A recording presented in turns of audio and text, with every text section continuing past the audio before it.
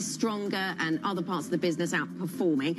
Let us talk about Unilever as well. We've had numbers out from this business. Fourth quarter sales coming in better than expected, starting a new share buyback and announcing they are listing their ice cream business in 3 different locations, Guy. So, Anna, what's going to matter more this morning? Is it going to be the geopolitical story? Is it going to be what happens with defense stocks? Is it going to be about earnings? Or is it going to be about the macro picture and what's happening there? We're about to find out. It is time for the opening trade. Let's look at some numbers for you and get an idea of what is happening here. The FTSE 100, as we've anticipated, maybe the outlier today, starting in the negative territory side of the ledger, flirting with positive territory, though. But remember, sterling is sharply higher today on the GDP number. You have to factor that into your thinking. Shell has gone ex-dividend. Bear that in mind as well. Stock 600 is up by 0.2%. The earnings story is broadly going to be positive. The peace dividend story is broadly going to be positive for the bulk of Europe, except the defence sector. How is that going to fare this morning? On the other hand of the defence sector story, you got a 5% target coming out of the Trump administration. That should be positive. Okay, so here we go. The Stock 600 is up by 0.3%. The IBEX is up by 0.4%. We are waiting on the CAC. We are waiting on the DAX. We are waiting on the SMI. There is a whole range of stocks this morning that are clearly maybe slightly trickier to price to get the bid offer aligned.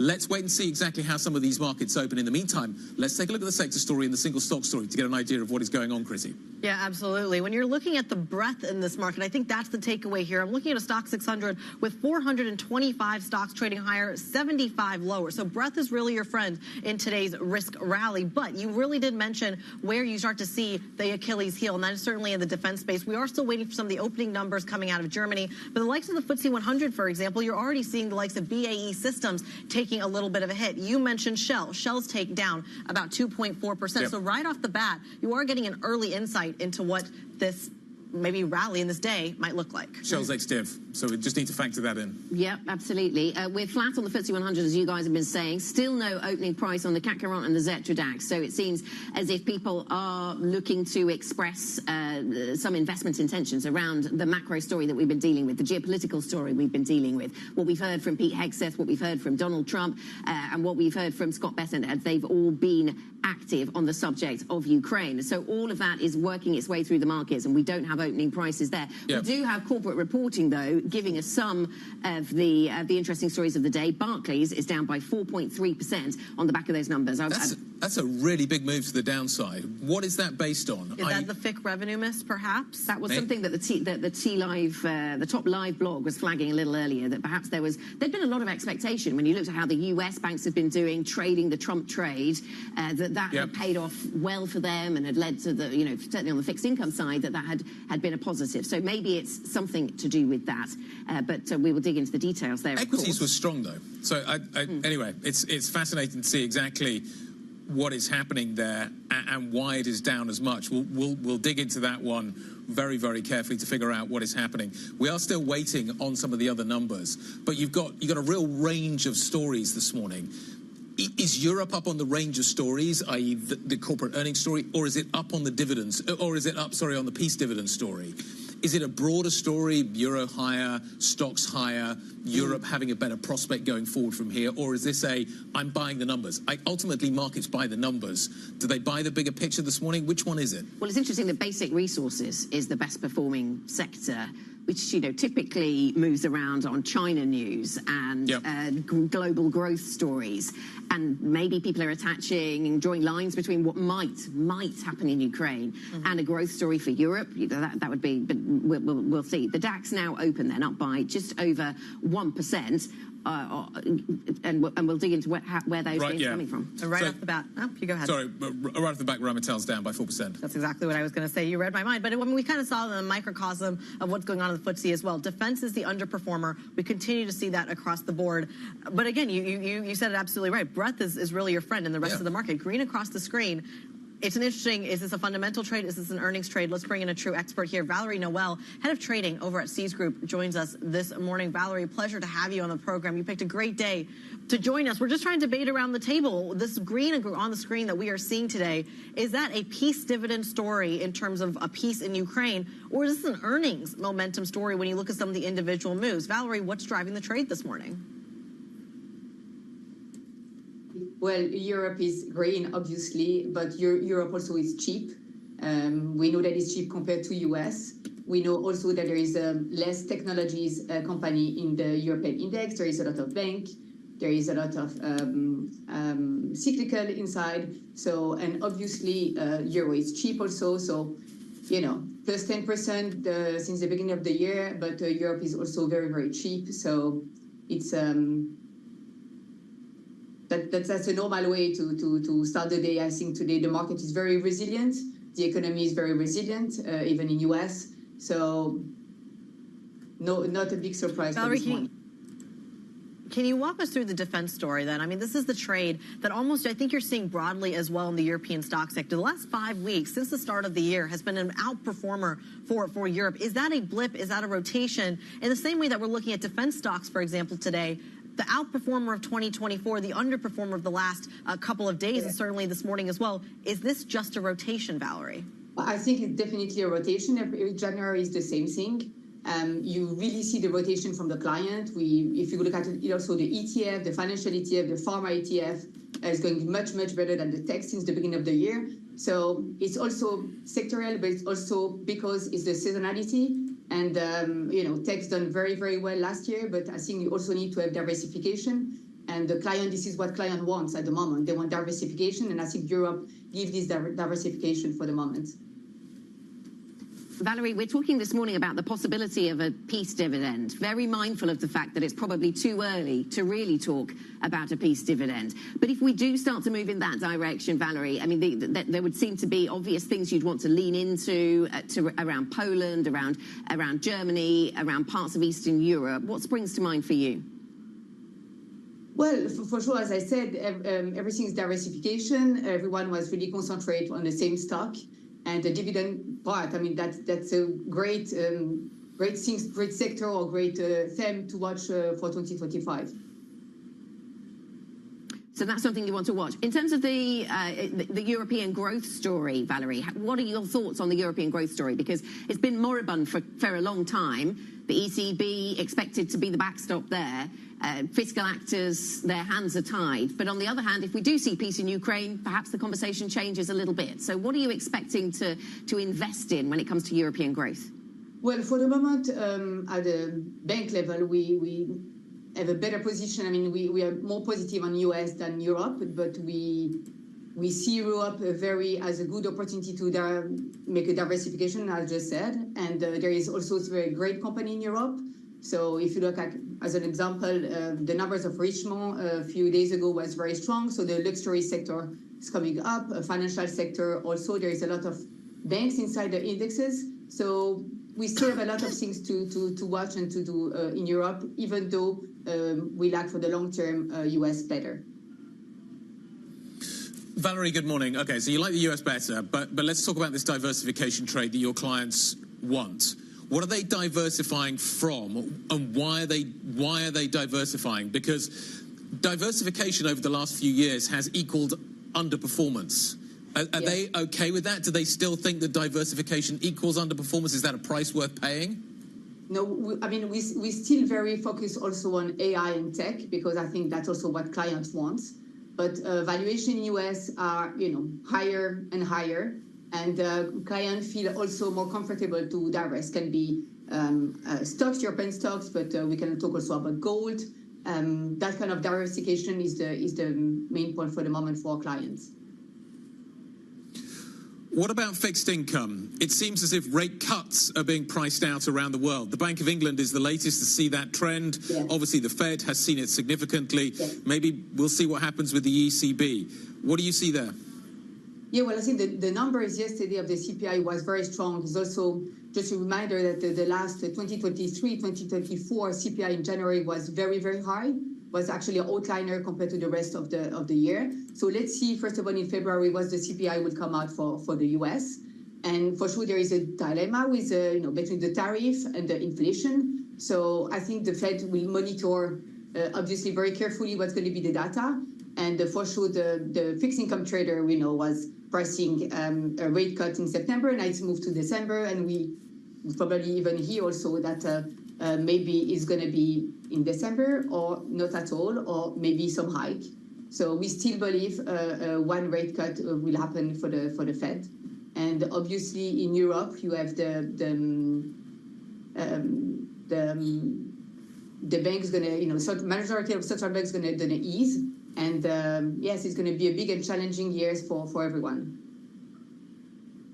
Valerie, great to catch up. Useful insight into what your clients are thinking. Thank you very much indeed. Valerie Noel, Head of Trading at Seas Group. Let's take a quick look at the Core 6. What is happening here in Europe this morning? Technology is under a little bit of pressure, but it's not that much pressure because, as you can see, Schneider's up. ASML is a little bit higher. Luxury is bouncing reasonably strongly as well. It's interesting to see Nestlé doing as well as it is. Let's talk about some of the other single stock moves that we're watching so carefully. Joe Easton has the details.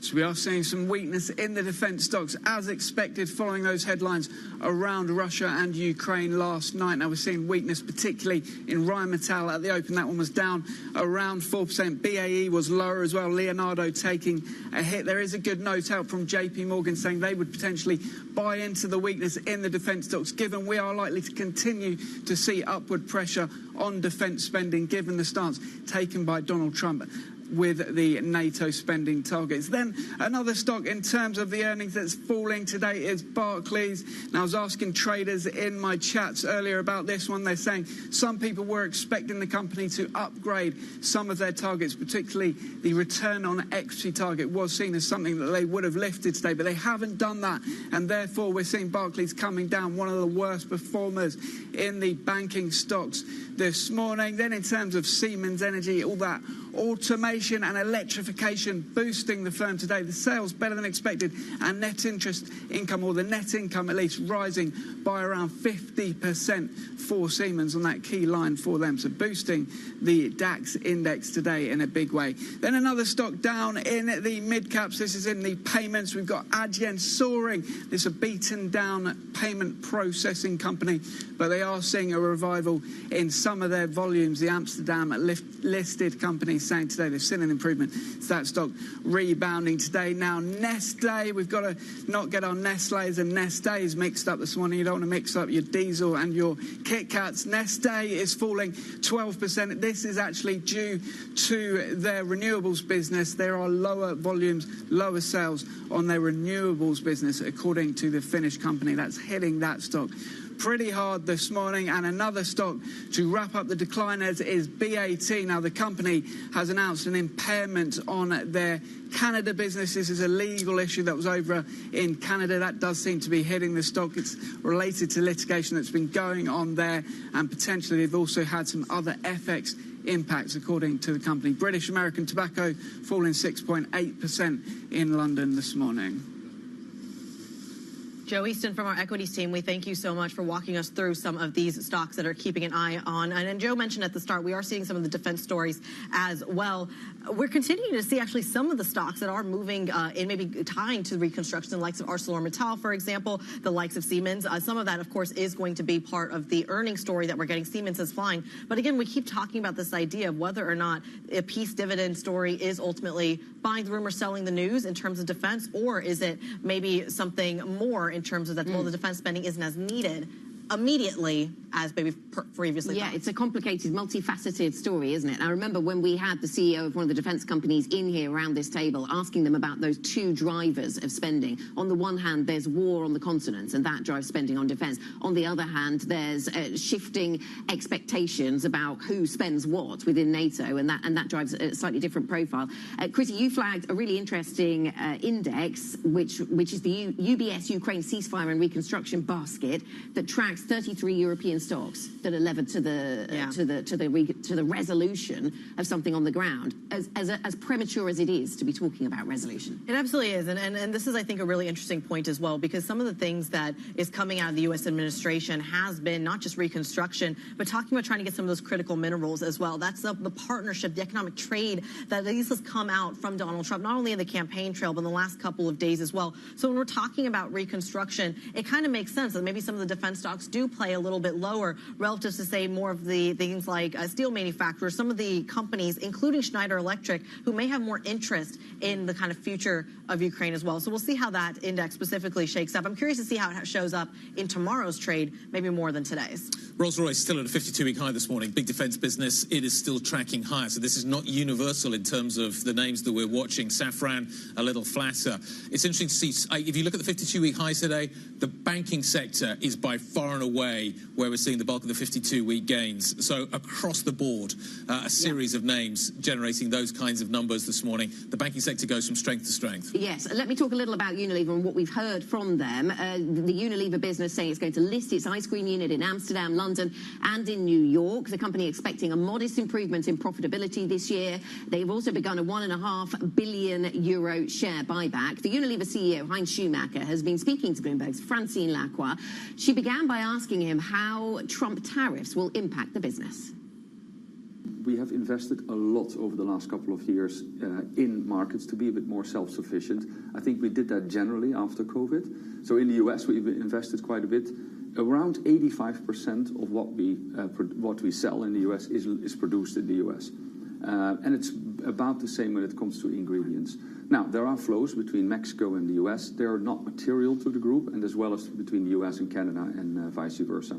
So we're still navigating through that. We are localizing production where we can to adapt, and then the remaining impact is not material to the group. And so these are, for example, minimum impact for, I think China's one of the only producers of ascorbic acid. Does that impact how you have to find it or how you have to make it?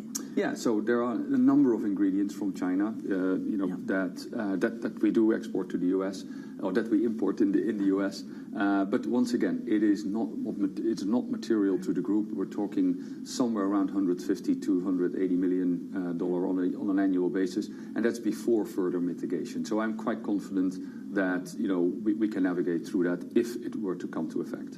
Can you talk to me about M&A? So there's a wild speculation that you're buying Wild deodorant. Yeah, I mean, I will not comment on M&A or on projects, or on speculations in the market. I'm reading them, of course, with great interest, but I cannot comment on that. But are there a couple of brands that you would like to own? Always. So it wouldn't come as a surprise to anyone if something were to happen. Yeah, look, I mean, we're very focused with our GAP 2030 plan on driving organic growth. And I think we're very disciplined about acquisition. So, in 2024, things come our way, but, we've been in divesting mode. We've done Unilever Russia. We've done local food brands in the last quarter of 2024 to come to a more streamlined food business. And yes, we're also looking to grow, but I want to first draw a line on the portfolio, saying, hey, here's where we're going to play. And then when something really attractive comes up, we will take a look. We did two things. K18 in the US, large market, hair care, premium, Yeah. We did Minimalist in India in quarter 4, skincare brand, premium, good market India, skincare in the heart of what we want to do, and premium. So that ticks a number of boxes, so we will keep looking. Talk to me a little bit about these listings. So you want to list in different places. Mm-hmm. Does that mean costs will also go up? So the ice cream business will be demerged, and what we've announced today is the road towards separation. We've announced 3 things. 1, the designate chair, Jean-François van Boxmeer, currently chair of Vodafone, ex-CEO of Heineken, great person to be the chair of that business going forward. We've announced the country of incorporation. It is headquartered in the Netherlands, in Amsterdam, and the Netherlands will be the country of incorporation and the listing location. So that's Amsterdam, following the country of incorporation, as well as London and New York, to limit technical flow back and to give our current shareholders the opportunity to hold ice cream going forward. But you don't worry that that it basically spreads it a bit too thin, or that, again, it just incurs extra costs? Yeah, no, I think, for us, I mean, this was really important. I care about, obviously, the shareholders that we have at Unilever today. At Unilever, we are at those 3 exchanges. So to the extent that you can replicate that, and you don't lead to a forced technical selling for those shareholders or for that new ice cream company, I think that was the bigger reason to do it. That was Unilever CEO Heinz Schumacher speaking to Bloomberg's Francine Lacroix, of course. We'll be back with more stock moves coming up next. This is Bloomberg.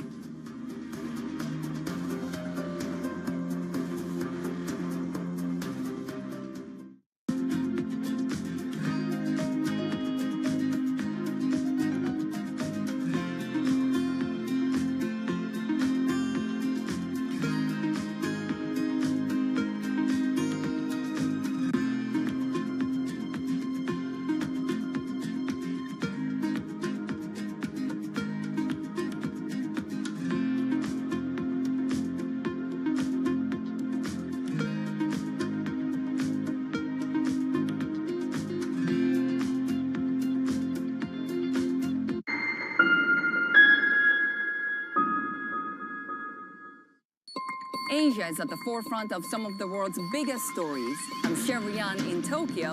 And I'm Heidi Stroud-Watts here in Sydney, where the trading day begins. We're here in the center of all the action to get you set up with the numbers, news, and knowledge you need for the day ahead. The demand is indeed recovering. We've been waiting for this moment. The opportunity of a century. Join us on Bloomberg The Asia Trade.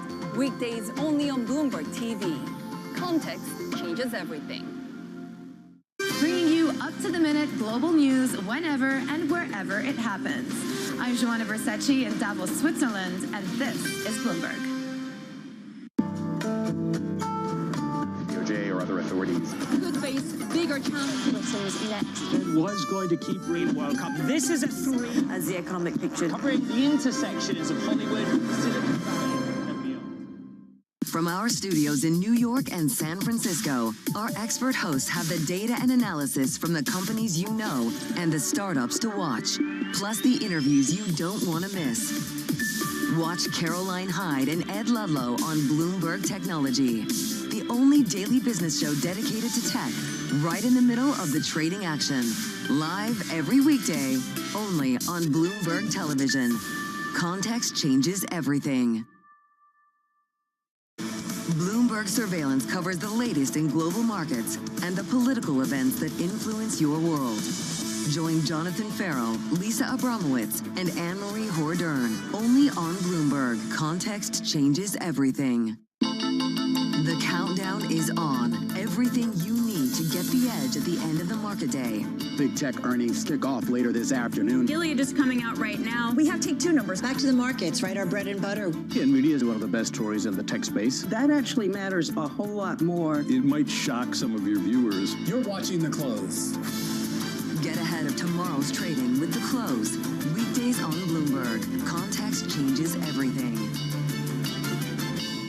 U.S. jobs numbers are released. Bloomberg has the report under surveillance with crucial data and expert analysis at terminal speed. Nobody covers Jobs Day like Bloomberg.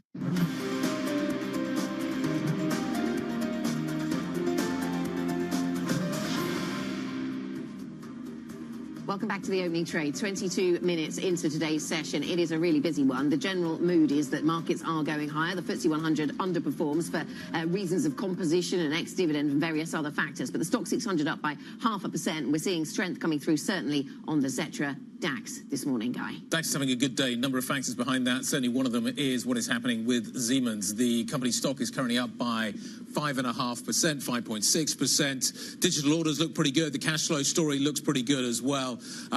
Robust demand seems to be the overall narrative that we're getting for its electrification products. think AI, think about what is happening with the energy story. But how does the Trump tariff story fold in? How does the inflation story fold in? We've been speaking to the Siemens CEO, Roland Busch. We had a very strong, promising start into our Q1. Growth was up 3%, driven by Siemens Healthineers, by Smart Infrastructure and Siemens Mobility with 6%, 8%, and 10% growth. Digital Industry holders still back, but on the other side, we saw an order intake growth in Digital Industries by 6%, and also our automation business in order intake was up 6%. So that's very promising that we get more momentum in our automation business in particular going forward. Free cash flow and net income was up 50%. So we had a very strong start. We keep our guidance for the full fiscal year. So therefore, we are quite happy. To your point, yes, Smart Infrastructure, electrification business has still growth. It's not only data centers, it's the whole sector which is growing. And for automation, we see signs of recovery. You remember we had a high stock which we're building down. We're coming from 14 weeks. Now we are down to 9.5. So we are bottoming out here anytime soon. Therefore, momentum is coming. We see increase in the demand from semiconductors, electronics, aerospace. Also chemical is picking up, which is a leading indicator. So we are quite positive that this comes, but we have to look for another quarter before really having a clearer sign. But it's moving in the right direction.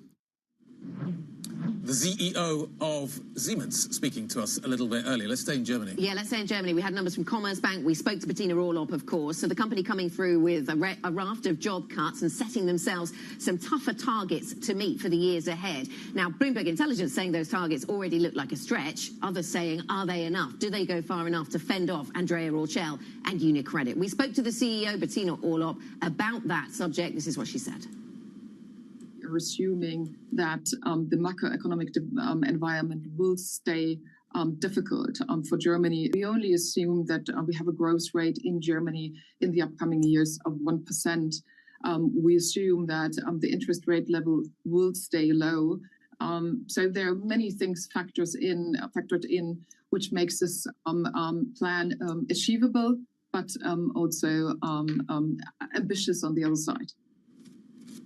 Bettina Orlopp there, the CEO of Commerzbank. And Chrissy, these numbers were initially well received. The stock went higher, but now it's underperforming, down by 0.3%. Absolutely. It's not the only bank underperforming. Barclays is not having a great day either. Their earnings coming in. It looks like you're starting to get analyst commentary here saying that the results are underwhelming the market. To sum up the mood, Jonathan Pierce over at Jefferies saying it's unclear from the numbers whether there's an actual catalyst to drive the stock. And you are seeing those shares take a bit of a beating despite the fourth quarter investment banking revenue coming in a bit higher. Take a listen to what the CEO told us earlier. We are shifting the bank in terms of mix to the higher returning businesses. We've also said that we've put out a plan till 2026. 2026 is not an end date. It's a point in time, and we'll look forward from there. The CEO of Barclays, they're talking about reshaping the businesses. Trading volume did great. We'll see if that continues. Yeah. Are the targets high enough? Is the ambition big enough? I think probably is maybe the question that the market is asking this morning. If you're looking for a re-rating, you've got to deliver. Coming up, we're going to take you back to what the politics is looking like this morning. Certainly one of the key drivers, the geopolitical narrative around Ukraine for the European equity picture that we're watching. President Trump and Putin agreeing to end the war in Ukraine. They're going to start talks. Daniel Tannenbaum from Oliver Wyman is going to be joining us very shortly to give us a take on how we should be watching this whole process unfold. That's next. This is Bloomberg.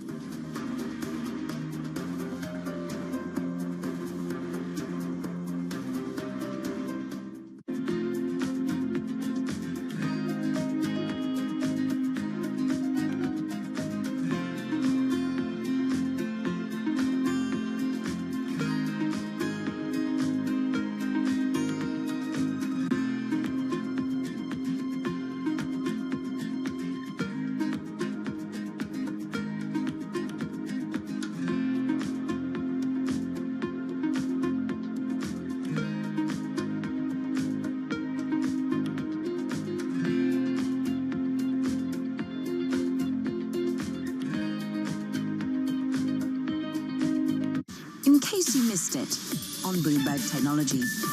It's incredibly aggressive, the timeline to manufacture the first phase of this site and then start production mid-2026. How big a factor was that timeline in Ohio's selection, Palmer? It has to be this fast because we don't have time for business as usual. The types of threats that the United States is facing, that our allies around the world are facing, the fact that we are predicted to run out of munitions within the first 8 days of a potential conflict with China mean that we need to hyper-scale our manufacturing. We are on a path to being a publicly traded company. I think that's an important thing. I want us to be accessible to the American public. I think that it's good for people to be able to invest in American defense companies, not for them to just remain private forever. I'll take an ideological stand there. I think that is a good thing for the country. It's good for us. It's good for our customer. As for when that happens, it's hard to say. Don't miss Bloomberg Technology, live every weekday.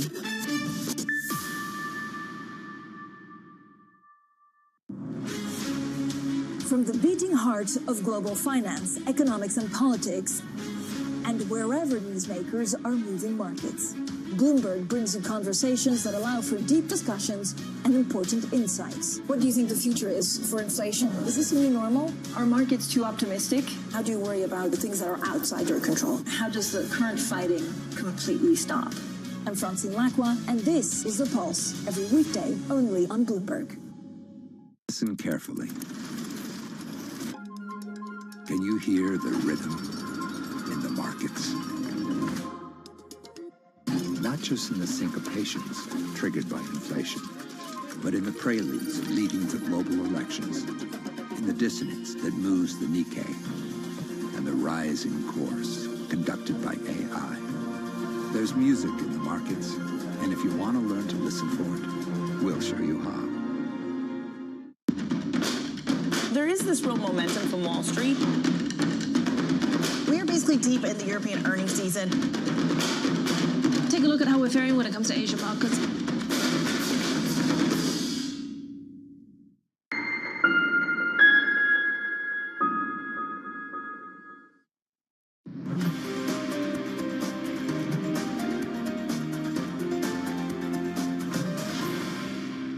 It's certainly not a betrayal.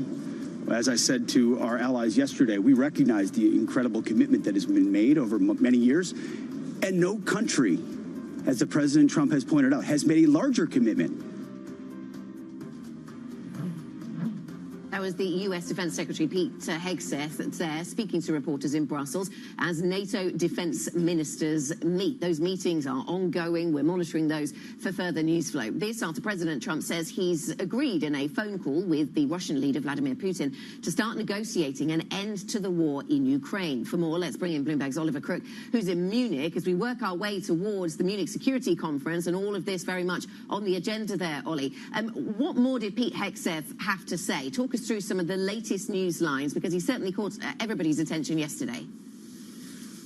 Yeah, that's right. I mean, it's been a really sort of consequential, 36 hours for the war in Ukraine and really what the U.S. policy is going to be going forward under President Donald Trump. There has been a lot of questions about what his position is going to be, what his posture is going to be, what this peace plan looks like that has been devised by the Trump administration and will potentially be revealed to some of the European leaders here in Munich by Keith Kellogg, the envoy for Ukraine and Russia. But what we heard is the beginning of the contours of what that plan could include. We heard it from Pete Hegseth yesterday about basically NATO membership for Ukraine, even longer term, seems to be off the table. There's going to be some sort of land conceits that will have to be given up to Russia, it seems, but also, the potential not just about what is going to go day to day in terms of the peace plan for Ukraine, but the longer term in terms of what is expected from Europe. Have a listen to what else he had to say this morning about NATO defense spending. Even 2% of GDP is not enough. 3 and 4, and ultimately, as President Trump has said, 5% of defense spending is critical. A realization that there is a Russian war machine that has sought to take more and more land in Ukraine.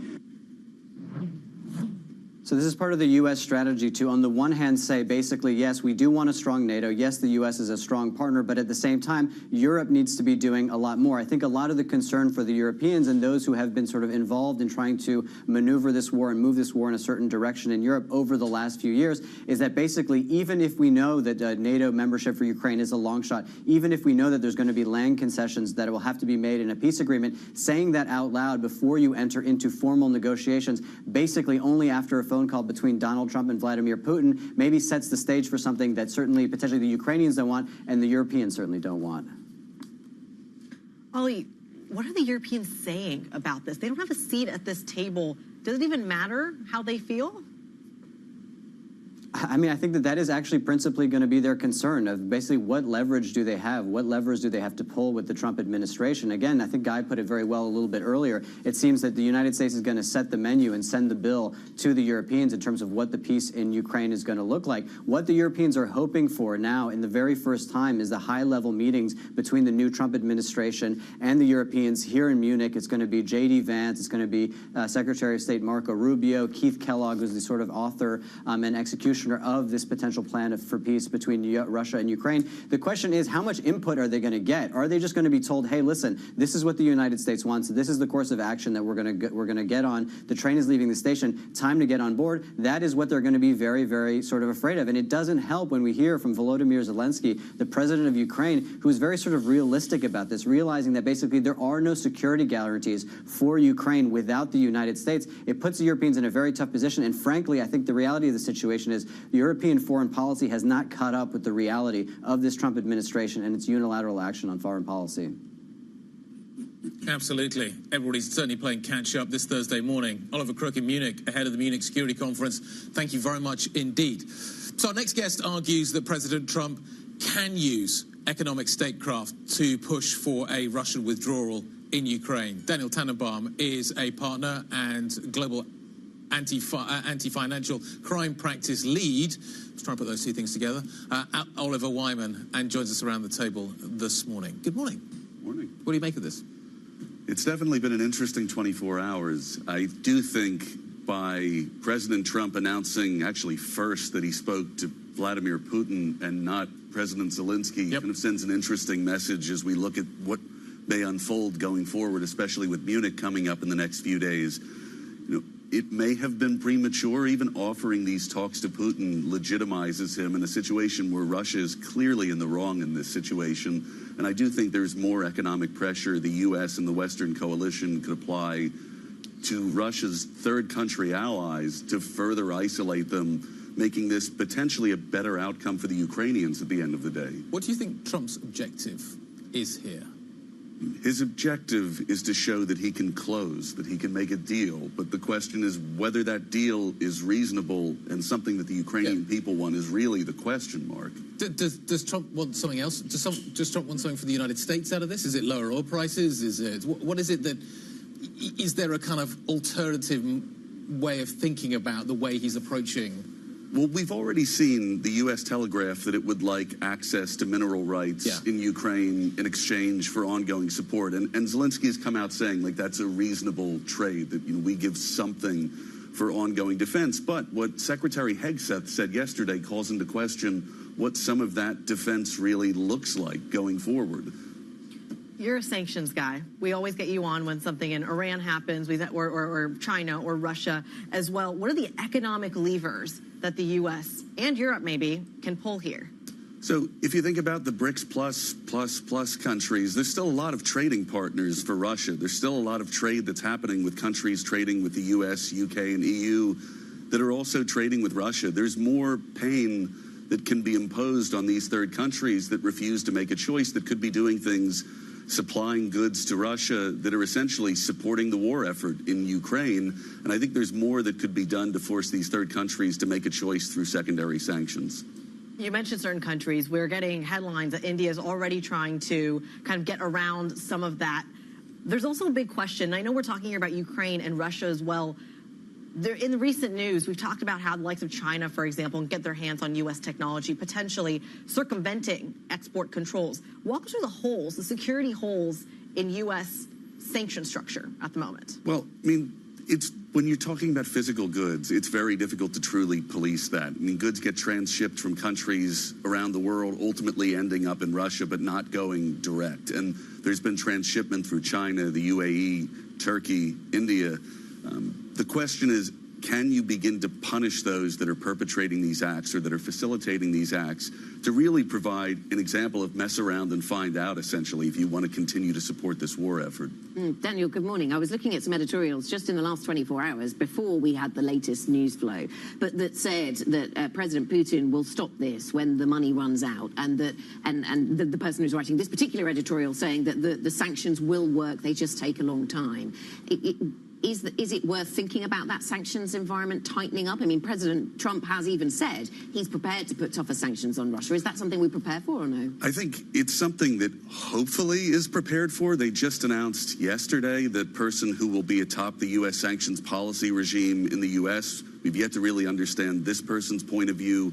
There's more that can be done. And using sanctions more aggressively, the Biden administration was very reluctant to go too hard using sanctions, using secondary sanctions for fear of spooking the broader market. They were quite focused on unintended consequences. I think this is a time and opportunity to take advantage of President Trump's strengths and really take the gloves off economically. Can I ask it, going back to what you were discussing at the beginning there with Guy about the latest news flow and about Ukraine, and you referenced Scott Bessent has been in Ukraine and has been talking about mineral wealth there, talking about access to some of those metals. And just to expand a little on, is it very unclear then what that money is for? Is it for a bill? Is it for money already given from the United States to Ukraine? Or is it for support in the future? Because from what Hegseth was saying, no boots on the ground, that really raises questions about how much support in the future.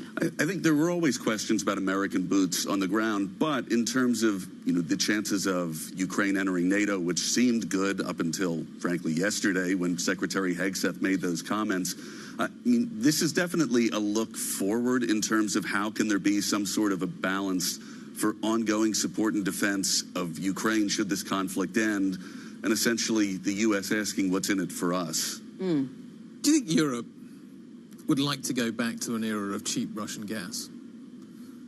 There's this kind of conversation about what Trump wants out of this.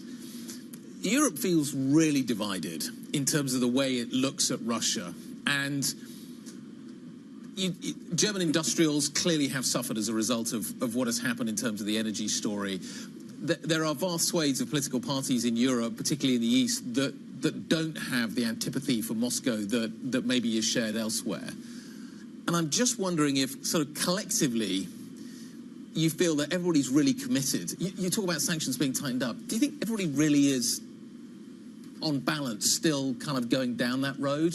Is this peak sanctions for Russia? Is this as tough as it gets? I don't think it needs to be. I was actually with the EU sanctions envoy on Tuesday here in London. I mean, remember, they've had 15 successful sanctions packages that have gotten consensus across the bloc, with a 16th in the works as we approach the 3rd anniversary. I think there is more that can be done, and sanctions are like a vice grip where you're always kind of leaving a bit more to tighten to exert additional pressure. I don't think we're done yet, and I do think the consensus has been reached. It's taken some give and take, but there has been generally good consensus, at least across the member blocs, that have approved 15 rounds of sanctions over the last 3 years. Is there a concern of consistency here? I mean, just in the last couple of weeks, we've seen kind of the saber rattling from Donald Trump and the administration. Tariffs one day, rollback, delayed, different sectors. I can appreciate that a ceasefire or a war-related agreement may be different. What is the consistency, the volatility, the trustworthiness, the credibility of this kind of deal that's being forged? That's a great question. Consistency is not something that we've really seen over the last month of this new administration, as we've seen kind of a blitz of different actions to make good on campaign promises and a broader policy agenda. I mean, look, there's still a desire for countries to do business in the dollar, to do business in the U.S., and I think there is some broader trust. Right now, until we see what comes out of General Kellogg in the form of whatever this plan is, I think it's really hard to tell exactly where the U.S. stands. Coming out with some of the details that came out yesterday are a bit concerning, because it does feel like Ukraine is left with the short end of the stick of a country being invaded. But I think it's too early to say that this is not an ally worth trusting. Daniel, I wonder what you make of one of the proposals that Ukraine has made recently, which, they've been calling for a long time to be able to access the frozen Russian assets and to spend that money perhaps on U.S. defense supplies. Is that the kind of argument that might win some friends in Washington? You know, it's interesting. The frozen assets debate has been extremely quiet since the start of the new administration. You had Dilip Singh in his Deputy National Security Advisor role in the last administration worked out the plan to basically tap into the interest gain from the immobilized Russian assets. The talk of actually seizing the Russian sovereign assets seems to have died down for the moment. You know, it obviously is a large pool of wealth that could be tapped into. There's just never been a sovereign set of assets at that scale that have ever been seized before, and it does seem like there's very few politicians that really want to go there. Yeah, a lot of worries in Europe about precedent being set. We're excited to see you. Thank you for coming by. Fascinating conversation that, of course, is still developing. Daniel Tannenbaum, partner and global anti-financial crime practice lead over at Oliver Wyman. Now, we, of course, will continue that conversation. We're going to be live from the Munich Security Conference all day on Friday with a lineup of interviews that are getting a key seat in these negotiations, and certainly in terms of the defense story, including the German Armed Forces Chief of Defense, the Saab CEO, the Kongsberg Defense and Aerospace President, and the German Foreign Minister as well. This all, of course, comes as we see defense stocks take a beating this morning. Absolutely. Let's turn our attention to what is happening with some other stocks that we're watching so carefully. Nissan. Think of the Renault connection here as well this morning. Nissan is cutting its full-year operating income forecast. The numbers that it's delivered this morning have missed estimates. This, as we see, a conclusion of talks between Honda and Nissan, and that conclusion is that we are not going anywhere with this deal. Nissan has got to find its way through this. Is Honhai the solution? How does Renault deal with this? What is Renault's expectation here?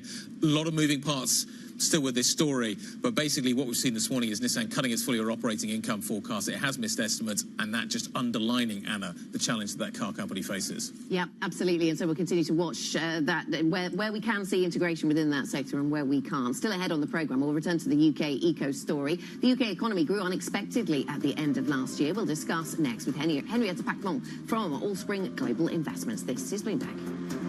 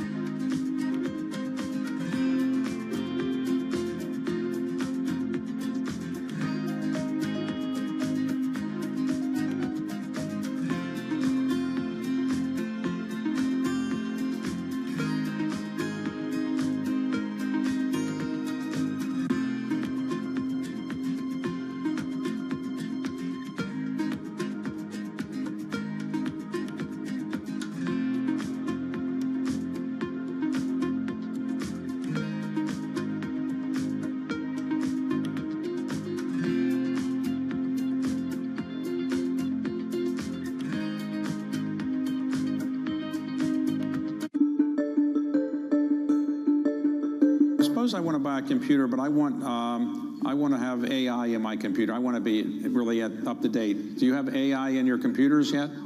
No, not yet, but it's coming soon. And we think this is going to be one of the largest transformations in the PC industry in decades.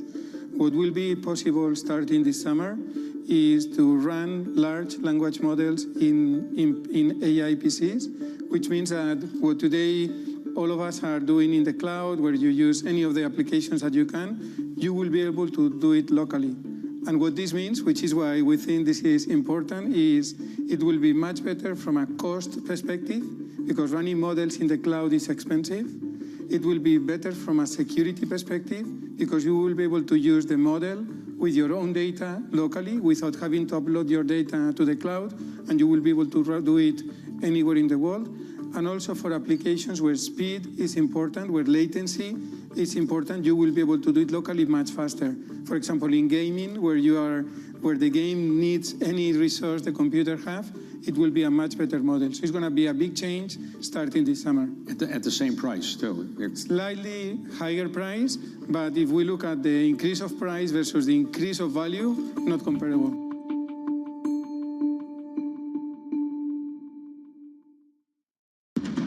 US tech is influencing global markets. Technology is driving business across Europe. Companies in Asia are betting on tech.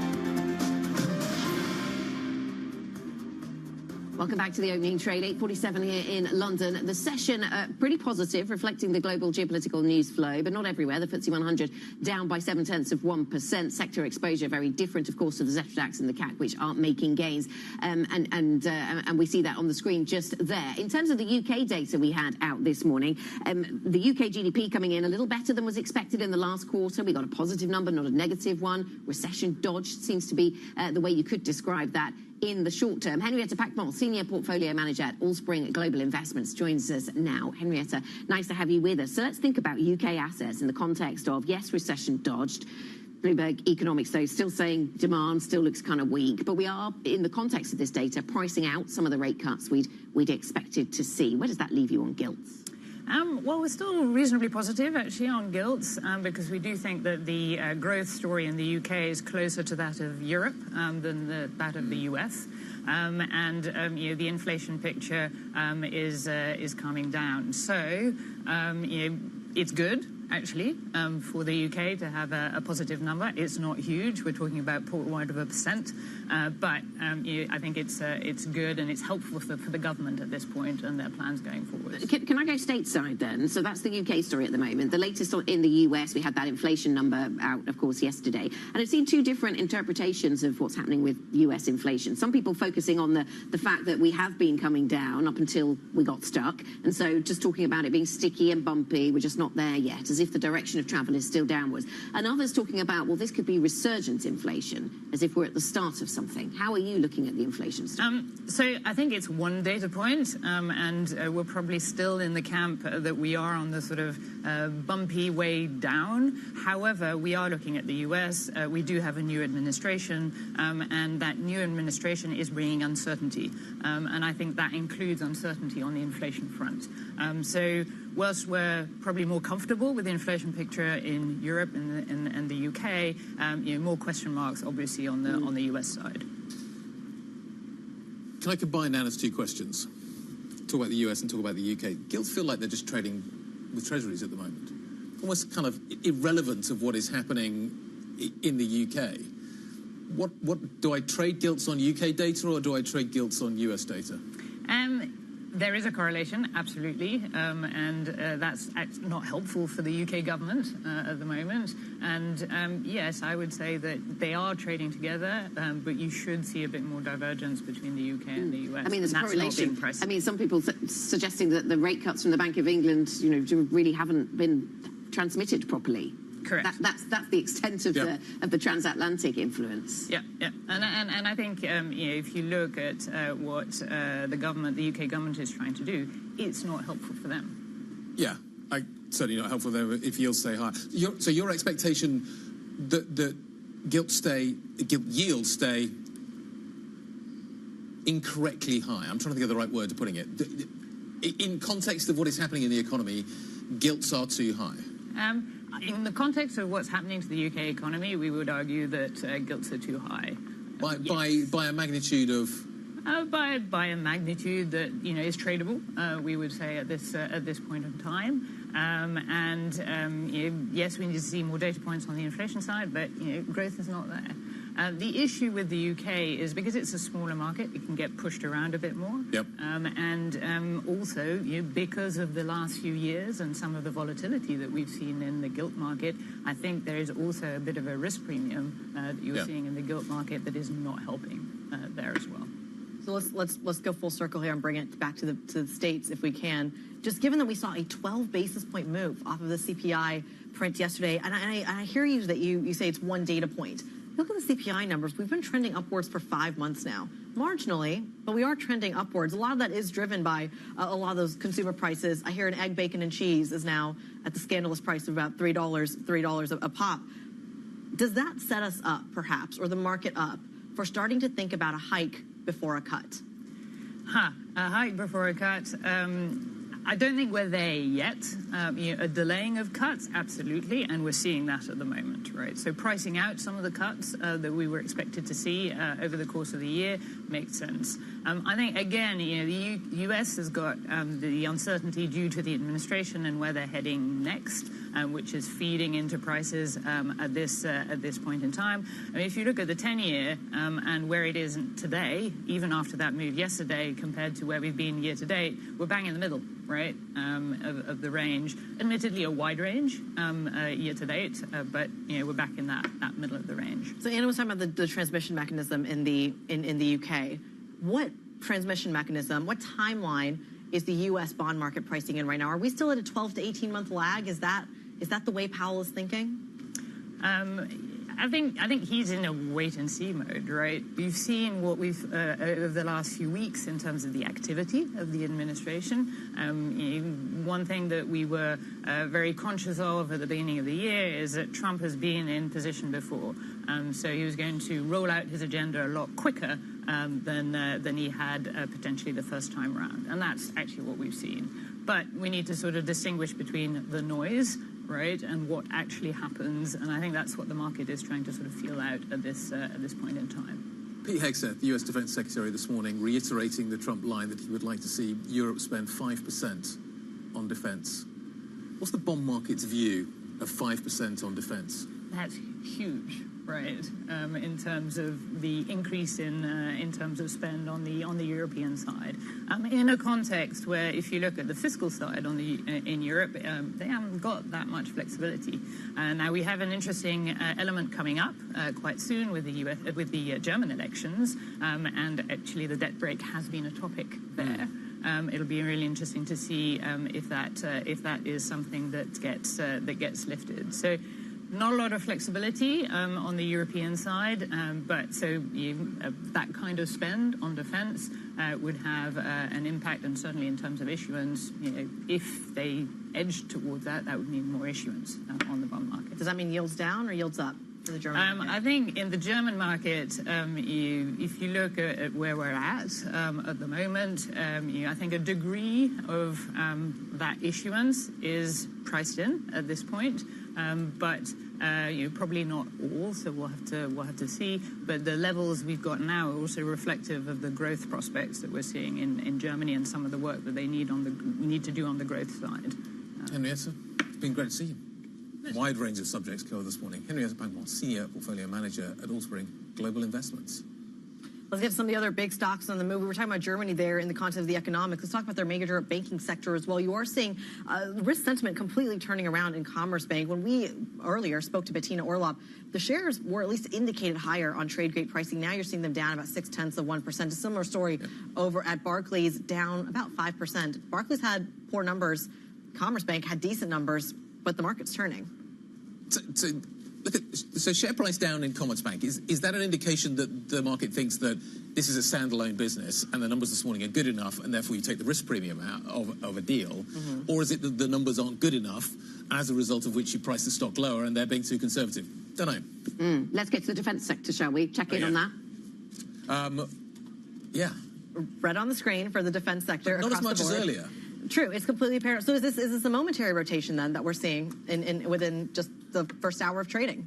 If we were pricing in any kind of peace dividend at the start of trade, and we've talked about how it's premature to do that perhaps, but the market is certainly thinking in that direction, then we've unwound a little bit of it, haven't we? Because Stock 600 only up by 0.3%. Let's have a look at some consumer names as we bring this hour of programming to a close. A tale of two different consumer-facing companies there.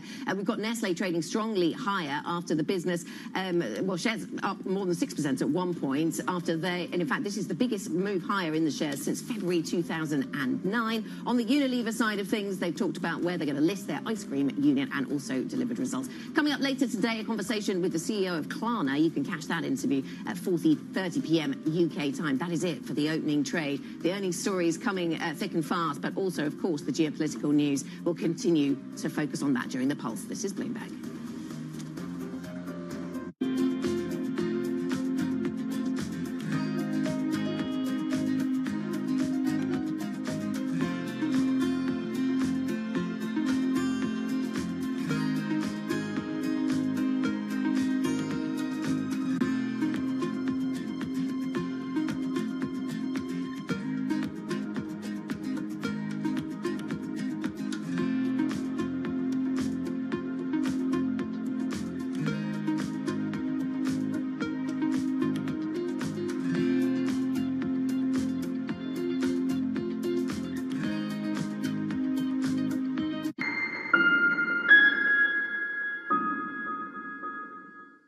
Welcome to the world of decentralized finance. Massive outperformance from Bitcoin. Bloomberg is covering all things crypto, the people. The tectonic shift emanating from Washington. All we're looking for is clear rules and an ability to build in the United States. Crypto shouldn't be partisan. The transactions. Really a record-breaking moment. Crypto VC is back. And the technology. It's really the beginning of a global on-chain economy. And if America doesn't embrace it, we're going to be left behind. Bloomberg Crypto, only on Bloomberg. Get your fixed income fix. Watch Bloomberg Real Yield around the world right here on Bloomberg. Context changes everything. Good morning. This is Bloomberg Surveillance. Welcome back to the opening trade. This is Bloomberg Technology. This is the Asia Trade. This is Wall Street Week. Welcome to Balance of Power. This is Bloomberg Television.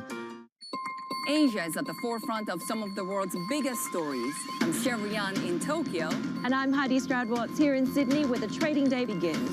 We're here in the center of all the action to get you set up with the numbers, news and knowledge you need for the day ahead. The demand is indeed recovering. We've been waiting for this moment. The opportunity of a century. Join us on Bloomberg The Asia Trade. Weekdays only on Bloomberg TV. Context changes everything. From the world of politics to the world of business, Joe Matthew and Kaylee Lines deliver news, insight, and analysis live 2 times a day, every trading day. Balance of Power at 1 and 5 Eastern, only on Bloomberg. From our studios in New York and San Francisco, our expert hosts have the data and analysis from the companies you know and the startups to watch, plus the interviews you don't want to miss. Watch Caroline Hyde and Ed Ludlow on Bloomberg Technology, the only daily business show dedicated to tech, right in the middle of the trading action. Live every weekday, only on Bloomberg Television. Context changes everything.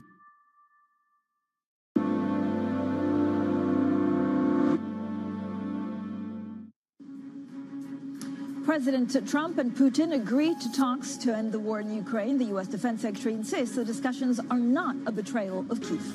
European stocks and the euro rise as U.S.-Russia talks spark optimism. The pound strengthens as the U.K. also escapes the threat of recession. Plus, Barclays falls as its results underwhelm, despite traders turning in their best fourth-quarter performance in at least a decade. Well, let's take a look at the European markets map. Again, we're seeing a little bit of green. There's quite a lot of earnings that we have to get through. The UK actually down some 0.8%, but you're seeing elsewhere the DAX and the CAC 40 0.7%. The FTSE MIB over in Italy 0.2% higher. We're looking at inflation that we had yesterday in the US. A couple of the big banks actually changed their calls for the Fed decision. But again, talks between the US and Russia seem to have spurred a little bit of optimism out there about a possible end to the Ukraine war. This is a picture overall for treasuries, but we're also looking at gilts and what we're seeing in gold. Now, gold is very clearly a risk haven. If you look at Brent crude, 74.79, euro dollar 104.14, and then a U.S. 10-year yield at 4.5974. A couple of other things we need to watch out for. Look, the IEA has cut its estimate for 2025 oil surplus, citing sanctions and demand. And on the back of that, I don't know if Brent is pretty much range-bound, but we'll see exactly what the discussions also with Russia happen over the weekend in Munich. So for the conversations that matter and the insights you need, let's get started.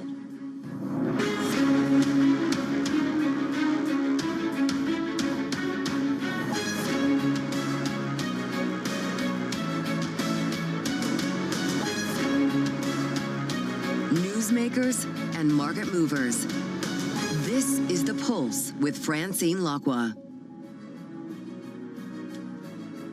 Well, good morning, everyone, and welcome to The Pulse. I'm Francine Lacqua here in London. Now, a dramatic reversal of U.S. foreign policy on Russia's invasion of Ukraine and a plan that could potentially cost Europe's major powers an additional $3.1 trillion over the next 10 years. Now, the U.S. Defense Secretary is in Brussels for a NATO summit after President Trump agreed in a phone call with his Russian counterpart to start negotiating an end to the war. Well, Hegseth denied the move was a breach of trust. It's certainly not a betrayal.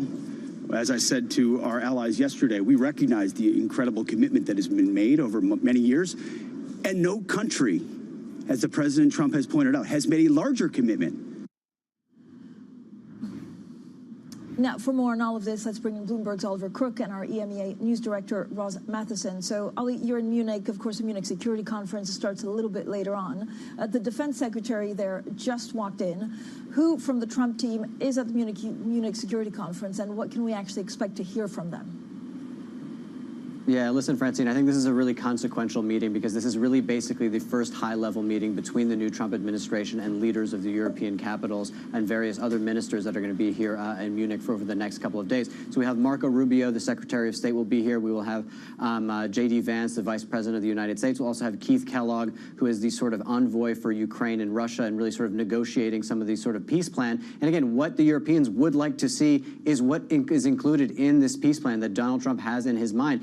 Again, we're starting to get some of the contours of that from the Defense Secretary of the United States, Pete Hegseth, speaking in Brussels yesterday. I'll give you some of the headlines, basically ruling out the idea that Ukraine could even in the long term be joining NATO, saying that that's off the menu, saying that basically land concessions to Russia will be sort of a necessity, saying that basically the Europeans need to get that defense NATO spending up. That 5% figure is not going anywhere. But all of these things, many of them, and some of the people who have a more practical view of how to end the war in Ukraine will say that it's sort of obvious that basically Ukraine will have to give up some territory. The real concern is that basically making those concessions unilaterally, saying these things with Putin and Trump just on the phone call is something that is going to create a great deal of concern, obviously, in Ukraine, but obviously for the Europeans who don't appear to even have a seat at the table. So this is really their first opportunity to get some insight on their thinking.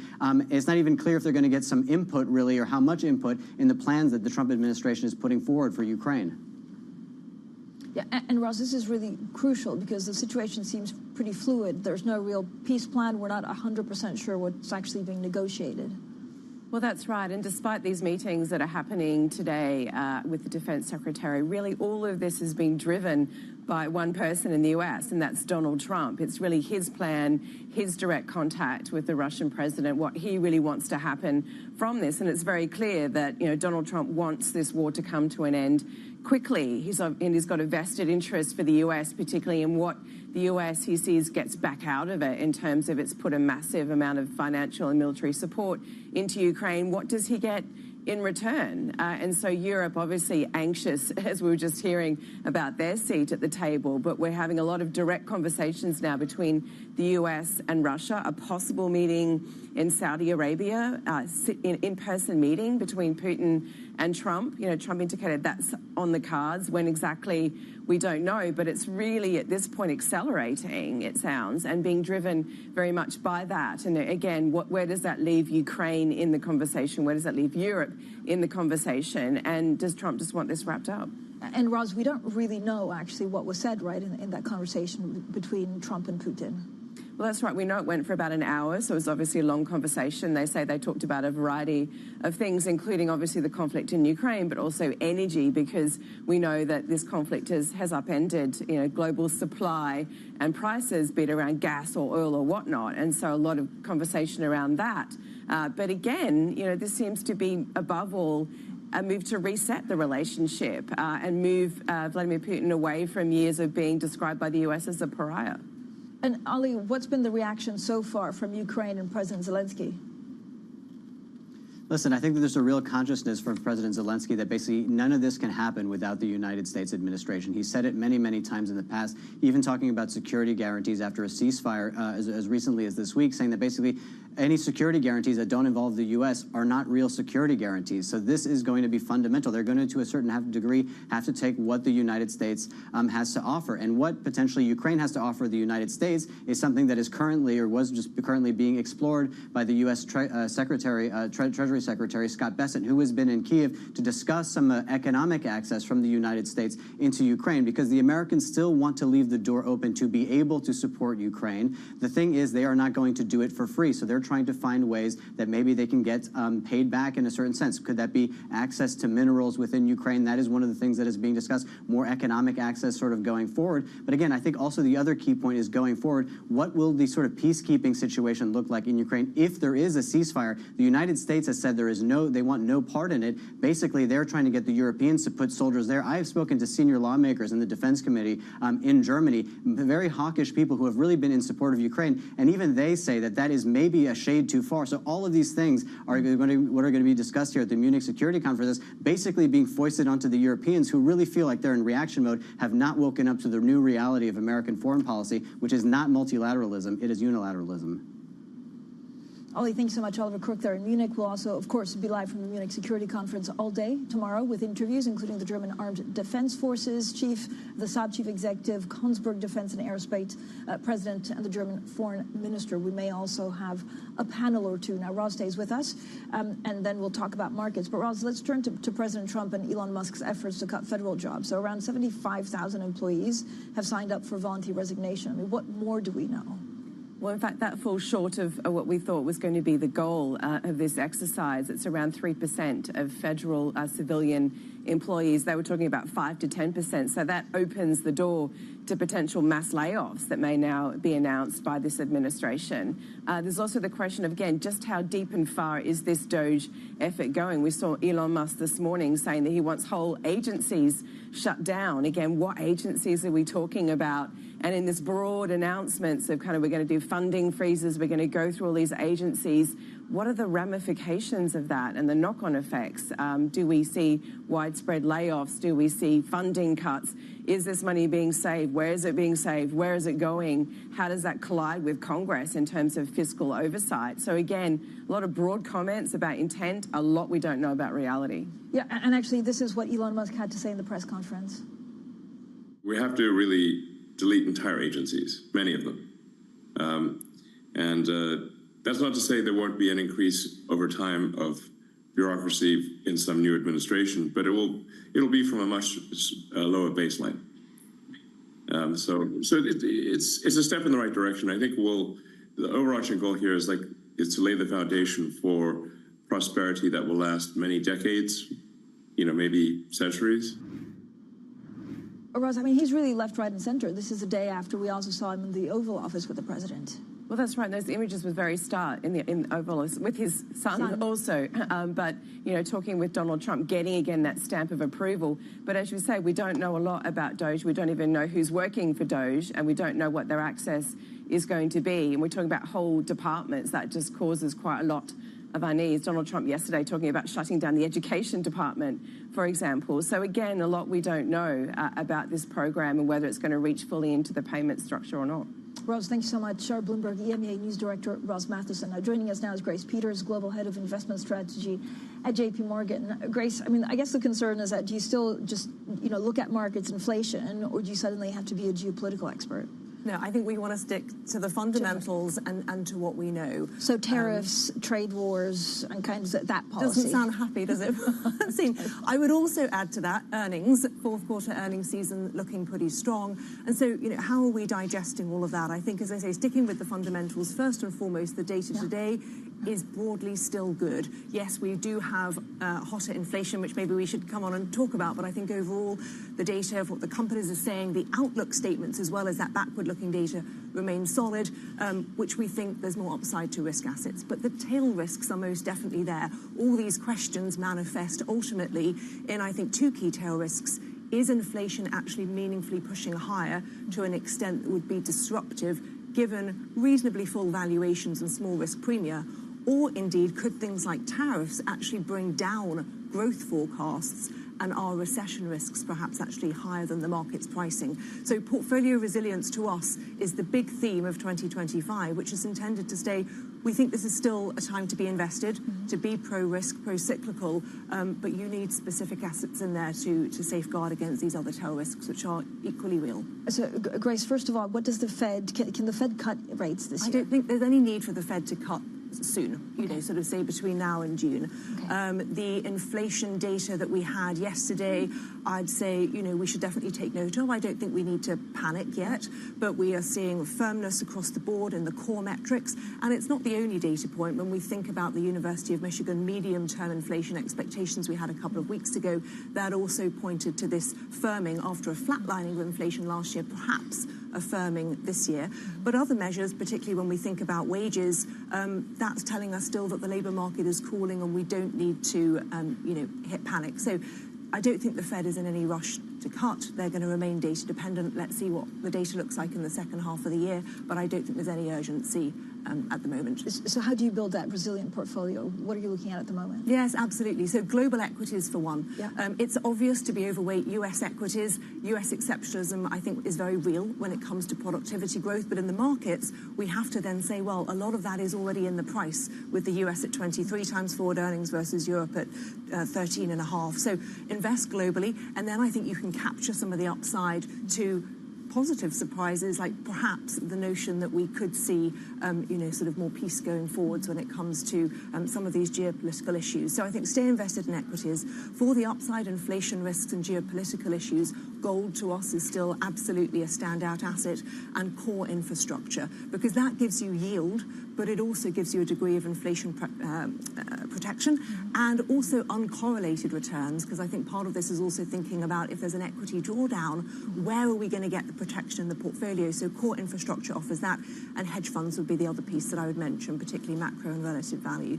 And then for those downside growth risks, duration still is the best asset. So it's about how you blend it all together, but with the curve pricing one cut only for the rest of this cycle, then I think, sort of thinking about adding a little bit of duration to protect for those downside growth risks in that broader portfolio context. Great. Specifically in Europe, do you buy anything right now, or do you wait and see what the situation is also like between Ukraine and Russia?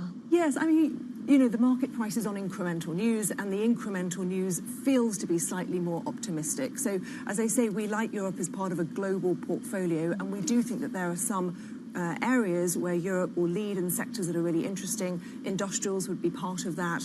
The luxury goods sector for us is always a mainstay in Europe. And I think even some of the financials, may see an improvement in their backdrop in Europe if you start to see broader investment picking up and sentiment improving. Financials, we think actually globally is a really interesting sector where, sort of the current backdrop and the broadening we're seeing in markets we think is really interesting. Grace, thanks so much. Grace Peters, Global Head of Investment Strategy at JP Morgan, stays with us. We'll have plenty more, of course, on Europe, but also Asia. This is Bloomberg.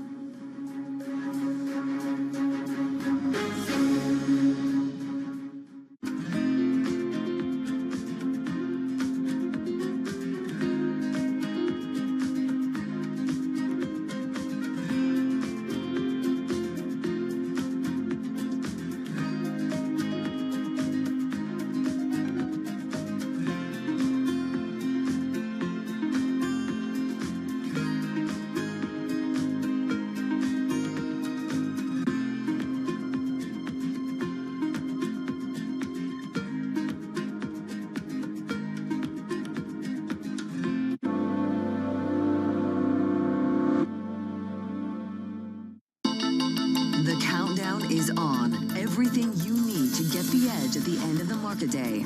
Big tech earnings kick off later this afternoon. Gilead is coming out right now. We have take two numbers. Back to the markets, right? Our bread and butter. NVIDIA is one of the best stories in the tech space. That actually matters a whole lot more. It might shock some of your viewers. You're watching The Close. Get ahead of tomorrow's trading with The Close. Weekdays on Bloomberg. Context changes everything. It's a multi-trillion-dollar industry. We'll show you what's happening in ETFs like no one else. ETF IQ, only on Bloomberg. Bloomberg brings you breaking news 24 hours a day. Powered by 2,900 journalists and analysts in more than 150 offices across the globe. Bloomberg Television. Context changes everything. From the beating heart of global finance, economics and politics, and wherever newsmakers are moving markets, Bloomberg brings you conversations that allow for deep discussions and important insights. What do you think the future is for inflation? Is this new normal? Are markets too optimistic? How do you worry about the things that are outside your control? How does the current fighting completely stop? I'm Francine Lacqua, and this is The Pulse, every weekday only on Bloomberg.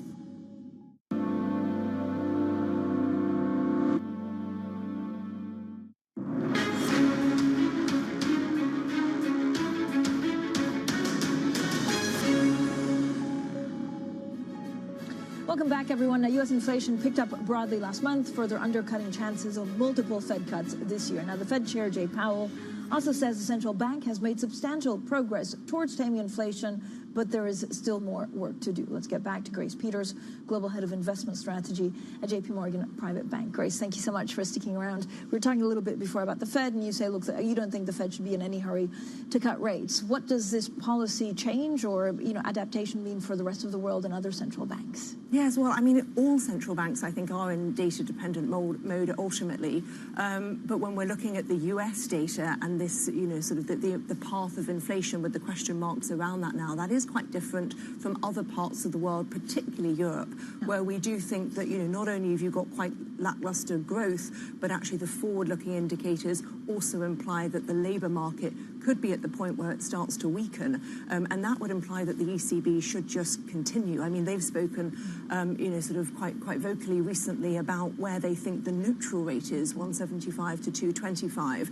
And we're still some way above that. So I think the path of the ECB, i.e. that divergence, is likely to continue over the next 12 months, because that is what the data is saying that they should do. What's your take on China and how much, I guess, that China still has concerns on real estate? Alibaba is actually on a tear at the moment because of AI-related things. But are we importing deflation from China, or that's still unclear? I think it's still unclear to some extent, but I mean, the backdrop in China to us is still really that, yes, we've had some stimulus measures that are helpful, that's helpful to sentiment, but the underlying issue really does stay with the property sector, with the underlying fact that most Chinese households have got about 60% of their wealth tied into the property sector. And therefore, until we really start to see a turn in property prices and sentiment towards that sector, the consumer is always still going to have that cautious tone to them. And so China for us, obviously there are stocks that are doing well and there are themes within that are very pertinent to invest in. But just from a top-down perspective, we think growth is still slowing over the next few years in that region. And that, of course, is impacting earnings. It does impact earnings. I mean, one of the ways that I like to invest in the China growth story would actually be back through Europe. And there are different ways you can do that, whether it's on the consumer side or more on the industrial side. But I think that is a very legitimate strategy to get exposure to these global trends, but through a market where the risk premia is low and, things could go right. So, I think the US is still the obvious play. We are overweight the US, but that's why I think investing globally is still better investment advice than just investing in the US. When you look at earnings, I mean, is AI or tech stocks, are they still priced to perfection? It feels like a lot of the good news has already been priced in. Yes, I would say, I mean, if we look to the US in particular, where we're about 70% of the way through this quarter's earnings, the bit that has been pretty lackluster is the tech sector. And that's relative to expectations, which, as you say, Francine, are pretty sky high. So over the last 2 years, we've seen consistent top-line beats from US large-cap tech. And this time they're in line. But, in line's not quite good enough. And we've got other sectors where you're actually seeing strong beats come through. And I'd pull out financials, US financials, as part of that, where, yes, the stocks have done well year to date, but the earnings news that we've had has only cemented that there are good underlying drivers. And, the sector's still at a 20% discount to the S&P, despite the fact we think we're in a higher growth, higher inflation, higher rate world, perhaps with deregulation and M&A still ahead of us. So definitely we're seeing that broadening theme through earnings. We still like technology. I still think AI adoption is going to be a big driver of good stuff in the economy and in the markets, but I think being too concentrated by sector or by geography is not the right strategy. So interesting. Grace, as always, thank you so much for joining us. Grace Peters, Global Head of Investment Strategy at JP Morgan Private Bank. Coming up, more from our interview with the Unilever Chief Executive, Hein Schumacher, after the company delivered a sales beat but warns of a slow start to 2025. That's next, and this is Bloomberg.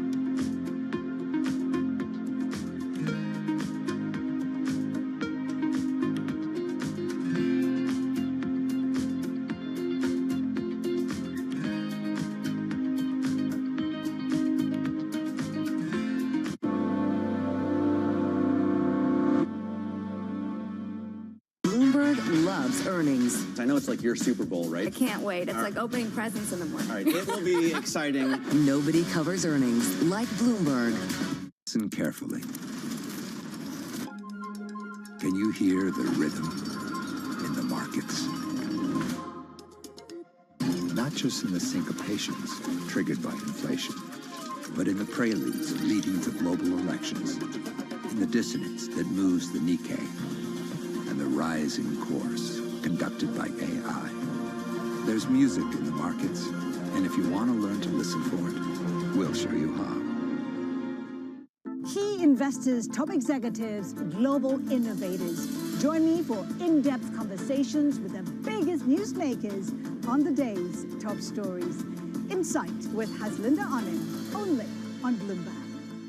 Welcome to the world of decentralized finance. Massive outperformance from Bitcoin. Bloomberg is covering all things crypto, the people. The tectonic shift emanating from Washington. All we're looking for is clear rules and an ability to build in the United States. Crypto shouldn't be partisan. The transactions. Really a record-breaking moment. Crypto VC is back. And the technology. It's really the beginning of a global on-chain economy. And if America doesn't embrace it, we're going to be left behind. Bloomberg Crypto, only on Bloomberg.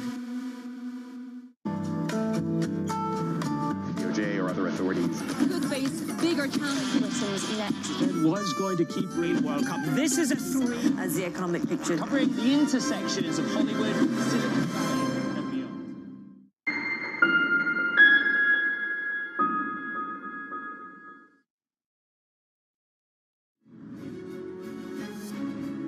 As well as in Q1, we are seeing markets slowing. At this point, and look, at the end of the day, we want to grow ahead of the market, with the growth action plan that I talked about, and I think we have a very clear strategy about that. But of course, market sentiment is important, and we see it slowing a bit. So we expect growth in 2025 to be more back-weighted. We have invested a lot over the last couple of years in markets to be a bit more self-sufficient. I think we did that generally after COVID. So in the US, we've invested quite a bit. Around 85% of what we sell in the US is produced in the US. And it's about the same when it comes to ingredients. Now, there are flows between Mexico and the US. They are not material to the group, and as well as between the US and Canada and vice versa. So we're still navigating through that. We are localizing production where we can to adapt, and then the remaining impact is not material to the group. Well, the Unilever chief executives there on a slow start to 2025. Now, Honda and Nissan have scrapped tie-up talks, formally ending negotiations. The deal would have created one of the world's biggest automakers. Meanwhile, Nissan has cut its operating income guidance for the full year as it missed estimates. Coming up, we talk UK after GDP surprises to the upside. That's next, and this is Bloomberg.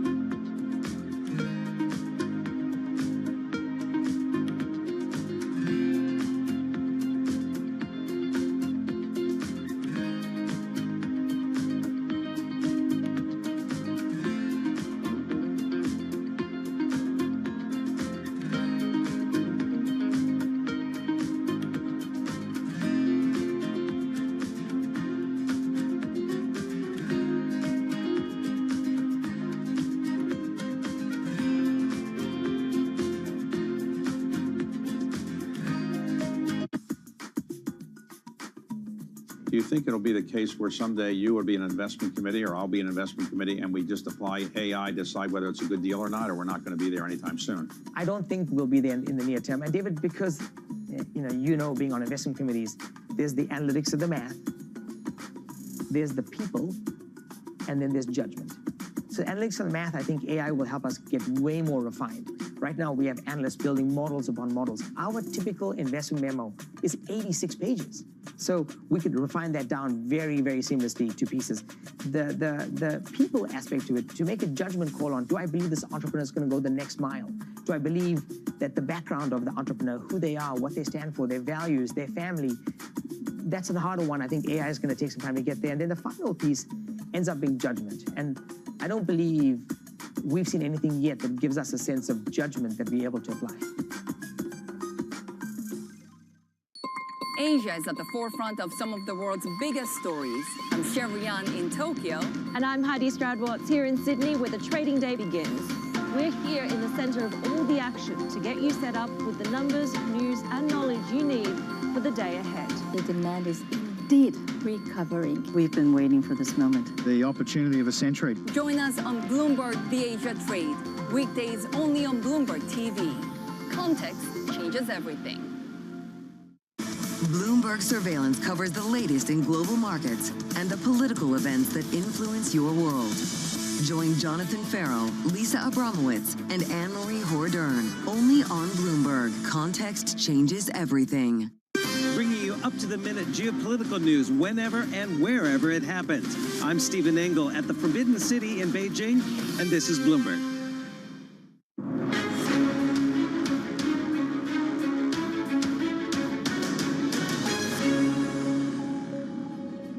Good morning, everyone, and welcome to The Pulse. I'm Francine Lacroix here in London, and these are your top stories. Presidents Trump and Putin agreed to talk to end the war in Ukraine. The U.S. Defense Secretary insists the discussions are not a betrayal of Kyiv.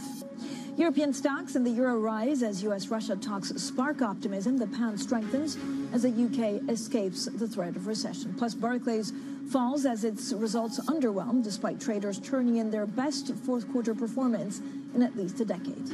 So back to our top story, and European leaders are insisting they should not be sidelined after U.S. President Donald Trump said he'd agreed to negotiate an end to the war in Ukraine with Russia's Vladimir Putin. They have also emphasized the need for Europe to invest more in its own defense. Meanwhile, U.S. Defense Secretary Pete Hegseth reiterated calls for NATO to increase spending to 5% of GDP. Even 2% of GDP is not enough. 3 and 4, and ultimately, as President Trump has said, 5% of defense spending is critical. A realization that there is a Russian war machine that has sought to take more and more land in Ukraine. Now, for more, let's bring in Bloomberg Opinions columnist Mark Champion. Mark, first of all, thank you so much for all of course, your columns and for the invaluable help you give us to try and figure out the situation. The situation, frankly, is very fluid. We don't really know what Donald Trump and Vladimir Putin discussed. How do you see this going? Well, I think you're absolutely right. We don't know the details of what's being discussed. However, what we have seen in the last kind of 72 hours is a lot of public positioning. And what that positioning says is, Trump is not interested in doing this together with Europe. His national security advisor had said he was going to go to Munich later this week and consult with European allies before talks began. Trump clearly is not interested in that. He has begun the talks without consulting with Europe. So that is just a fact. The Europeans are obviously shocked and will try to get involved. But Trump's intent is pretty clear.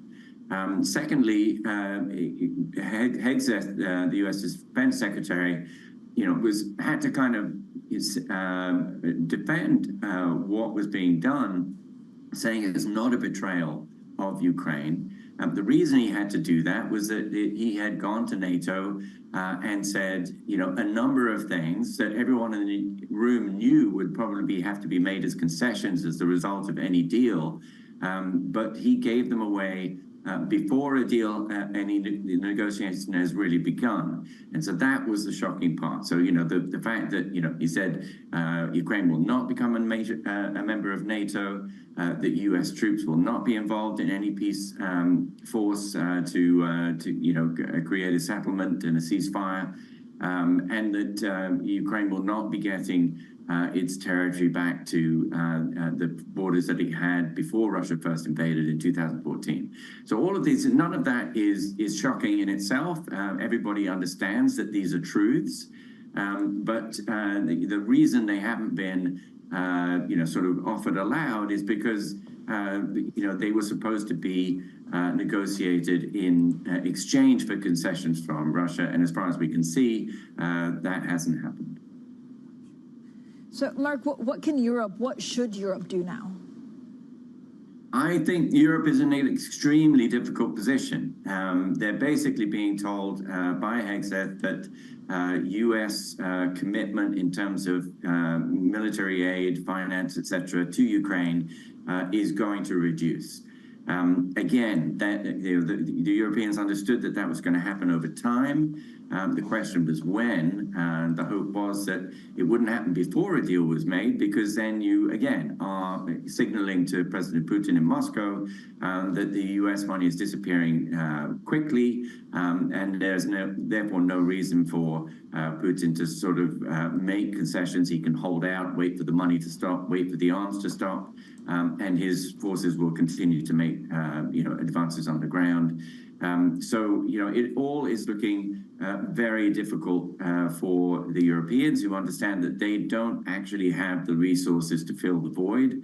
It isn't that, as Trump has claimed on a number of occasions, the U.S. is providing the lion's share of aid. The actual aid delivered is actually about 60-40 European to American. The point is that 40% is incredibly important in the substance of what it is. And it will be very difficult for the Europeans to do this on their own. That's understood by Zelensky in particular, who said, without American troops, we can't do this. Mark, thank you so much. Our Bloomberg opinion columnist there, Mark Champion. Now, let's also get some corporate news.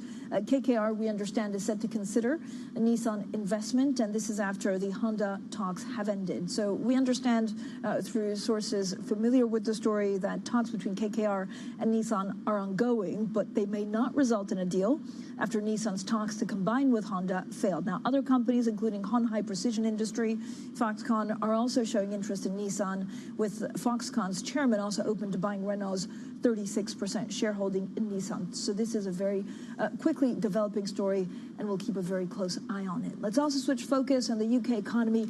Registered unexpected growth at the end of 2024, with GDP expanding 0.1% in the fourth quarter. Now, we're now joined by Sonali Punani, UK economist at Bank of America. Sonali, thank you so much for joining us. Thank you. There's a lot going on, and of course, the UK is not immune to all of these trade wars and trade concerns. First of all, how many cuts are you expecting this year? I know Catherine Mann kind of upended forecasts very quickly because she was much more dovish than almost anyone else, and especially from her initial position. Yes, sure. I mean, we continue to expect 3 more cuts like we did previously, so we didn't really change our call after looking at Catherine Mann's vote. I mean, look, I think the committee has different opinions. There's divisions and different views across the committee, and I think what I tend to focus is on the guidance that was given by the majority of the committee, which still said that we need to have a gradual path of rate cuts, especially in an environment, as you said, where there's a lot of uncertainty both on the domestic as well as the international front. I think inflation persistence risks are still quite dominant in the UK, and that's going to keep the bank quite cautious. And I think there are obviously growth concerns, but firstly, today's data was encouraging in that sense that the growth weakness was not as bad as people were expecting. But we also expect that growth should recover going into the year as some of the fiscal easing kicks in more. I mean, that's the problem with growth in this country, is that it's kind of flatlining. Yes. Right? It's not bad, it's not good, it's kind of okay-ish. Yeah. But I think you have to see, in terms of the Bank of England's perspective, is that how much of the growth weakness actually leads to lower inflation. And what's happening is that even if growth is weaker than what people would like, inflation is still quite strong and is still quite robust. So for the bank, they have to manage this trade-off. And as a result, I think a cautious strategy at this point is something that they would, that's sort of in our base case. Sonali, I mean, is there a worry about consumption? And again, it's just very difficult to kickstart that. And it's unclear whether this is because of future worries, future unemployments. We've had a number of surveys. But is there anything that either fiscally or the government or the Bank of England can do? Yeah. No, look, I think if you look at today's numbers, right, obviously it was stronger than expected, but you look at the details, household consumption was flat after, growing quite robustly in Q3. So it does seem like the private sector is weighing down, and a lot of the heavy lifting of growth has been done by the public sector. I think there are concerns. Consumer confidence is weak. We have our, own survey of consumer confidence that's also showing, quite a lot of weakness in line with what the other surveys are showing. And I think for the confidence, what we need is that there is, obviously rate cuts is something that can help, and maybe, less worries about job losses is something that can help as well. So as we go through the year, maybe if some of the fears on unemployment do not materialize, that's something that can cause people to start spending more. If you look at real income growth, that's actually quite strong. So the fundamentals are there for the growth. It's just that caution is basically allowing people to not spend and save those real income gains. So savings rates have gone up because consumers are worried about the future. I think there needs to be, obviously there's been some change in the narrative. If the job losses don't materialize, I think those are things that can kickstart consumption along with rate cuts, because that's another boost to consumption as rate cuts come along. But also a lot of these forecasts actually put the Chancellor in a very tricky position. Yeah, I think, look, there has been some moves in the gilt yields that really do, reduce the headroom that the Chancellor has. Of course, there's been a relief from the highs that we saw in January, but still gilt yields are higher than where they were when the OBR did their October budget. Growth could be downgraded. We don't know. There was some leaks that maybe it does, maybe it doesn't. Today's number might help that. Yeah. They might not need to downgrade it as much. But, look, it is a difficult position. I think the headroom is a big question mark, and it does raise risk that in the spring the Chancellor would have to announce some fiscal consolidation measures, maybe in the form of some spending cuts in order to restore the headroom and get back to a decent headroom. And so all of your forecasts, of course, have this underlying kind of concerns, on geopolitics. Yeah. If the UK can avoid tariffs, which for the moment it seems it could, but again, it depends on which way you see it, the current account deficit, will it be in a stronger position than other G7 countries, apart from the US? Yeah. I think, that is an advantage that the UK has, that a lot of its trade with the US is in services. We don't have such a big deficit relative to the Eurozone. So in that sense, there are more chances that the UK avoids tariffs, and therefore, the sort of drag from tariffs is probably going to be lower on the UK than others. Having said that, UK is still an open economy, and if there are global weakness in different big European economies or in China as a result of it, it's something that would affect the UK. But I would say, out of the, from a relative position, UK is better placed to absorb the risk of tariffs. Sonali, thank you so much for joining us today. That was Sonali Punhani, their UK economist at Bank of America. Now, coming up, Barclays leaves its earnings guidance for next year unchanged, sending shares tumbling. We'll talk banks next, and this is Bloomberg.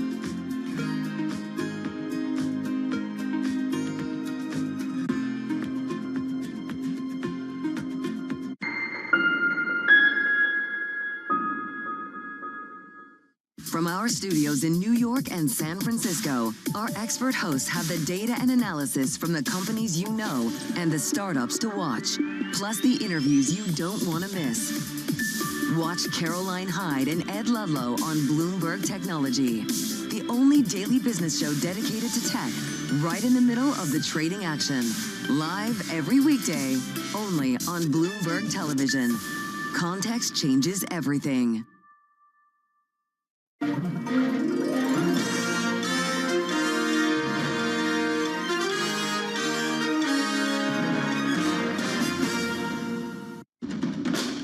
There is this real momentum from Wall Street. We are basically deep in the European earnings season. Take a look at how we're faring when it comes to Asian markets. The countdown is on. Everything you need to get the edge at the end of the market day. Big tech earnings kick off later this afternoon. Gilead is coming out right now. We have Take-Two numbers. Back to the markets, right? Our bread and butter. NVIDIA is one of the best stories in the tech space. That actually matters a whole lot more. It might shock some of your viewers. You're watching The Close. Get ahead of tomorrow's trading with The Close. Weekdays on Bloomberg. Context changes everything.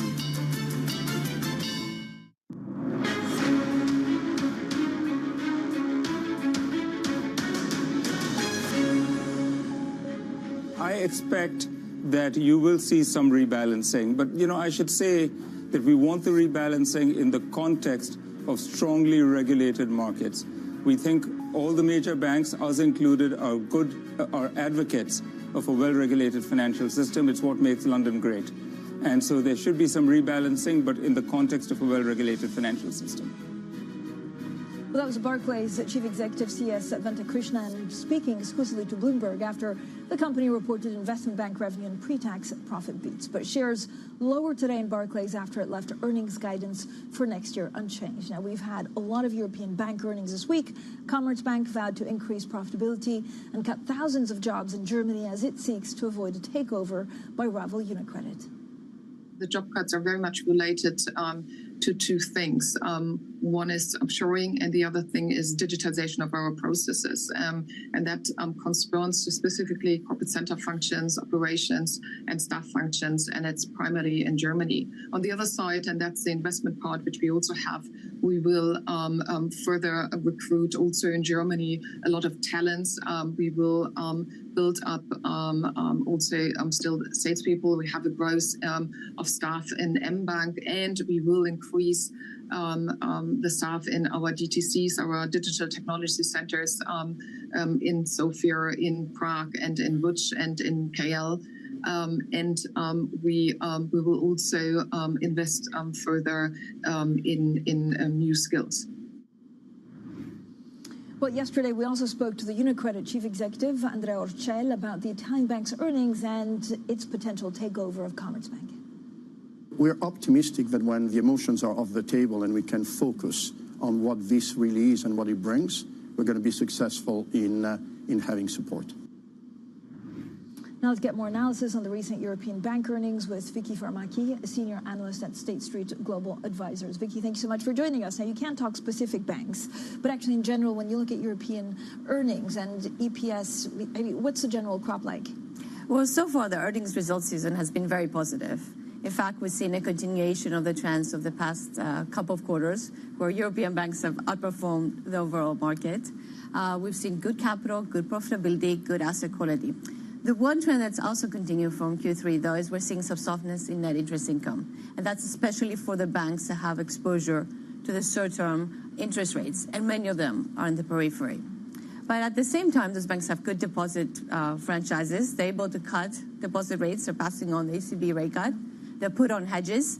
And in fact, the net interest income has been more resilient than we have expected. That's why we've seen a bit of a relief rally in the European banks here today. They've had a very strong performance, once again, outperforming the market. We're also seeing fee income growth be very strong, especially in the investment banking side. We see that reported today, similar to what we saw from the U.S. peers. Yeah. Very strong IB performance, very strong fee income growth. But Vicky, so just very broadly, if you look at European banks, and there's a consolidation phase which may come or not come, Italian banks are trying to, definitely consolidate. Then you have the Swiss banks and the UK banks. Is there a first mover's advantage?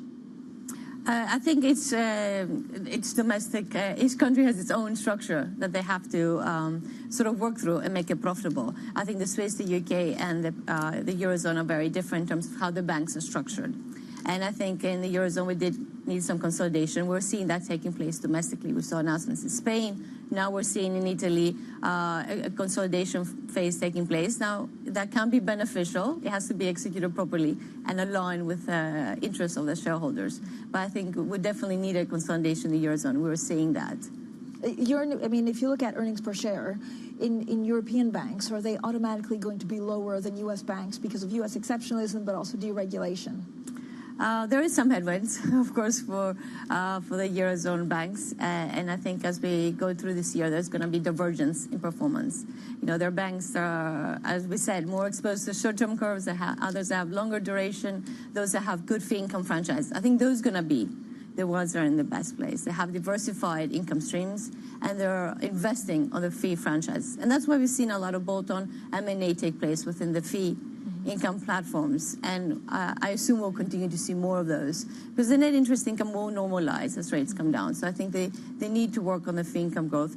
Loan growth could come through, but it's very subdued. I mean, right now we're having green shoots in Europe around 1%, US 2 to 3, UK 2 to 3%. They're still lagging. Hopefully, as we get through the year, it depends what happens to the macro, of course. We can see that loan growth coming through, but right now in Europe it's very subdued. So the focus is on fee income growth and building those franchises. And that's what we're hearing from management teams. They're really investing in digital capabilities. We've heard that this morning. And they're investing on fee income growth. And M&A is playing a part on that as well. And is it the UK and European banks with a bigger investment bank that will actually benefit more than others? I think investment banking is one of those fee-generating activities that will be beneficial. There's other areas such as insurance, asset management, that's also and wealth and private credit that's providing areas of fee generation. I think it's a combination of those, and I think you want to have good market share and good quality franchises within those businesses, and all of them have growth potential. Vicky, overall, how tricky will it be for European banks, European and UK banks in the 12 months ahead? Well, European banks are the most macro-dependent of all the sectors. So it's going to be very tricky this year because, as we know, macro uncertainty is high at the moment, and that will create volatility within the banking sector. But at the end of the day, they have good fundamentals. They have de-risked the portfolios. They're nothing like they were before the great financial crisis. They have high capital ratios, double the size, and there's certainly a good quality capital. And they're paying back a lot of that. Buybacks, dividend yields high. So the fundamentals and what the banks can control are very solid. Now, the macro, that's another story, and banks are linked to the macro. So that has to work. And, of course, we have to see how those policies play out. Vicky, thank you so much for joining us today. Vicky Farmaki, they're a senior analyst at State Street Global Advisors, specializing in financials. Coming up, Alibaba shares surge on reports of a partnership with Apple. We'll have all of the details next. And this is Bloomberg.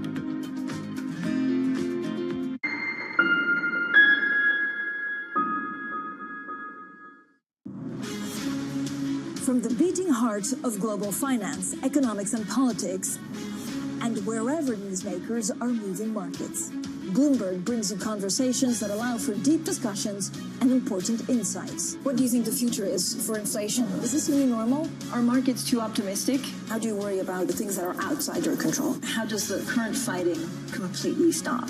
I'm Francine Lacroix, and this is The Pulse, every weekday only on Bloomberg.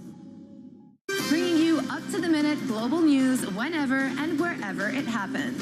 I'm Joanna Versace in Davos, Switzerland, and this is Bloomberg. U.S. tech is influencing global markets.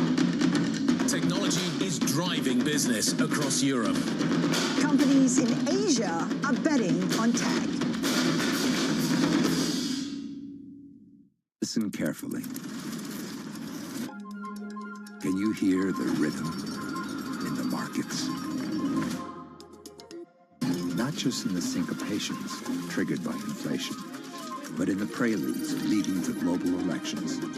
in the dissonance that moves the Nikkei, and the rising course conducted by AI. There's music in the markets, and if you want to learn to listen for it, we'll show you how. U.S. jobs numbers are released. Bloomberg has the report under surveillance with crucial data and expert analysis at terminal speed. Nobody covers Jobs Day like Bloomberg.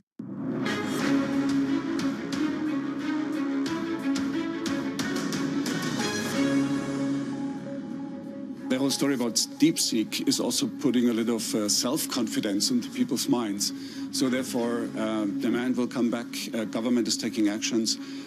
It's not a kickstart, I would not say that, but we see that this economy is picking up momentum, in particular in the space where we are, which is the investment space.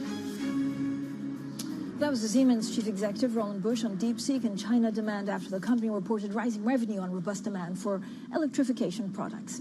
Now, Alibaba's chairman has confirmed that the company's partnership with Apple at the World's Government Summit in Dubai. Speculation around the deal has seen Alibaba's shares soar to their highest since 2022, expanding its market value by nearly $87 billion. Now, joining us now is a Daybreak anchor, Tom McKenzie, who's also expert in all things tech. So, Tom, great to speak to you as always. I mean, this is a new China AI darling. So what exactly is Alibaba now compared to what it was 4 years ago and what it was like 2 months ago? I mean, Alibaba was a sprawling business. At the heart of it was e-commerce. It had its cloud business, a supply chains business, even a supermarket as well called Hema. They are now trying to, as a result of all the knocks that Alibaba has taken since the crackdown on technology companies in China, since, of course, the impacts of COVID and the consumer being hit in China, they've refocused. Joe Tsai, the chairman, one of the co-founders of Alibaba, refocused on the core business, e-commerce, but cloud as well. Spending on cloud, spending on AI, investing in AI startups. They've lent in to the AI revolution. And now it seems to be paying off. As you say, Apple partnering, the chairman announcing today, partnering with Alibaba. We know Apple would have been looking, undoubtedly, the likes of Baidu and Tencent. They decided to go with Alibaba. Good news for Apple, because they've seen their sales slow in the Chinese market, about 11% in the holiday quarter, partly because they can't offer those AI solutions and services that they can here in Europe or in the US because they didn't have an accredited partner. They need to have an accredited partner in the Chinese market. Now they have one with Alibaba. So Apple possibly should get a lift on the back of this now that they are able to provide those AI services for the first time in the second largest market for Apple. Yeah, and as you say, this is huge for Alibaba, actually winning that, and I guess it's only upwards now. We have the results next week on Thursday from Alibaba, so they will be scrutinized to see to what extent the innovations and the progress they've made, to your point, on developing models, AI models, that now really do compete with the kind of models produced by the likes of Meta, the Llama models. Alibaba's models compete at the top line. Are they producing return on investment for Alibaba? That will be scrutinized in the results next Thursday. The partnership with Apple, clearly a positive. The stock up, as you say, more than 40% year to date, added more than $80 billion in value. We'll see if it continues for Alibaba, and there will be a lot of scrutiny on those earnings. But so far, they've made progress on innovation around AI, and they will be hoping, of course, that continues to pay dividends across their business units. And we'll see if that comes through in the results next week. Tom, thank you so much. Tom McKenzie there with the very latest, of course, on Alibaba and Apple. Up next, a Bloomberg Brief. Danny Berger and Maz Kriner in New York. There's a lot going on as we focus on geopolitics, markets, and finance. This is Bloomberg.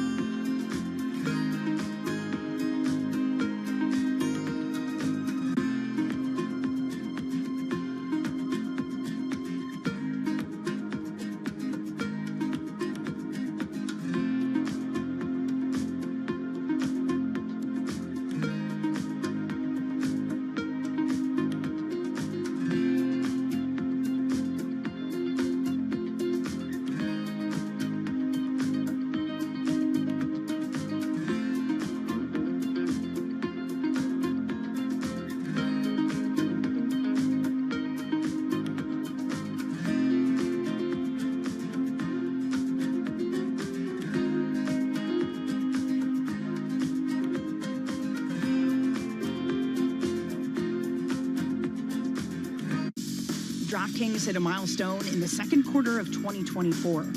for the first time as a public company, it turned a profit. Is this a new era for DraftKings? There's an inflection from when you're cash flow negative and you're operating off of equity raises from the past to when you're self-funded and you're cash flow positive and able to control your destiny a lot more. You've had your first quarters of profitability now. Does that take pressure off? Does it increase pressure? I think it increases pressure. I mean, once you start making profits, people expect you to make more, and all of a sudden you're valued on a multiple of those profits as opposed to the theoretical what could be. So very important, I think. When you're cash flow negative, you've sold a vision of what the company should be working on, and you're very focused on working on that and delivering against that. When you've pivoted to profitability, the world of what you can work on is a little bit open, and there's a lot of different ideas, and it requires more focus than ever to make sure that you are prioritizing on the most important things that are going to deliver the most value. DraftKings' solid standing in a booming sector gives them the luxury to play the long game. They're not under pressure to cut costs. When you have really strong revenue growth, you don't need that. If you look at where we are today and where we want to be and where we believe we will be, the vast majority of the incremental EBITDA is not coming from any cost reduction. It's coming from increased revenue. We don't feel like we need to cut costs because we're growing our revenue so much. We want to grow our revenue into our existing cost structure, and there's no need to reduce the cost as long as we're being efficient with what we allow our cost growth to look like. Welcome to the world of decentralized finance. Massive outperformance from Bitcoin. Bloomberg is covering all things crypto, the people. The tectonic shift emanating from Washington. All we're looking for is clear rules and an ability to build in the United States. Crypto shouldn't be partisan. The transactions. Really a record-breaking moment. Crypto VC is back. And the technology. It's really the beginning of a global on-chain economy. And if America doesn't embrace it, we're going to be left behind. Bloomberg Crypto, only on Bloomberg. Good morning. This is Bloomberg Surveillance. Welcome back to the opening trade. This is Bloomberg Technology. This is the Asia Trade. This is Wall Street Week. Welcome to Balance of Power. This is Bloomberg Television.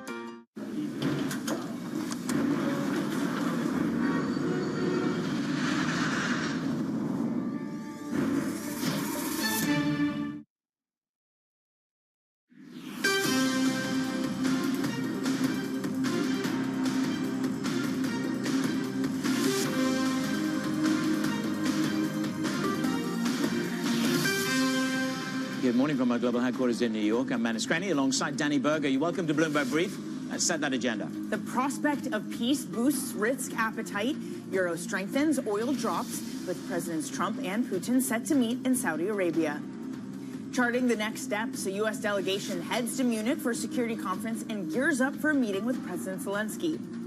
Close, but not there. Chair Powell says there's more work to do, bolstering the case for a Fed hold. Jobless claims, PPI, up next. Good morning, Manus. Sunny, good morning. Grappling with an extension in rates. This is the stock market this morning. We're just a hint of green on the NASDAQ. The deeper the dip, my favorite line from yesterday, the deeper the dip, the bigger the buy.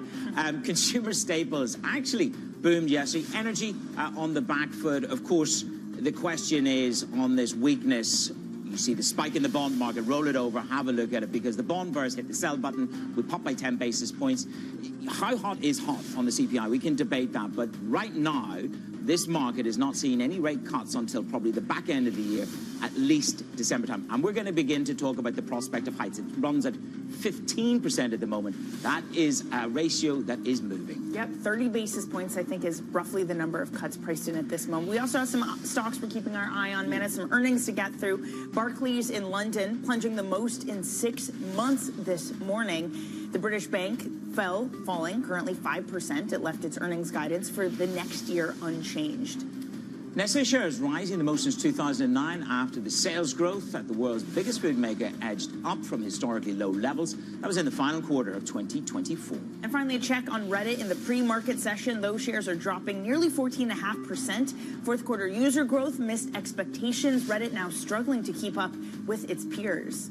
And in just a few moments, we'll catch up with Edward Cole of Man Group. Later in the hour, Mark McCormick joins us from TD Bank. Danny, the question is both geopolitical and tariffs. Geopolitics, there's a peace dividend spreading at the moment in the euro and in European stocks. But how much of that permeates back to us, or is it more a dollar story for us as Trump and Putin are set to meet in Saudi Arabia? I think that's a great point. I'm really looking forward to speaking with all of our guests this morning. But Mark McCormick has this line that I love, that markets are serial monogamous. They can only concentrate on one thing at a time. How do markets do that when there are so many things happening at the same time? And often, as you point out, with the euro, opposing forces. Well, look, it's a Herculean force. We're expecting, could be today, could be tonight. We don't know when the next level of universal tariffs are going to be announced. And then the bond market's got to grapple with, well, what is 3% inflation? I like what Julian Emmanuel said yesterday. It's not the 70s show. In other words, it's not that moment of where you've got politics and the bond market in deep conflict. That was Arthur Burns and Nixon. I think to that point, it's really instructive to see what the curve did yesterday. You assume it would flatten if CPI comes in hotter, that the front end would go up.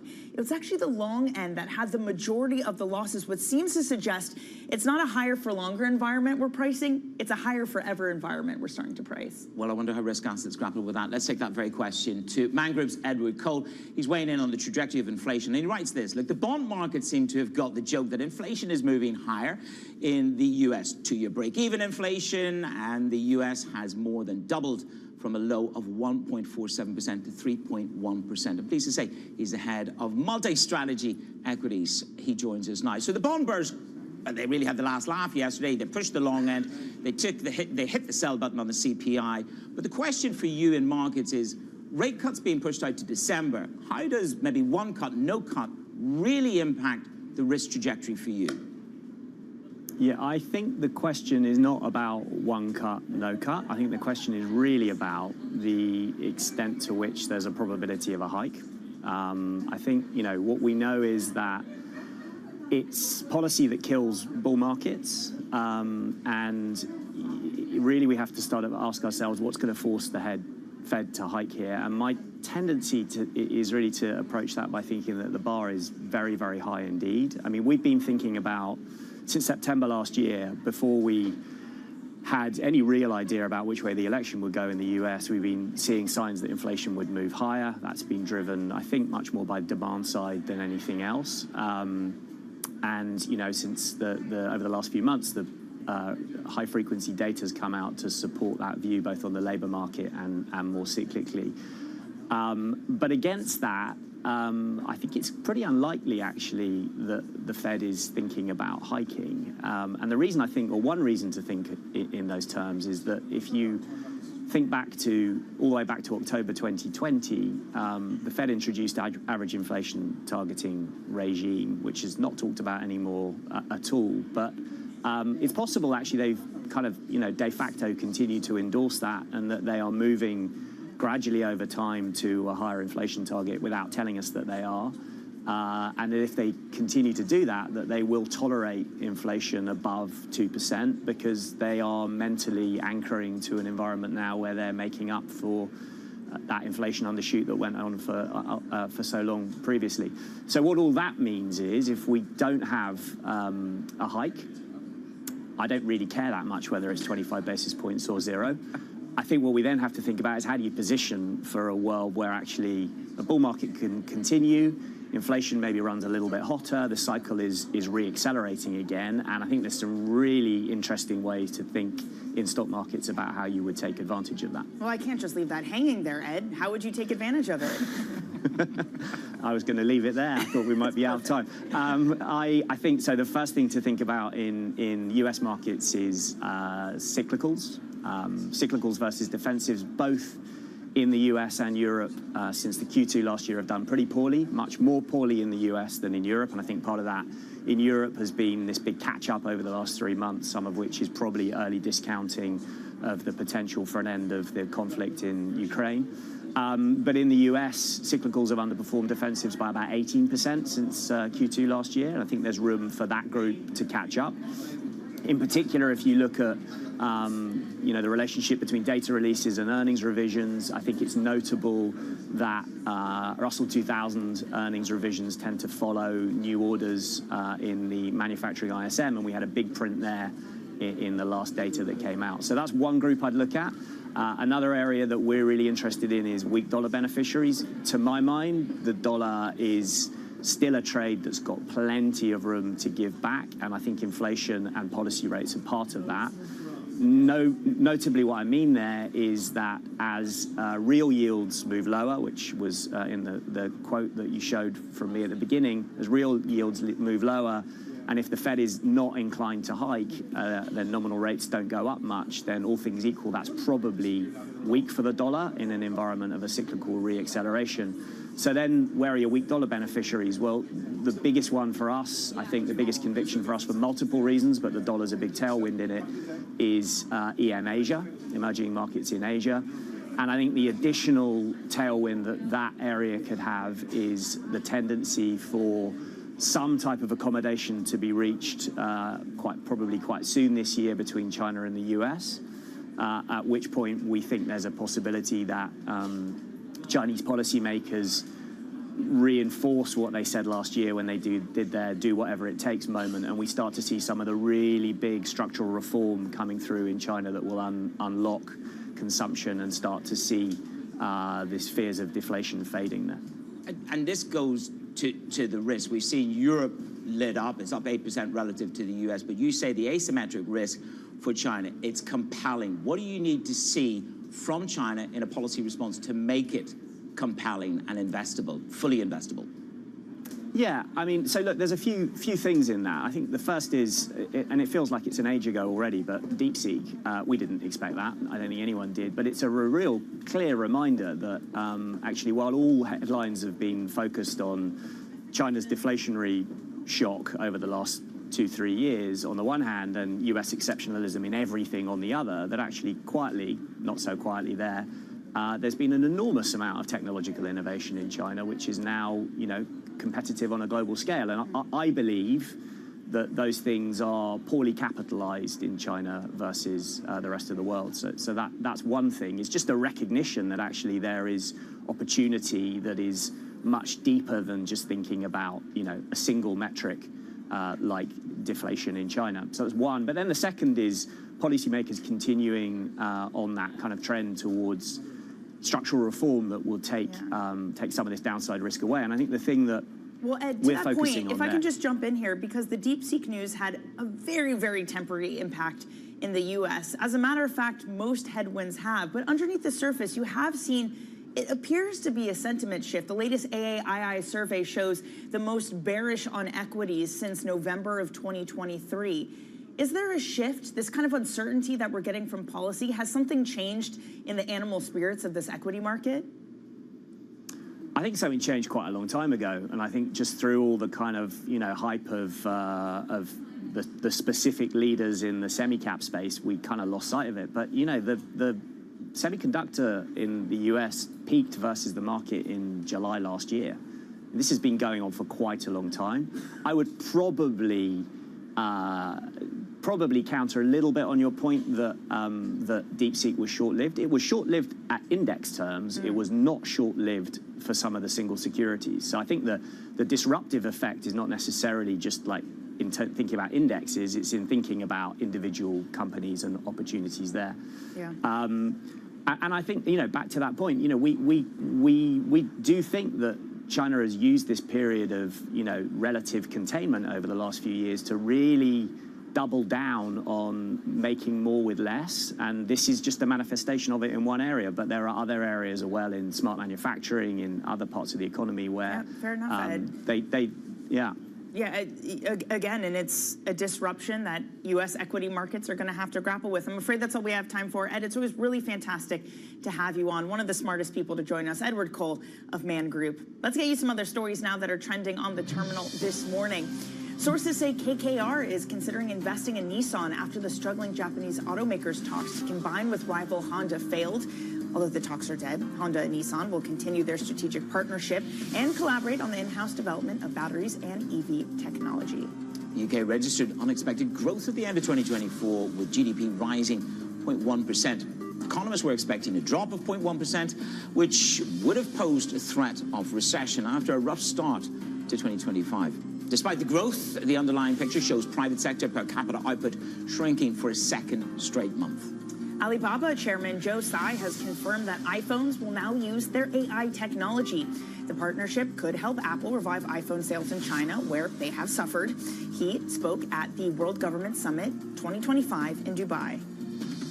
inside China, because of regulatory issues and things like that, they need to work with Chinese companies that develop AI. So Apple has been very selective.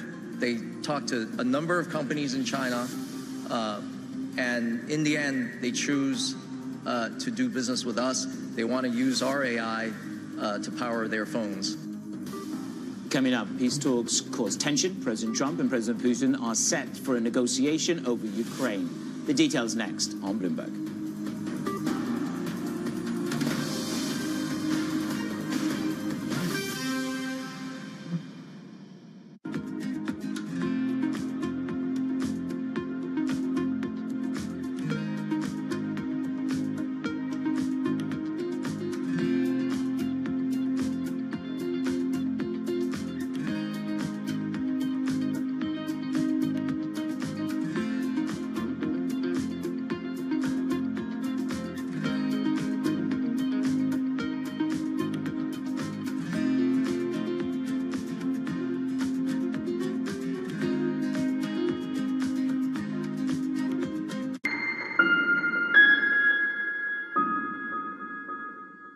Listen carefully. Can you hear the rhythm in the markets? Not just in the syncopations triggered by inflation, but in the preludes leading to global elections, in the dissonance that moves the Nikkei, and the rising course conducted by AI. There's music in the markets, and if you want to learn to listen for it, we'll show you how. US tech is influencing global markets. Technology is driving business across Europe. Companies in Asia are betting on tech.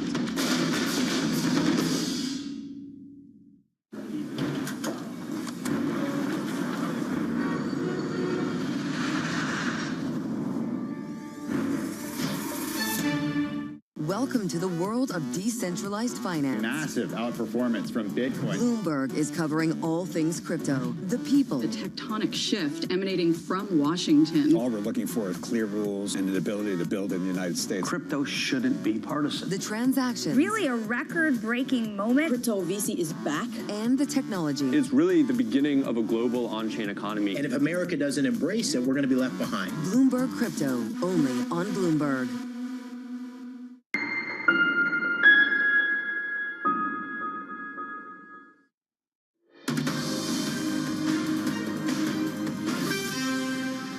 I'll be dealing with President Putin largely on the phone, and we ultimately expect to meet. In fact, we expect that he'll come here, and I'll go there, and we're going to meet also probably in Saudi Arabia the first time. We'll meet in Saudi Arabia, see if we can get something done. Certainly not a betrayal. As I said to our allies yesterday, we recognize the incredible commitment that has been made over many years, and no country, as the President Trump has pointed out, has made a larger commitment. U.S. Defense Secretary Pete Hegseth defending Trump's diplomacy after the president began to arrange Ukraine peace talks with Russian President Vladimir Putin. The president gave no indication whether the EU or Ukraine would be a key part of those negotiations. Joining us now to unpack is Bloomberg opinion columnist Mark Champion. Mark, the former British Foreign Secretary James Cleverly, after this news was announced, wrote out, starting a negotiation by setting out what one side should give up is not a strong move. Of course, referring to Pete Hegseth, saying that it was unrealistic for Ukraine to have its pre-2014 borders. What does the setup look like for a possible peace deal?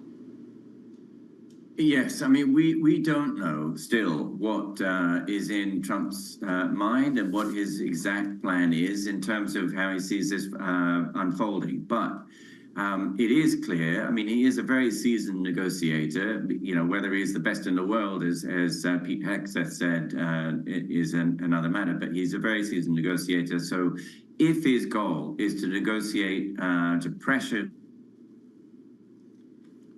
I think we might have just lost Mark there, unfortunately. Again, Manus, the conversation at the moment, we will try to get him back. The conversation at the moment is what exactly does a deal look like and how involved is Ukraine? They haven't really said, or Trump hasn't said, as to whether they would be involved very much on this. And we know he's meeting with Putin in Saudi. Not at all. And this goes to the point, it's about a realistic assessment. Hex has said this is about a realistic assessment of what's going on the battlefield. Then you look economically within Russia and you begin to assess. Both sides have a great deal going on here. But let's just return to Mark. He's back with us at the moment. Mark, continue your thought. We were setting the stage in terms of, I suppose, what Hegseth has said, a realistic assessment on the battlefield. We're not going back to 2014 borders. NATO's off the table. So, as to Danny's point, in some ways, showing the bottom line at the moment before the negotiations even begin. Yes, so you know, this will be very worrying for Ukraine. It'll be worrying for Europe. Europe was completely left out. Ukraine, in a sense, also. Okay, we are having those technical difficulties. We'll try and get back to Mark. We'll certainly come back to this, of course. Many issues to be discussed. How do you develop the security concerns with troops? Will that involve European, non-European troops? What role does the US play? We'll talk about that through the show. Let's talk about President Trump. He's also got other issues on his agenda. He's meeting his Indian counterpart today, Prime Minister Narendra Modi. He's meeting and the expected, to be later this week. Here for an update on what's going on in DC is Kevin Whitelaw. Kevin, look, 5 years ago, this was 100,000 people, with Trump and Narendra Modi. It was a fanfare. But what is different now? Because we're seeing Modi actually on the front foot, perhaps making some concessions before the meeting. Yeah, no, it is a very different atmosphere this time, much more celebratory and warm last time. And this, now we're going into it with a Trump administration that's really intent on reshaping sort of global trade relationships. And when Trump is now looking around at how other countries are handling imports from the United States, India is actually a pretty high tariff country. They have pretty high tariffs on U.S. goods coming into the country, and so with where Trump is trying to do that, that makes India a real target and puts them in a pretty weak position as they come into this early meeting with Trump. So interesting that he's coming so early in Trump's presidency, but yes, he's under intense pressure to impose to come up with some concessions before Trump potentially imposes these reciprocal tariffs that he's been talking about, which would hit countries like India harder than most. Again, it's a fire hose coming out of Washington, D.C. Trump has lived up to the promise that he would act forcefully in his first days in office. And one of the actions that they've been taking, Kevin, is what DOGE has been doing, really trying to slim down the federal workforce. They offered a buyout. It was challenged by a judge. They were given the go-ahead. What do we know about the Trump administration's power to let go federal employees? Right. Well, the buyout does seem to be proceeding, but obviously it's going to proceed with a much smaller number of people signed up than Trump had originally and Musk had originally estimated. So instead of millions or million or two, it's in the sort of 70,000-80,000 range. It seems like, assuming it moves forward as it's set up. So that's a drop in the bucket for the federal workforce, of course, and that then is going to raise some difficult questions down the line if Trump tries to go through and do sort of broader layoffs. That's where various civil protection rules come in, civil service protection rules come in, and that's a framework that various folks in Trump's orbit have suggested they really want to try to change, something that is going to be challenged in court if he tries to do that. But obviously, what I think this administration has shown is it's ready to move ahead and then try to make everyone else catch up with it and cope with it. And so far, Congress has not weighed in at all, and it's unclear that it will. And the courts will have to obviously decide how to play it, but that's a slow-moving process, and Trump moves a lot faster than any of them. Kevin, that is the perfect way to characterize it. Everyone just playing catch-up. We appreciate it. As always, Bloomberg's Kevin Whitelaw.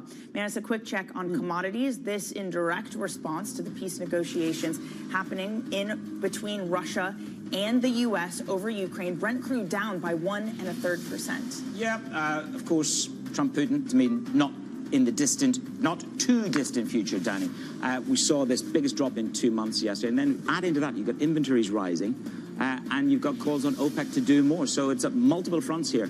Imagine Russian oil, the sanctions, what scale of sanctions will be lifted, and how quickly will that oil come back to the market?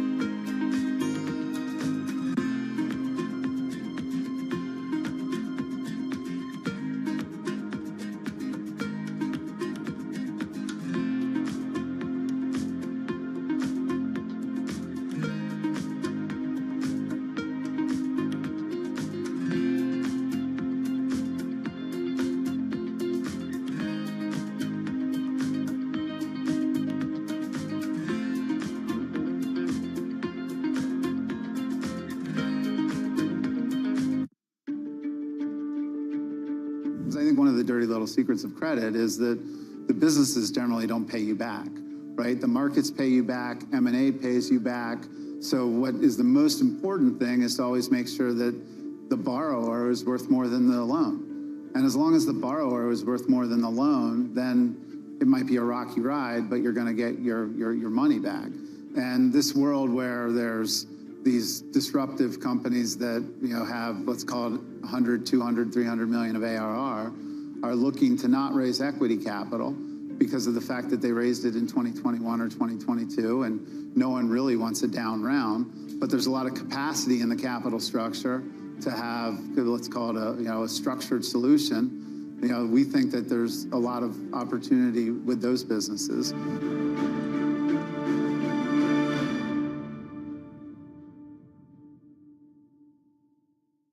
From the world of politics to the world of business, Joe Matthew and Kaylee Lines deliver news, insight, and analysis live 2 times a day, every trading day. Balance of Power at 1 and 5 Eastern, only on Bloomberg.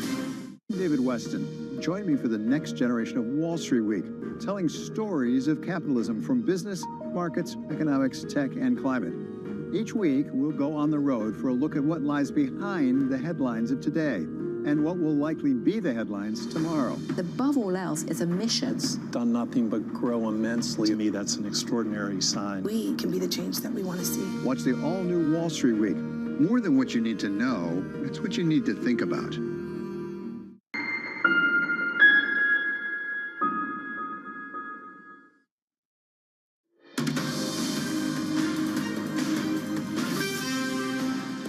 Pages for you from around the world. First up, New York Times leads with New York City Mayor Eric Adams has discussed running as a Republican for re-election. Conversations ramped up around the time that President Trump's Justice Department ordered the prosecutors to drop the corruption charges against him. Next up on the Journal, the Trump administration is suing New York State over 2019 law on undocumented immigrants. The law allows them to obtain state identification while shielding their data from federal authorities. And the Financial Times reports Wall Street banks are close to selling $3 billion worth of loans backing Elon Musk's takeover of Twitter.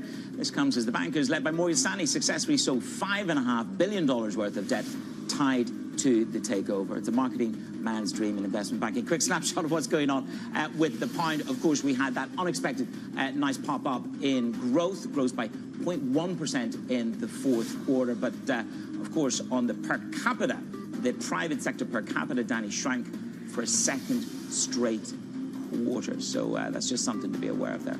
Yep, coming up, we're going to talk more FX. Mark McCormick of TD Bank joins us next.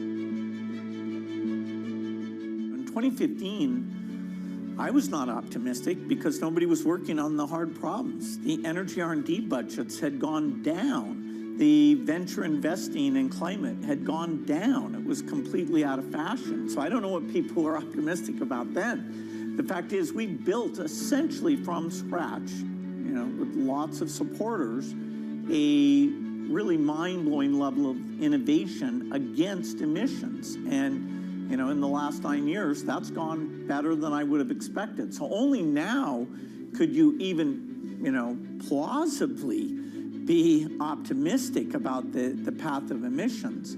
And someone who said, hey, nobody's ever scaled things up like the speed that we knew to before, they're welcome to say, hey, I'll believe this when I see it. In the meantime, some people who care about this issue are really out, trying to think, do we need permitting reform? Do we find, what new ideas haven't we found yet? How do we fund people with those new ideas? How do we get the costs of these things down? How do we collaborate on a global basis? So we're still not at the point where it's guaranteed or even that it'll be easy, but at least there's a theory of change.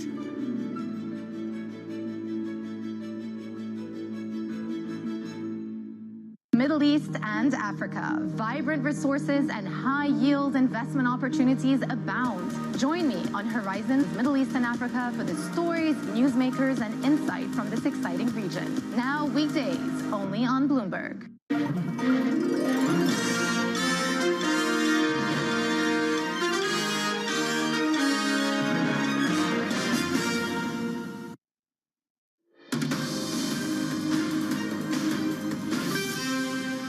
From our global headquarters in New York City, welcome to Bloomberg Brief. I'm Danny Berger, alongside Manus Cranny. Let's set your agenda. The prospect of peace boosts risk appetite. Euro strengthens, oil drops, with Presidents Trump and Putin set to meet in Saudi Arabia. Charting next steps, a U.S. delegation heads to Munich for a security conference and gears up for a meeting with President Zelensky. Close, but not there. Chair Powell says there's more work to do, bolstering the case for the Fed to hold. Jobless claims and PPI up next on the slate. Danny, good morning. Good morning. And to start yesterday morning, it was about too hot inflation. But the news that U.S. and Russia are starting negotiations over Ukraine means losses are paired, and we are little changed this morning. We are still below. We are just 1.09% below all-time highs for the S&P 500 futures. For-year bond market, after that strongest monthly print since April 2023, U.S. Treasuries saw their biggest jump in yields of 2025 so far. They go down today by 2 basis points, still above 4.6%. But there's the Ukraine peace talks impact, Manus. It is a euro that is stronger, and NYMEX crude down 1.5%. Mark McCormick, though, of TD Bank, weighing in on the impact of tariffs, writing, we have been flagging to clients that the risk of tariffs is underpriced by the FX market, by the U.S. dollar on dips when positioning does not look stretched, and when markets seem too quick to price out tariff premium. He is the global head of FX and EM strategy, and he joins us now. Mark, that's all well and good, but as you say, these markets are serial monogamous. How do you play that when you also have forces of geopolitics, of Ukraine strengthening the euro, along with inflation and tariffs to cap it all together? Yeah, there's definitely a lot to unpack. I think the first thing is to try to figure out what the major signal here is, and whether or not the markets are driven by fundamentals or whether or not they're driven by some external force that we can't really measure. We'll call it a residual. But I think that the key thing here is that the underlying fundamentals in the FX market have been driving it for the last 6 months. And I think as we saw in the data yesterday, one of the things that we do is we look at these quantitative strategies, we look at factors, and what we're seeing is our growth and our inflation factors are doing very well in terms of performance. They're generating upside, and what we're seeing is those are correlating with the stronger dollar. So that's a very simple way of saying inflation and growth matter, and inflation and growth favor the dollar. And I think when you layer in all these other things, the uncertainty around trade policy, the where we're going on deregulation, the way the world is kind of pulled together in what we call geo-macro, those are upside risks to the dollar, even if we don't realize the downside risks of a trade war, or again, if a lot of this is more rhetorical, again, the dollar is a growth currency that has elevated inflation that you're getting paid carry to hold. So, Mark, if we look at the dollar, you've got inflation growth, rates, and capital flow, all the floors for the dollar. You then look at the offer side, this building narrative about Trump-Putin meeting, a de-escalation possibly. We have Hamas and Gaza, a ceasefire that's holding, but there's a clear velocity on geopolitical resolution. I asked Kit Jukes this question last week. I ask it to you. Does that cap the dollar, or is that a pressure taken off the dollar and we drop as a result of geopolitical resolution? That's a great question, because I think it comes down to market positioning. So, essentially what happens is we get slammed with news flows. The market tries to figure it out, but really what matters is the base effect of where was the market positioned ahead of the news. And again, a lot of this can be very short term. It can be very tactical, but for us and the way we talk to clients is where are we going the next 3 months, the next 6 months, the next year. So the point that I would illustrate right now is our positioning indicators have been trying to sell the dollar since January. And so we've seen a rotation, at least over the last couple of weeks, where we're building up dollar shorts. We're seeing the markets move back into EM carry, the market build longs back into the euro. But again, I think this is just a natural process that the pendulum swung too far. Trump wasn't super aggressive on trade, to come out in the first week, the first couple of weeks, and it's been more scattered news. So I think what we're seeing here is this is really just a positioning drawdown. But again, where we're going in the longer term is really, again, tied to the fundamentals, tied to the tariff story, tied to the outlook for the global economy. And the thing that I think is a little bit alarming right now is if you run some of these global indicators, we are seeing a higher rise in inflation when it comes to a diffusion indicator globally versus a higher rise in growth. So the world feels like it's in a bit of a stagflationary environment. And the other thing that I would highlight is, in spite of the positioning where the news looks like you should sell the dollar right now, if you look at trade policy uncertainty and macro risks and geopolitical risks, macro volatility is subdued relative to where those indicators tell us. So these are things that markets are not good at pricing in. And so again, looking through the models that we have, what we're seeing is a lot of the uncertainty, a lot of the trade policy uncertainty is not priced in. So I think this is a big fade in terms of whether or not you should be selling the dollar right now. How should it look if it were to be priced in, Mark? Let's just take the euro, which, as we've been talking about, has been strengthening as of late at 104. What should that currency pair look like if you were to actually price in tariff risk for the European continent? Yeah, I think that should get us closer to parity. I think it's that simple because it comes through multiple channels. We've gotten this question a lot. In 2022, the last time euro reached parity, there was a clear catalyst. It was actually the start of what might be ending relatively soon. So people would be wondering, well, what would it take? And I think what we're seeing here is it's death by 1,000 paper cuts. It's not just one factor. And as you noted, the news flow it's kind of all over the place. One day it's tariffs, one day it's trade uncertainty. Now we're talking about foreign policy and geopolitics. So I think the thing is it's growth, it's inflation, rate differentials, it's equity returns, which again should turn in favor of the dollar once we start to look at deregulation and some of those other factors that are more positive for the U.S. relative to Europe. Again, it's the carry that's being offered. So what you're seeing right now is the market is putting a lot of weight on positioning because they're headline trading and everything's very tactical. But all those fundamental forces, plus the uncertainty of where we're going in the next 3 to 6 months, are a multitude of different forces that in our quant framework and the strategies that we run are all basically bearish for the euro. So I think it's a combination of all those things that when you add them up is a much bigger story than one individual factor driving the euro. Mark, thank you very much. Lean into the dollar, take your opportunity. Mark McCormick there at TD Bank. Coming up in the show with Danny and myself, the US and Russia agreed to begin talks on Ukraine just ahead of the Munich Security Conference. The details to come on Bloomberg.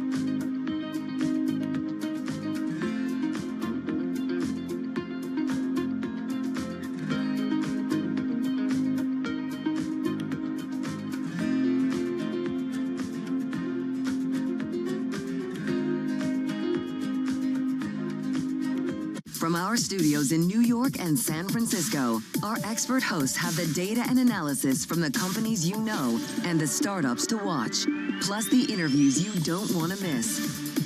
Watch Caroline Hyde and Ed Ludlow on Bloomberg Technology, the only daily business show dedicated to tech, right in the middle of the trading action. Live every weekday, only on Bloomberg Television. Context changes everything. In case you missed it, from Bloomberg's coverage at Davos. Do you think there's one particular thing that you'd like Trump to change in terms of what some people see as the over-regulation of banking in America? I don't believe, honestly, that we should have a huge amount of deregulation for larger banks. I think that's, you look back at COVID and any crisis, big banks now are strong, are able to step in and being part of resolving issues rather than being the one that creates issues. So I wouldn't really welcome a huge wave of deregulations. What I can see is that, of course, what happened in the US doesn't mean automatically that you will see in Europe or in Switzerland or in Asia deregulation. So the fact is that US banks may become even more competitive internationally through a more benign environment. Nobody covers Davos like Bloomberg. The countdown is on. Everything you need to get the edge at the end of the market day.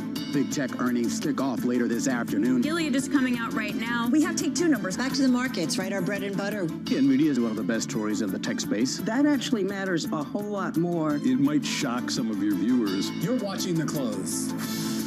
Get ahead of tomorrow's trading with The Close. Weekdays on Bloomberg. Context changes everything.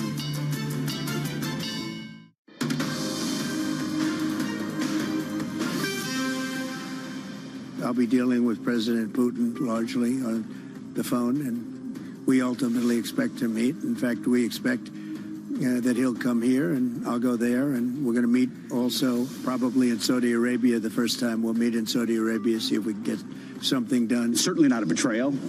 As I said to our allies yesterday, we recognize the incredible commitment that has been made over many years, and no country, as the President Trump has pointed out, has made a larger commitment. U.S. Defense Secretary Pete Hegseth defending President Trump there at the beginning of the arrangement of these peace talks with the Russian President, Vladimir Putin, without seeming to involve Europe. President Trump said he had asked Secretary Rubio, CIA Director John Ratcliffe, National Security Advisor Michael Waltz, and Special Envoy Steve Witkoff to lead these negotiations. Please say David Gura is with us, host of the Big Take podcast. David, good morning to you. So this is very much framed at the moment, excluding other parties. This is America and Russia. Europe has been benched, and Ukraine got a phone call. This must be deeply worrying to the Europeans. Absolutely, and so this is happening right before the start of this Munich Security Conference, where a number of these world leaders are going to be gathered, and I think what's crucial here is that nobody was tipped off to the fact that this was going to happen, and obviously, if you look at the policy of the past administration, it was no Ukraine without Ukraine. They had to be at the table for any conversation about the country's future. That wasn't the case here. So the conversation between Vladimir Putin and Donald Trump took Europeans by surprise, and I think for a lot of observers, those who are both leaders of those countries and policy experts, what they worry about is that Donald Trump has given away some leverage in doing this. He has had this conversation, lasted about an hour and a half, indicated, as you said, that they plan to meet perhaps in Saudi Arabia somewhere in the coming months. He's kind of giving the contours of what that negotiation might be, and for so long what the Biden administration argued was you couldn't do that. There had to be leverage brought to the table, in part sanctions policy, whatever it may be. Now that seems to have dissipated, and I think worries Europe what might happen, and we have this Bloomberg economics analysis now that reconstruction could cost $3.1 trillion in Ukraine. So Europe is now having to reckon with the fact that Donald Trump could walk away from this deal. He could decide that much of this should be shouldered by Europe. It really changes the economic picture for European countries. Well, speaking of that, you also have Pete Hegseth and Donald Trump saying that perhaps the new target for NATO spending should be 5%, not 2%. How does this all factor in when you have European economies already struggling, plus the threat of new tariffs? It really heightens the difficulty, needless to say, and you have a defense mechanism in Europe that isn't sort of up to speed yet on being able to make the kind of ammunition and weaponry that they would need, that Ukraine would need here going forward. So Pete Hegseth, again, before this Munich Security Conference, going to Brussels, laying out sort of the broad contours of the plan that the Donald Trump administration has here when it comes to Ukraine. Suffice to say, I think it's going to upset a lot of people who are there in Brussels and will be at that conference as well. And so the most senior member of the Trump administration is going to be there is J.D. Vance, the vice president. We'll see what the reception is going to be for him when he gets there. This sort of adds to the narrative in the press at the moment is that the president sees the Europeans just as a cash register to tap and pay. But when it comes to security, I think it's interesting what Hegseth said yesterday. European and non-European troops, didn't mention U.S. troops. This will be a non-NATO mission, not under Article 5. These are all the things that Zelensky, he may not get NATO administered into NATO, but these are all the things on security guarantees that Zelensky has said that he needs and wants. It has to be incredibly sobering, all of this happening to him. And indeed, as you said, President Trump did speak with him after that phone call with President Putin. But these are things he hasn't been shy about wanting and saying that Ukraine needs going forward here. So even NATO membership, it's something I think a lot of people were wondering what the timeline for that might or might not be. But to not have that on the table is something that's going to be deeply dispiriting and difficult for Ukraine going forward here. And that 5% threshold is something we've heard from Donald Trump before. Obviously, this is something that it's a horse that he's beaten for a very long time, that Europeans should be putting more of the equivalent of their GDP forward to NATO. But again, I think it's going to catch a lot of them off guard that it's happened this quickly and this abruptly. If we can bring it closer to home, one of the tensions that's also playing out in Washington is just how much power Trump and DOJ has in firing federal workers. We saw the judge give the go-ahead for that buyout offer. The DOJ, CNN reporting that they also want the Supreme Court to take up Humphrey's executor, which essentially bars the president from firing federal officials without cause. It seems like this is heading in kind of one direction, David. Is there any real pushback to the president's authority in firing folks on Capitol Hill? So what we had with that decision from a Boston judge yesterday is him effectively saying that those who brought this case against the administration had no standing. And so we go back to this buyout, this fork in the road buyout that Elon Musk and others offered these workers. Only 75,000 of them took them up on that deal. And I think that's something that stands out to me, that the goal of the White House was to get 5 or 6% of federal workers. And of course, it's a huge workforce to go along with this buyout. They didn't.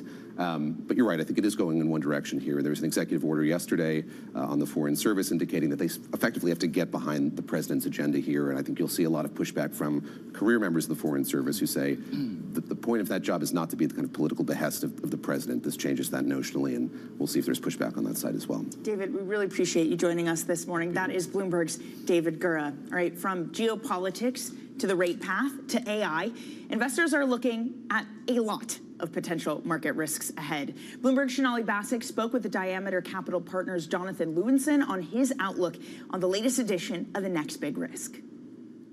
The world is teeming with misinformation. It's deepfakes, it's AI, it's hard to work through. At the same time as this is happening, political identity is paramount, which means that people's political affiliation matters to their self-perception more than ever. And that doesn't only mean what their values are for the future, it's about what they think just happened. It's a debate about facts. Wall Street is supposed to be an island of objectivity in all of this. If earnings are good, the stocks go up. If earnings are bad, the bonds go down. But Wall Street more and more is adopting unmarked assets. Private equity, venture capital, private ABF, private credit. Those things aren't marked. Mark to market is what creates the need for honesty. And to me, the next big risk is, in this sea of subjectivity, in this changed environment, will investors really know what they own? Or does everything become Silicon Valley Bank and Lehman Brothers? How does that make the job of an investor more difficult? So let's step back first and play an experiment. I was on a trip recently with my 13-year-old son, and we saw a bumper sticker that said, "Inflation is a hoax." And he turned to me and he said, "I get misinformation, but," he said, "why would someone say something that you can see, like prices going up, is a hoax? What are they accomplishing?" And I laughed, but in reality, on Wall Street, as investors, we often rely on surveys of what people are saying in order to have a sense of leading indicators. During the election, it was Republicans who thought inflation was a problem, and Democrats didn't. Now, magically, in January of 2025, it's flipped, and Democrats think inflation is a problem and Republicans don't. But it goes even beyond this issue of inflation that was a big one in our last election. We, for a long time, rely on just surveys of consumers, on CEOs, to tell us how things are. It helps us invest. It helps us understand the macro. And they used to be very, very valuable. But about 10 years ago, it changed. If you're looking at an American public with two different views of the world, then how does that factor into decision making? Well, we all know that from 22 to 24, everyone was obsessed with a recession.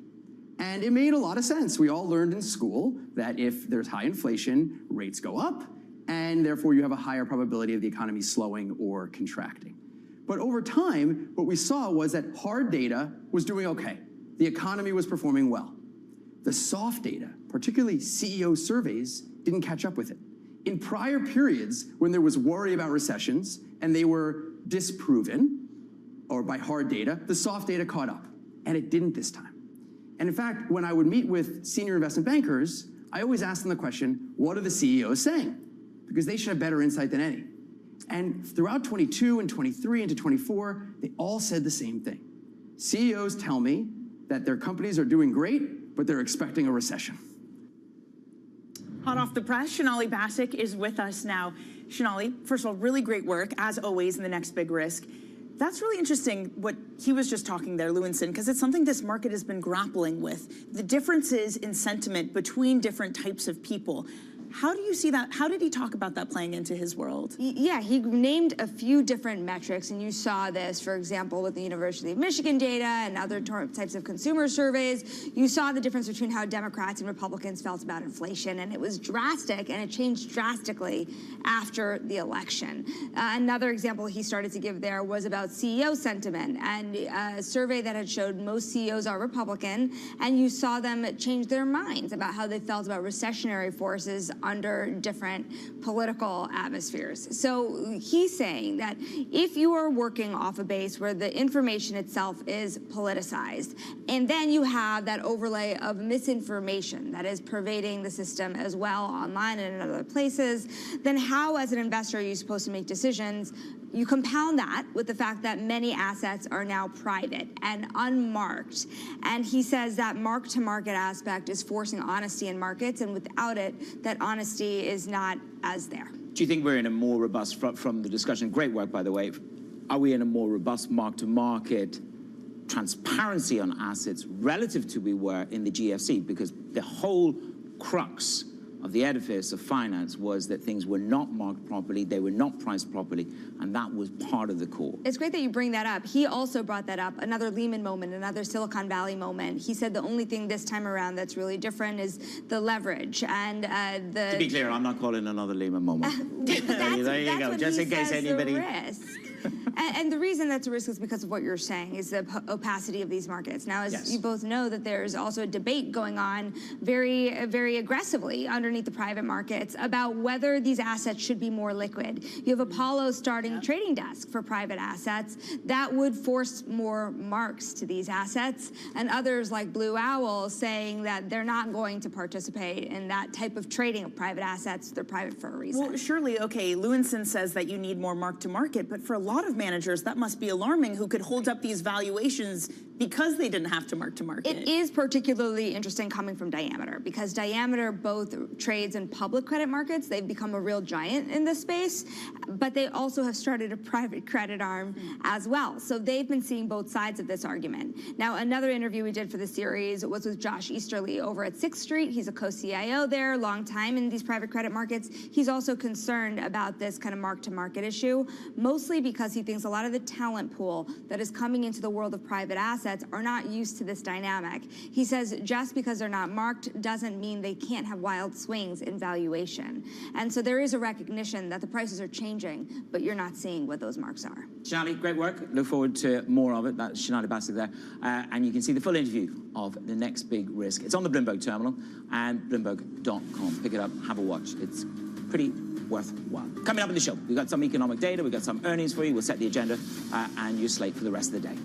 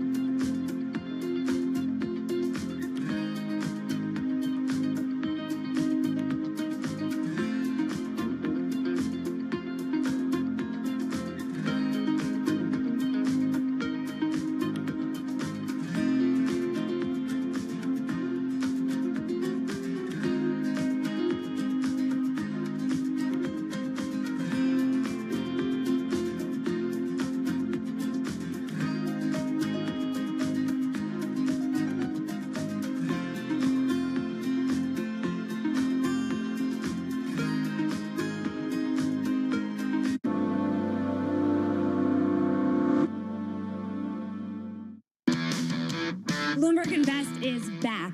Join me, Shonali Basak, and the industry's most influential people for a comprehensive view across financial markets. Hear what a second Donald Trump presidency means for the economy, how AI is being monetized by investors, and the next big risks facing the private credit industry. Bloomberg Invest, March 4th and 5th in New York City. Register your interest to attend at bloomberglive.com/invest. It's a multi-trillion-dollar industry. We'll show you what's happening in ETFs like no one else. ETF IQ, only on Bloomberg. Key investors, top executives, global innovators. Join me for in-depth conversations with the biggest newsmakers on the day's top stories. Insight with Haslinda Anand, only on Bloomberg. Asia is at the forefront of some of the world's biggest stories. I'm Sherrian in Tokyo. And I'm Heidi Stroud-Watts here in Sydney, where the trading day begins. We're here in the center of all the action to get you set up with the numbers, news, and knowledge you need for the day ahead. The demand is indeed recovering. We've been waiting for this moment. The opportunity of a century. Join us on Bloomberg The Asia Trade. Weekdays only on Bloomberg TV. Context changes everything. Bringing you up-to-the-minute global news whenever and wherever it happens. I'm Joanna Versace in Davos, Switzerland, and this is Bloomberg.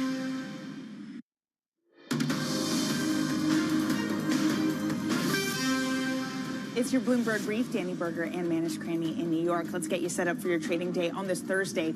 Deere will be reporting first quarter earnings. That happens before the bell. And another round of data, jobless claims, PPI, and that's at 8:30 a.m. Eastern. We also have an auction, Manus, $25 billion of 30-year bonds at 1 p.m. Let's see, do they roll up for those real long duration? Some stocks to watch, Danny. Cisco reported after the bell. They're gaining this morning, boosting their revenue forecast. That's a nice win for them. Royal Caribbean up 2.25%. They approve a $1 billion buyback, and they're boosting the dividend. And then on MGM, look at that, up over 9%. Good earnings. They beat with strong Las Vegas bookings. We're off to Las Vegas, Danny. Help MGM, right? All right, I'll see you there, Manus. Let's get a quick check on currencies. I don't know how to follow that up, I'm being honest. Let's get a quick check on currencies this market. The euro is strengthening, but at what point does the jubilation over a possible deal on Ukraine-Russia meet the fundamentals? Something Mark McCormick was arguing over at TD. And this from ThyssenKrupp, Manus, the CFO warning that tariffs on steel could prompt a flood of cheap Chinese steel into Europe. It is the fundamentals that might end up reshaping and weakening the euro. And that's what Europe needs to defend against. And the subplot to the US tariffs, the 25% tariffs, is more about the China flow into the world. But going back to where we are with the euro dollar, up a third of 1%, Mark McCormick really was saying, look, we've come back to neutral. This is not a stretched dollar position. You can go and you should lean into the dollar here, was his basic tenet, because we're reacting more to growth and inflation data. Surprisingly, you get that initial boom on the headlines, and then it's back to reality. What's the growth? What's the inflation? What's the data? It does feel like we've had a sentiment reshift, a restart after the Trump boom in general. Mark McCormick talked about the dollar, the latest AAII survey of individual investors in this equity market, the most bearish, Manus, since November of 2023. Perhaps it's that policy uncertainty really coming to bite, and inflation at the hottest in some time. Well, as we just heard from Man Group, it's not right. It's not. It hikes are what kill bull markets in equity. So we keep an eye on that. We turned it around yesterday. What can we do today? That's it from us. We'll hand it over to the surveillance team. They'll take you through the next couple of hours on Bloomberg.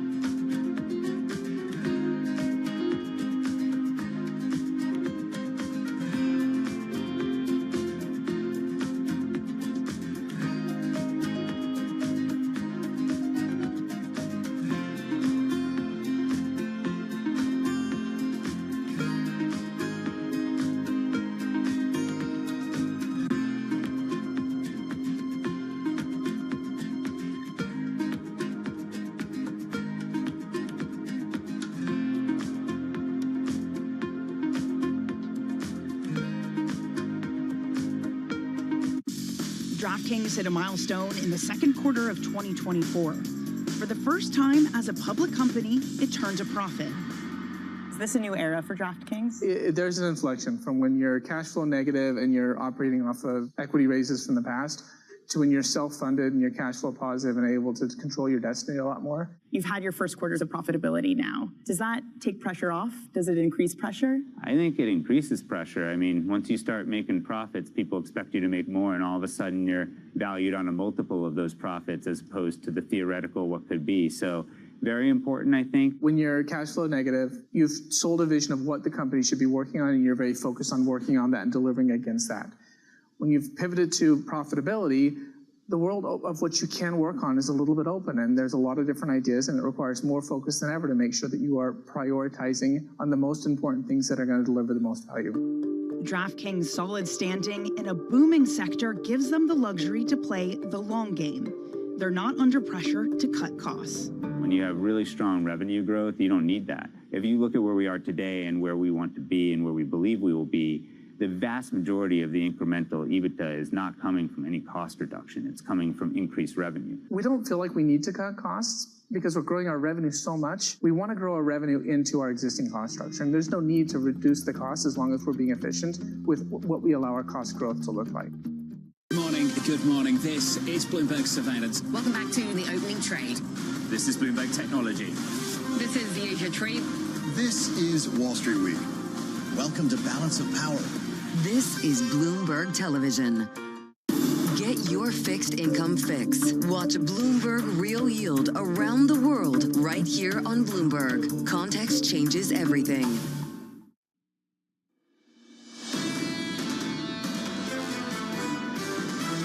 Right now, I would describe the data as somewhat concerning, but not overly concerning. At face value, this is certainly not good news for the Fed, and the bond market and the equity market is reacting accordingly. They shouldn't overreact to this, but at the same time, they say there's nothing here which says that inflation is cooling. The prospect for further rate cuts has diminished considerably. Markets love certainty. They love predictability. We don't have that at the minute. This is Bloomberg Surveillance with Jonathan Farrow, Lisa Abramowitz, and Anne-Marie Hordern.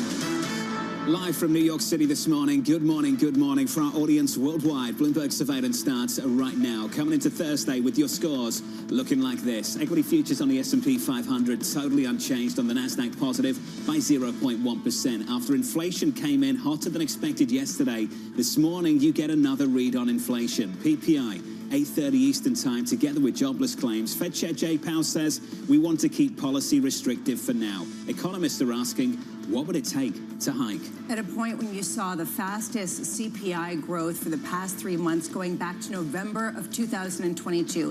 Here's the issue. Jay Powell got comfort from the fact that one or bad, two readings, we can look past it. The problem is when you take a look at the average, the 3-month running average of this CPI, it comes in at an annualized pace of 4.5%, which is the most going back to 2022. It's a little more than for a lot of people in the market. It pushed yields higher across the curve. The 10-year at 460, slap bang in the middle of the range for 2025. The low around 440, the high around 480. This is the most fascinating market we've seen since the pandemic. Yields were up off the back of CPI, but the dollar was weaker and crude was lower. The why? This headline right here that crossed the Bloomberg terminal at midday yesterday at noon. President Trump talks with President Putin.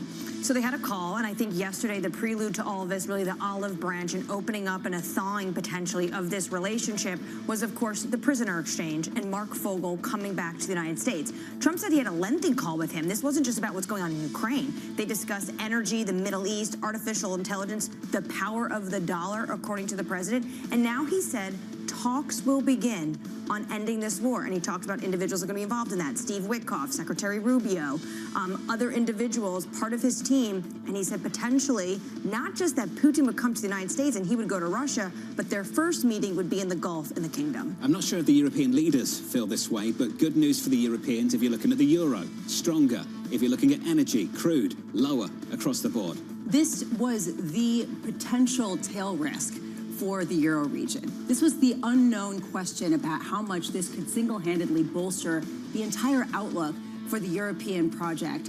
Here's the question, and here is the rub, and it is a big rub. Bloomberg Economics expects that this plan could potentially cost European governments some $3 trillion to expand their NATO presence at a time where they would have to do it in debt markets with still elevated inflation. A huge question mark about how they would do this, whether they'd be willing to do this, and whether they're really on board with the way these negotiations are going down. Well, there's going to be a lot of criticism towards this administration, especially when you have the Defense Secretary Pete Hegseth being in Europe saying that NATO will not be a part of this. That is a 180 from what we saw from the Biden administration. But I think a lot of individuals that are looking at this administration are saying it's a compromise. Not everyone's going to end up happy at the end of it.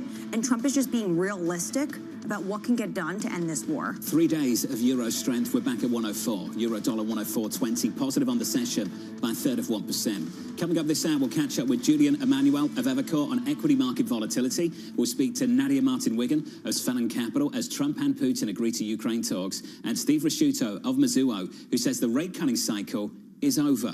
We begin this hour with stocks steady as traders await fresh US data following yesterday's hot inflation print. Julian Emmanuel of Evercore writing, yesterday's CPI reinforced the 3 steps forward, 2 steps back, volatile market environment that will be a part of the road to S&P 500, 6,800 at year-end 2025. Julian joins us now for more. Julian, good morning. Good morning. You wrote yesterday, it's not the 1970s show. What is it? It's 2025, and in reality, if you think about it, every asset market has been in this incredibly volatile but range-bound condition since the election, right? And so we're trying to sort through the potential for stronger growth, the potential for geopolitical shift, versus the potential for some of the policies that are being considered to be increased inflation and drags on growth. And basically, the net out of it is we're in this waiting game for further development. Can we talk about the potential for rate hikes? How high is that bar? Extremely high. I think there are a lot of reasons. Look, first of all, expectations are still well anchored. Okay, there's a lot of volatility around the Michigan survey. The New York Fed survey is much more stable. And the reality is that when Chairman Powell thinks about his legacy, which, you know, he's likely to be in a different position, let's say next year, it is wrapped up in delivering the soft landing. And a rate hike would be the thing that disturbs the potential for a soft landing. And again, history will say, if in fact inflation proves to be sticky into 2026, and we don't believe that's the case. We think this is much more like last spring, where you had several months of sticky inflation, and then the path of travel continued lower. Once again, is that, you know, the policies of the current White House would be the cause of the inflation if it were to remain sticky. Which is the reason why you wrote, there is literally no plausible scenario where the Fed hikes in 2025. I love that kind of conviction at a time where everyone else seems convictionless. Can you put into some sort of framework how much conviction you have in the 3 steps forward, 2 steps back that gives you the conviction to buy on some of the 2 steps back, because you have confidence that 3 steps forward are going to come? Well, actually, if you think about it, and first of all, look at the sentiment surveys. There's a lot of bears out there. Markets don't top when there's a lot of bears, okay? And people can say all they want about the positioning. There's still cash there. We've seen inflows. And frankly, the way this market trades, and yesterday is a perfect example, it looked like the sky was falling at 8:35. And then basically people started reassessing. And from our point of view, what was interesting is that yesterday, the things that stabilized the market were the things that actually should have been the worst performers: technology, long duration, high multiple assets, which should have been, you know, reacting badly against yields going up. Yeah. And they're secular earnings growers. I want to pick up on what you said, which is sentiment is so bearish. A lot of people disagree with you. A lot of people say actually positioning is pretty bullish. Scott Rubner over at Goldman Sachs came out with this report where he said everyone is in the pool, including retail traders, 401k inflows, start of the year allocations, and corporates. You or everybody who comes on the show, yeah, it's going to be volatile, but at the end of the day, buy, buy, buy. What makes you think that there's actually any bearish sentiment out there whatsoever? again, the moment-to-moment reactions, right? People are very quick to sell. The market bounces back because of all these reasons. And the biggest reason, which we haven't talked about, is that earnings are going to grow by 10% this year. And when you have a condition where earnings are going to grow that kind of to that kind of degree, and a Fed that, look, our base case is they still cut twice. They may not cut at all, but they're not hiking. That's okay. All of that lends itself to the idea that the bull market is not over. You think they're going to cut twice? I have to ask about potentially this being the part of the 1970s that is reminiscent of a Fed chair that maybe is getting under a little bit of political pressure. Look, Dan, there's no question. And I think Chair Powell was wondering whether we were replaying back to 2018 in some respects. And that's a lot of the market action, 2018. But from our perspective, the fact is, if you think about those numbers yesterday and you think about the Fed as, a two-sided risk factor, in terms of uncertainty, well, we know one thing is certain. The Fed is likely not to be relevant until June, okay? They're just going to wait and they're going to ingest more data, and that takes one thing off the table. But again, from our point of view, we just don't think you're going to have what we've termed an uncooperative Fed, which would be a hike. The Fed doesn't want to hike. I think we're all on the same page. We can all feel that in the communication we get from Fed officials. Bank of America indicating that if you don't want to hike, don't cut. Where are the cuts coming from? For you and the team, what delivers them? It's again, this idea that the stickiness of inflation that we have right now is not permanent. The same way we saw it, again, continuous travel lower after several months of stickiness last year. And how much more complicated does that picture get, though, when you have tariffs coming down the pipeline, potentially today, reciprocal tariffs line by line? It gets a lot more complicated, and the offset to that is, gee, I wonder if there's a bit of coincidence that the meeting between Putin and Trump that's likely to happen is happening in Saudi Arabia. Ground central for setting the price of oil. And when you think about why Donald Trump was elected, is because the U.S. population has been incredibly frustrated and stressed by inflation. And he said it himself prior to the election, is that, the easiest lever to pull is not the price of bacon and eggs or coffee.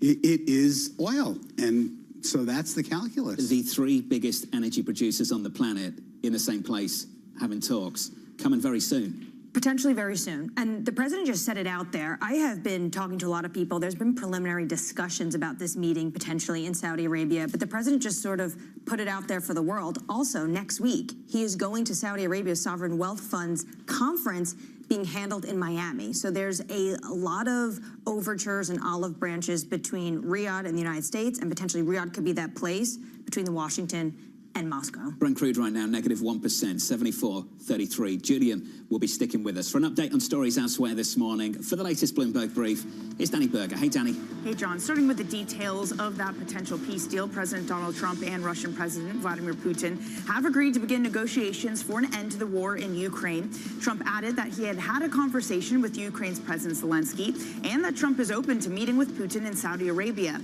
Before that, Defense Secretary Pete Hegseth said that Ukraine's membership in NATO is unrealistic, and Ukraine would likely have to accept the loss of territory.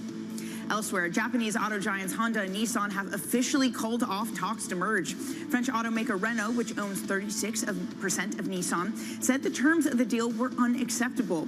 Private equity firm KKR is said to be considering investing in Nissan to improve its financial position. Now, fans of hit shows like Severance and Ted Lasso, good news for you. If you don't have an iPhone, you no longer need it to watch it on the go. Apple has made its TV Plus app available on the Google Play Store for the first time. Now, Apple rarely offers its services on its biggest competitors. It's a sign that it wants to broaden its subscriber base. And that's your brief, John. Danny, thank you. Or it's a sign they're worried about things to come. That they might be forced to do exactly this, right? Which one is it? We've seen that from China. We've seen that from Europe. We've seen that on the margins from the U.S.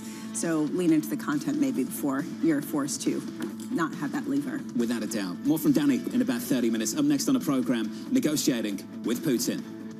I'll be dealing with President Putin largely on the phone, and we ultimately expect to meet. In fact, we expect that he'll come here and I'll go there. We want to end that war. That war is a disaster.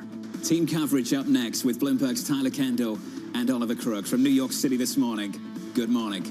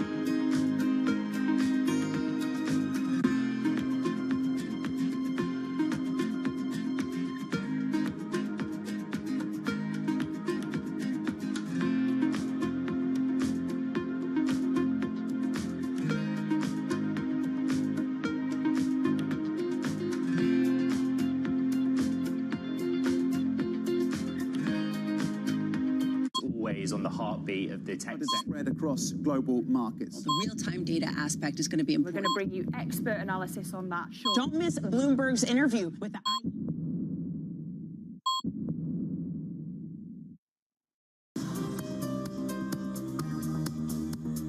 It's the countdown to the market open as we bring you the first trades across Europe. We'll debate the most important stories and what will drive the big investment decisions throughout the morning. I'm Guy Johnson. I'm Kriti Gupta. And I'm Anna Edwards. Join us every weekday morning for the opening trade, live at 7 a.m. here in London. Only on Bloomberg. Context changes everything. Bloomberg brings you breaking news 24 hours a day, powered by 2,900 journalists and analysts in more than 150 offices across the globe. Bloomberg Television. Context changes everything.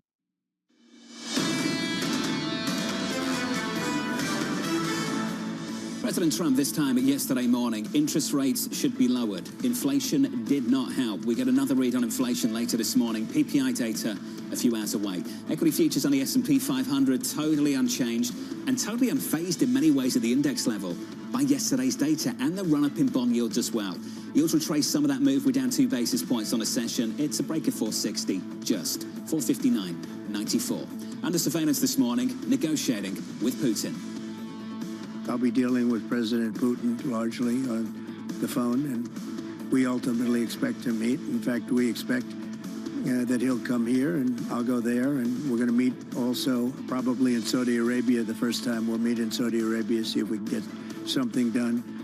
But we want to end that war. That war is a disaster. So here's the latest this morning. President Trump and Russian President Vladimir Putin agreeing to negotiate an end to the war in Ukraine. The comments coming after Defense Secretary Pete Hegseth told NATO allies Ukraine would likely need to accept the loss of some territory. Our team coverage starts right now with Bloomberg's Tyler Kendall in Washington and Oliver Crook in Munich.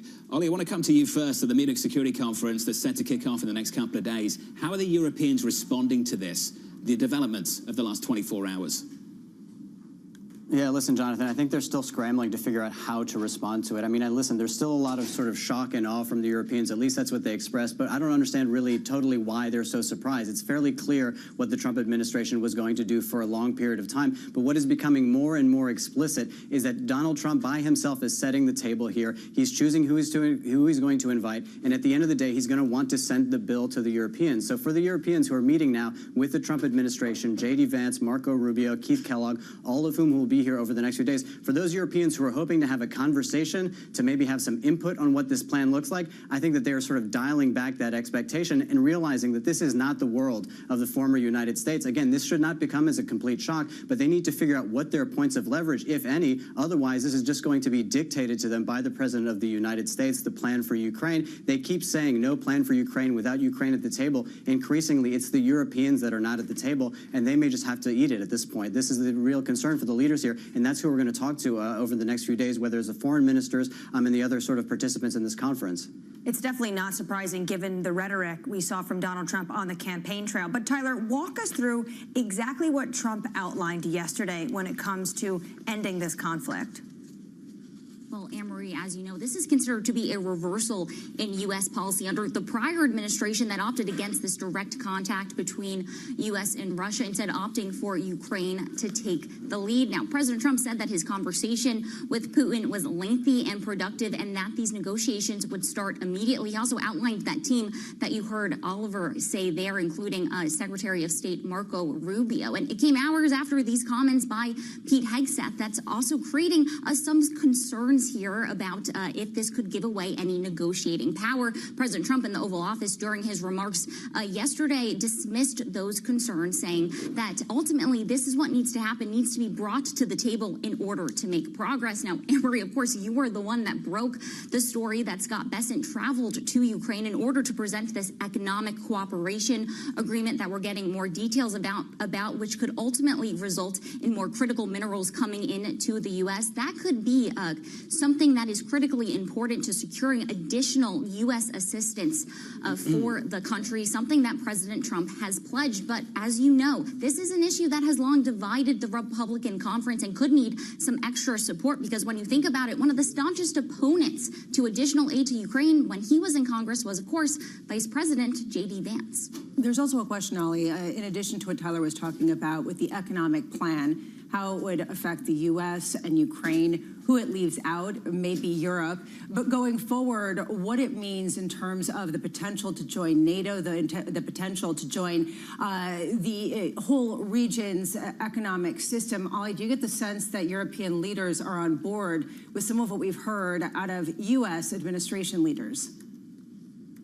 Well, listen, this is what they need to sort of reevaluate and come to a sort of collective view upon. I mean, I think that there are so many questions here. I mean, let's just deal with a couple of them. The military build-out, as you were mentioning earlier, we have this piece out today that says that's going to cost about $3 trillion if the Europeans want to get serious about their military build-out. At a moment where there is basically fiscal strain across all of Europe, everybody is combating within governments about where to spend money. You want to then up this sort of spending on the military to 5% of GDP. That is going to be a very challenging thing to do. There's also the other question about security guarantees. I mean, when Volodymyr Zelensky, the president of Ukraine, says, basically as he did this week, that security guarantees without the United States, i.e. just with Europe, basically don't mean anything, that is something that the Europeans need to reckon with. And if there is a grain of truth to that, they need to figure out how to sort that out. And the real question is going to be also peacekeeping troops in Ukraine. If there is, in point of fact, a ceasefire deal, what is the story going to be there? The United States says very emphatically they don't want any U.S. troops in there. They want to see European troops in there. I've spoken to senior lawmakers in the Bundestag of Germany, people who are very hawkish, who have been very supportive of Ukraine, and they say that that may be a shade too far to really put German troops in there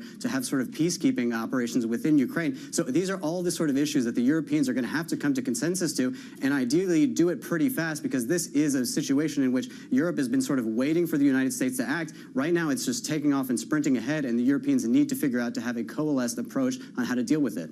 Ollie, appreciate your time. Ollie Crook there alongside Tyler Kendall.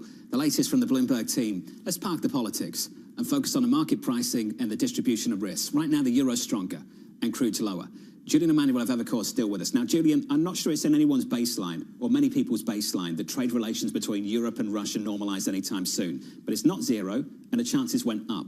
As you reprice that story a bit in the last 24 hours, does that contribute to just lifting the cloud over European stocks and European assets? Yeah, absolutely. And look, the market has gotten ahead of it. You've seen European shares outperformed to start the year.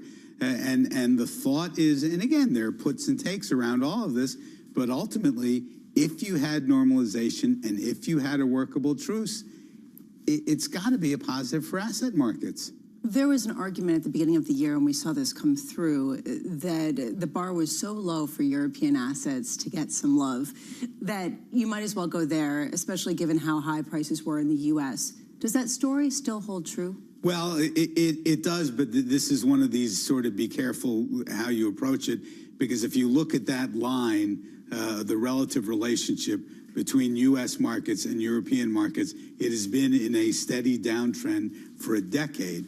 And yes, there's been some stabilization here.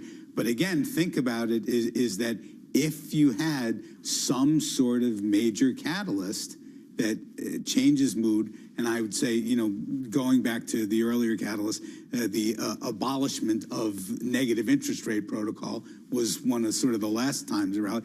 But to have that, it definitely lifts the cloud. And I think it's part of why, as much disarray as there is politically in Europe, you're seeing asset markets buoyant still. There are so many potential unintended consequences of this policy. The $3 trillion of spending that the European Union might need to do in order to bolster its security apparatus is a big part of it.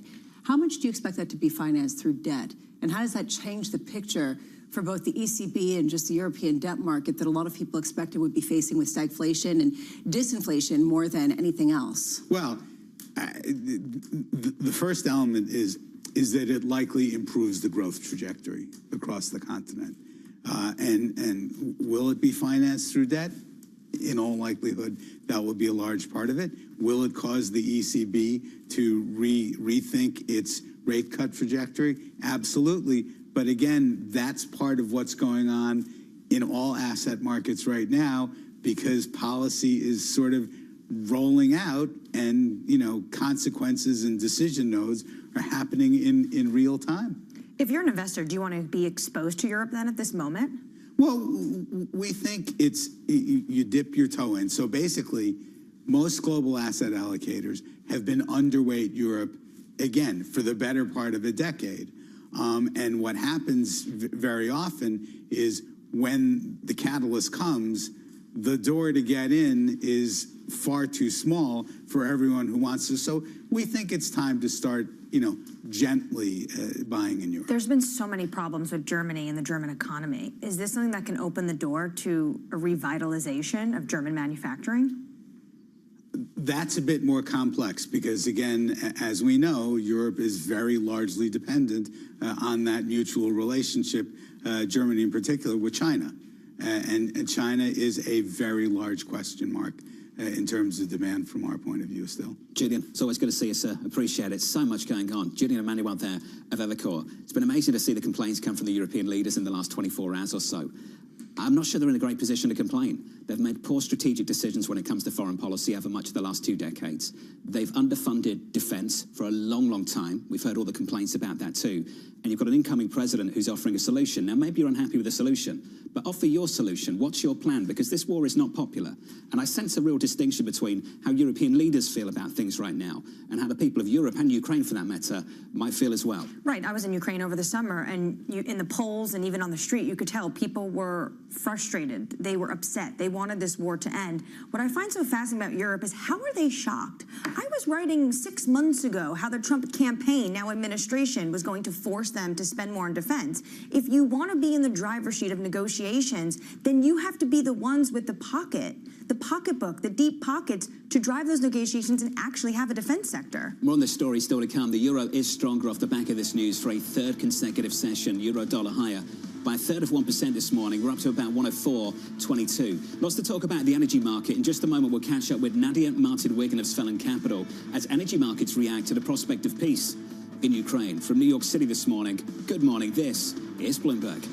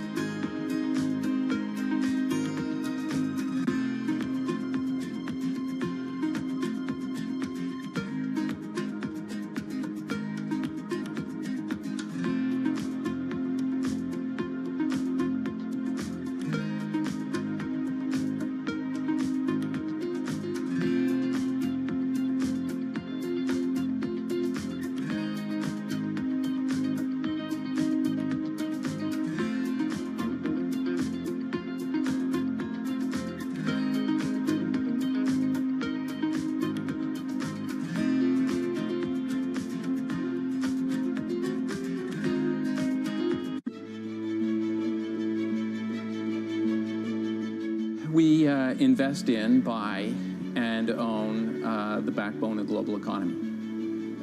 When the water gets delivered to your house, the road you drive on, the pipeline that brings different things to your community, the telecom towers that transmit your phone, the data center, the real estate that you live in. It's what we own and build, so it's really what drives the economy, and you don't often see our name. Is that a good or a bad thing? You know, it's just because we're behind the scenes, but it's big, with $1 trillion of assets almost. We're behind a lot of the things of the global economy. So being low-key, do you think it gives you strength? We just try to be quiet and do our thing, and sometimes it helps and sometimes it doesn't. But I'd say on balance, it's been good for us.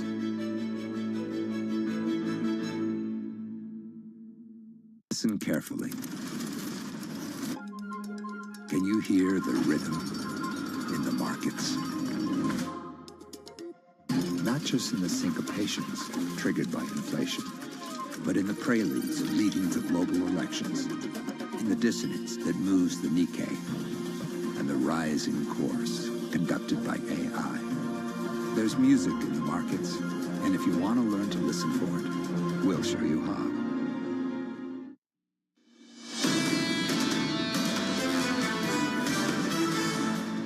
Equities, no drama at all.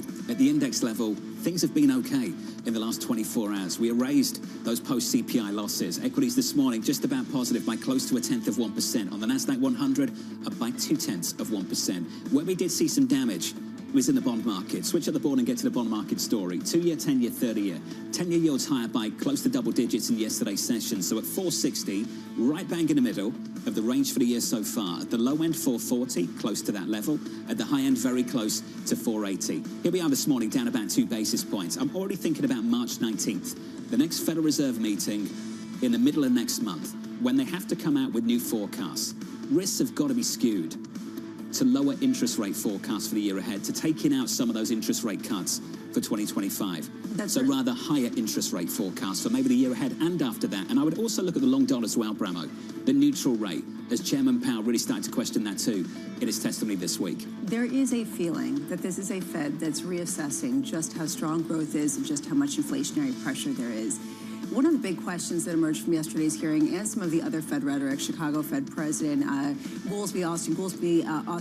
Atlanta Fed President Raphael Bostic, talking about 1 month of data, 2 months of data, they can kind of, dismiss that. We're getting 3 months of data that is significantly hotter.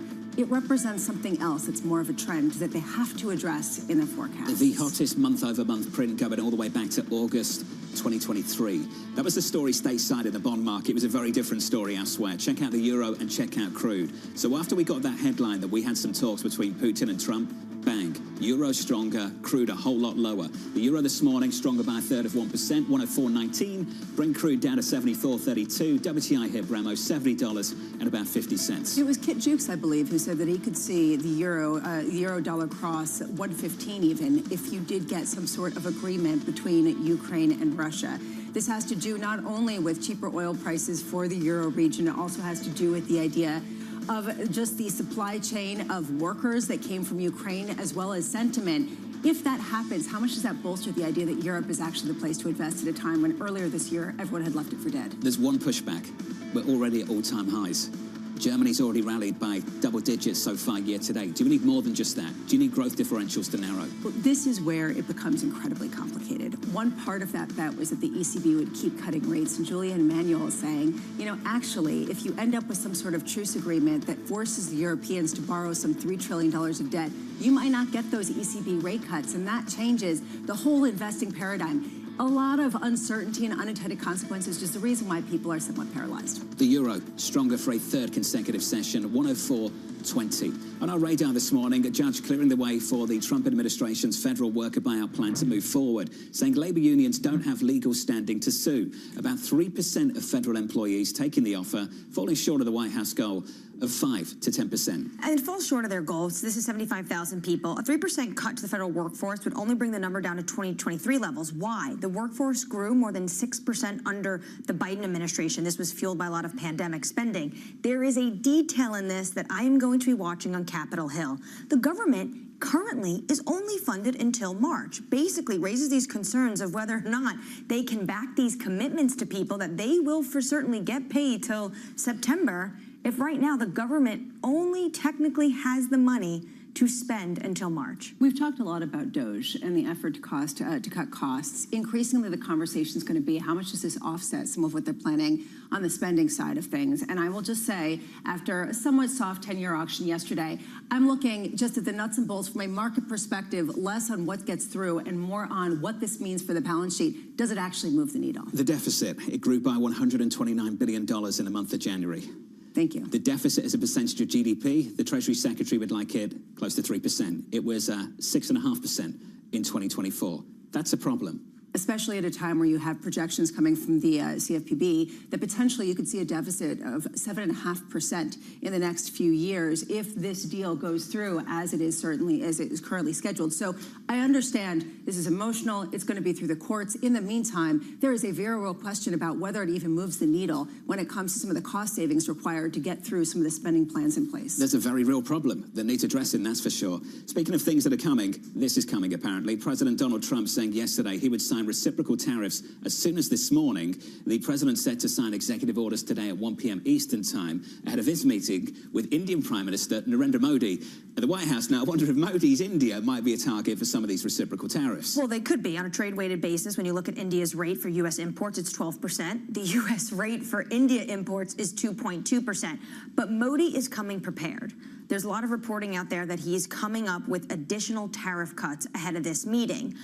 When it comes to reciprocal tariffs, my big question is, how are they actually going to do this? It's very difficult in one sweeping executive order to go line by line reciprocal tariffs for each individual country and potentially industries. Likely what this potentially will mean is a lot of work for USTR Ambassador Jamieson Greer once he's confirmed, and using the 301 that the administration used in Trump 1.0 when it came to China. I just wonder how many days we're going to get where Donald Trump is looking for things to sign. I know I'm not saying that he's looking for things to sign, but it seems as though every single day. Kind of sounded like you said he was looking for things to sign. Well, I mean, plastic straws, come on. And we're talking about some of these things that feel like, pet peeves. It's sort of, you go into a restaurant, you don't get a plastic straw, you hate the paper straws, executive order. I mean, at what point are these real versus to sit there and sign a lot of things and be busy? I think it refocuses the mind, particularly when it comes to places like California. Let's stop talking about straws and let's focus on making sure there's enough water when there's a wildfire. Okay, I don't know. Those kind of things. That might be I think a little that kind bit of thing matters. I don't think that the conversation in the popular mindset went from plastic straws to California. No, you become obsessed with the details. He's very frustrated about what's taken place on the West Coast. I think a lot of Californians are very upset with what's taken place on the West Coast. I think that you're right. And I think when you spin it forward, there's a question of signaling and a sense of frustration versus actual policy. And I think that's my point, is that, yes, there are proclamations to set a tone. At what point can we view them as what actually is going to be in effect in 2-3 months' time? Agreed. We're on the same page. Let's focus on the big issues. Yes. Let's focus on a big issue right now. President Donald Trump and Russian President Vladimir Putin agreeing to start negotiating on the end to the war in Ukraine. Trump saying on Truth Social the two had a, quote, lengthy and highly productive phone call just yesterday. And obviously Ukraine was the star of this conversation, the focal point, but they discussed AI, the power of the dollar, a bunch of other things. Trump is saying that he has his team around him and they're ready to start these negotiations. Zelensky, interesting, was speaking to The Economist, posted an interview yesterday and was saying he hadn't had a ton of outreach from the Trump administration, but he did this week, actually, with Secretary of Treasury Scott Bessent going over to Kyiv. So Trump is trying to pull all levers when it comes to this. The big issue he's going to have is the Europeans, and Oliver Crook just walks us through some of the criticism we're already seeing from Europe, especially when it comes to the likes of NATO not being welcoming anymore, according to the United States, when it comes to Ukraine.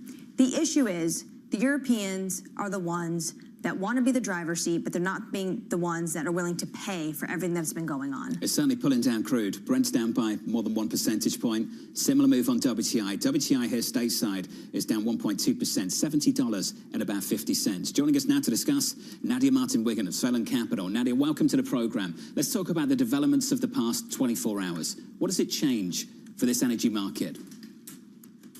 Well, right now it's brought to the forefront that discussions are underway and that the Munich meeting from the 14th to 16th of February, the pressure is on Europe to get its act together.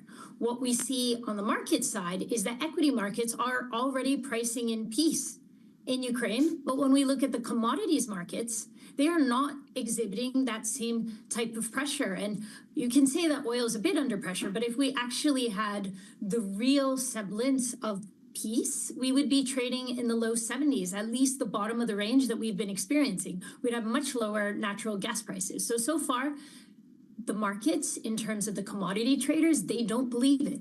Brent crude is still highly backwardated. Do they not believe there'll be a peace agreement, or they not believe that Russian energy will flow as it once did? Well, both sides. So the first part is whether there will be a peace agreement and how quickly.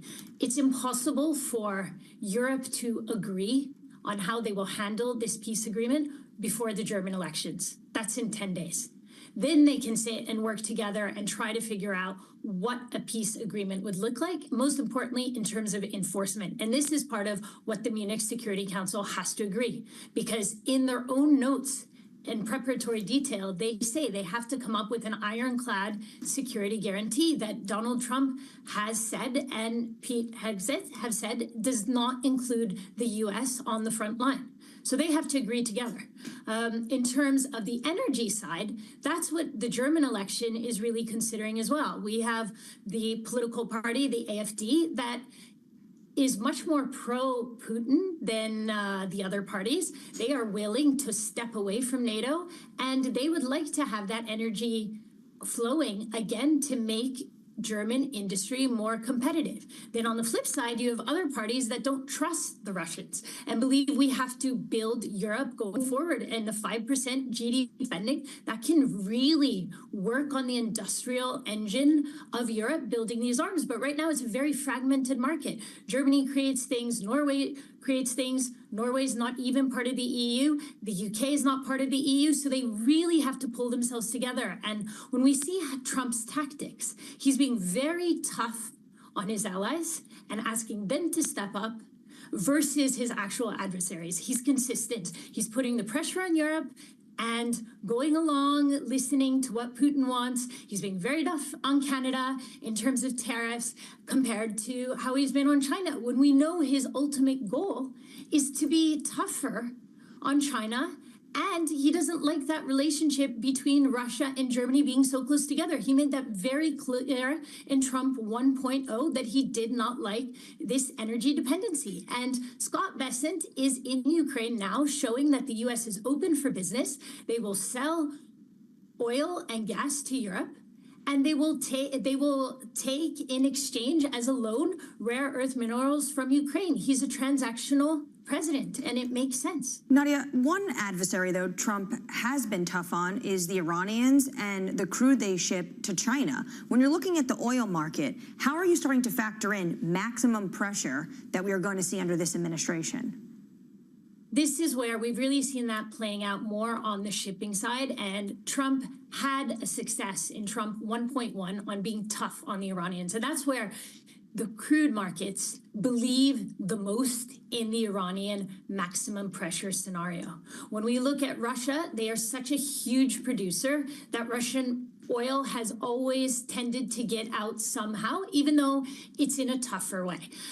So on that side, we are looking at potentially a loss of 1 million barrels per day of production. But Trump also wants the Saudis to step in and produce more oil in that place. And the Saudis have this memory of Trump 1.0 when he granted a 6-month grace period for countries that were taking Iranian oil. And then the Saudis, the Russians, and the American companies brought back 2.5 million barrels per day of oil in anticipation of this outage of Iranian oil, and crude prices collapsed. So it's a much tougher negotiating tool this time to push the Saudis. Also, the Saudis have been very protective of the Russians up to now. So that relationship, very important. And it's not by accident that a meeting between Trump and Putin will probably start in Saudi Arabia. Nadia, just real quick here, what are the chances in your view that we could get a normalization relationship enough with European Union nations, with Russia, to allow Russian liquefied natural gas to flow once again through Ukraine into the European Union? Well, right now, from a European perspective, what has been laid out in terms of peace sounds much more like a surrender for Ukraine. So there has to be an understanding that there will actually be a Ukraine and that it will be. I think we've lost the connection there. That was Nadia Martin-Wigan there as Felon Capital. Nadia, we'll leave it there. Appreciate your time. I've heard a lot from the Europeans in the last 24 hours, and I think we should all respect their perspective on things. It's at their doorstep. And likewise, especially even more so, the perspective of the Ukrainians. But not in this enough has been the American perspective over the last day, I would say, and over the last couple of years. So let's get into that a little bit. We talked about the deficit here in America, 6.4% of GDP in 2024. The deficit in January alone pushing $130 billion US. Defense is $800 billion plus in this year per annum. Every single year. There's a lot of money going to defense. And this is happening. I was just speaking to someone about this. This is happening as the Europeans have been underfunding defense for years. And even over the last 12 months, have been buying record amounts of Russian LNG. Those numbers have been going up over the last few months. That's problematic. Now, when you sit here and look at all the numbers, okay, you want the Americans to provide you defense and continue contributing towards a war when they're running a massive budget deficit, and you're not following up and doing the same thing. You want the Americans to stay out of this and give you a seat at the table at the same time you're buying record amounts of Russian LNG and funding this war with the Ukrainians, and you want the Americans to fill the gap. Can you please make sense of that for me? And I imagine that Vice President J.D. Vance is going to go to Munich this week and probably push that case. This is going to be a very different Munich Security Conference with the Trump officials than it was under the Biden officials. But Trump has been saying this for years. He has been hammering Germany. He hammered Angela Merkel on Nord Stream 2 when they wanted to open it up because of this fact. Why are we spending so much money on NATO, which is supposed to defend the European Union against Russia, when your entire economy is enslaved to cheap Russian fossil fuels? That has been his argument for years, and he's now coming to the table. He wants this war to end, and he's giving Putin an off-ramp. Now, one criticism I did hear out of Europe was that a lot of Republicans bash the Biden administration for showing their cards too much. And they're saying, or is he showing their cards too much when it comes to not letting Ukraine join NATO? The euro stronger this morning by a third of 1%, euro dollar 104.20. Let's get you an update on stories elsewhere with your Bloomberg brief. Here's Danny Berger. Hey, Danny. Hey, John. President Donald Trump and India's Prime Minister Narendra Modi are set to meet at the White House today. The two leaders are expected to discuss trade, including Trump's tariff threats. Modi made a series of moves in recent weeks to try to avoid those trade tensions. India slashed tariffs on items like luxury cars, while also agreeing to take undocumented migrants and boost purchases of U.S. energy. House Republicans have floated a plan to cut taxes by $4.5 trillion over the next 10 years and raise the debt limit. The plan does require at least $1.5 trillion in spending cuts in programs like Medicaid, Obamacare, and food stamps. Republicans' narrow and fractious majority, though, likely makes passing the bill difficult. And elsewhere, popular weight loss drug Ozempic appears to have uses that go beyond limiting appetite for food. A new study shows the medication reduced alcohol cravings in a small study of adults with alcohol use disorder. The findings may be a step forward in the treatment of alcoholism, which affects over 28 million U.S. adults. And that's your brief. John. Hey, Danny, thank you. More from Danny in about 30 minutes. Up next, chasing 2%. We're close but not there on inflation. We've made great progress toward 2%, but we're not quite there yet. So we want to keep policy restrictive for now. That conversation up next with Steve Rasciuto of Mizuho from New York City. This is Bloomberg.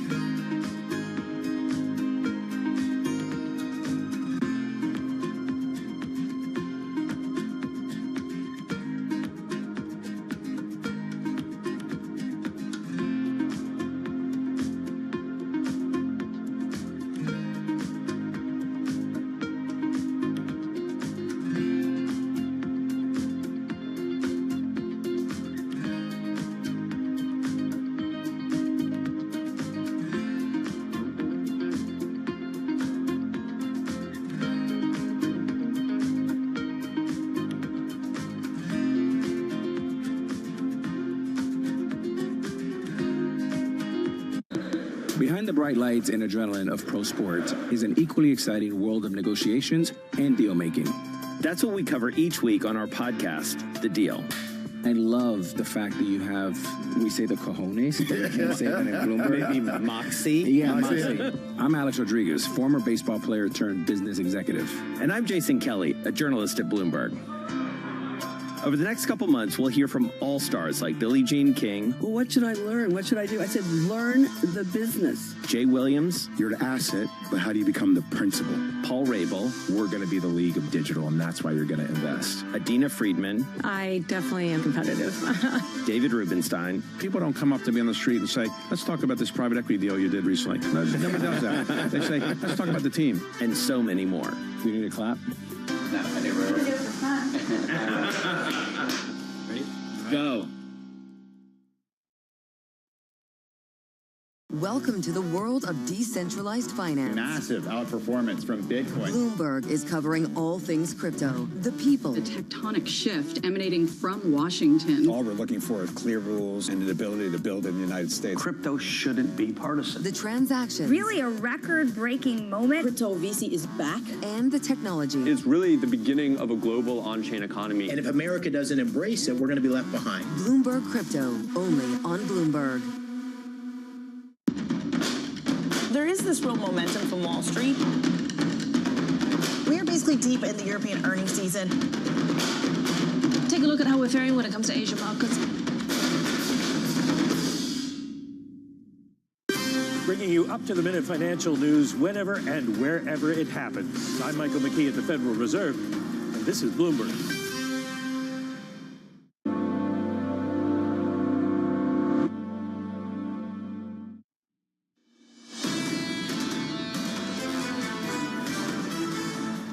Good morning, Mr. President. Here's the post from Donald Trump this morning. First one out of the gate. 3 great weeks, perhaps the best ever, but today's the big one. Reciprocal tariffs.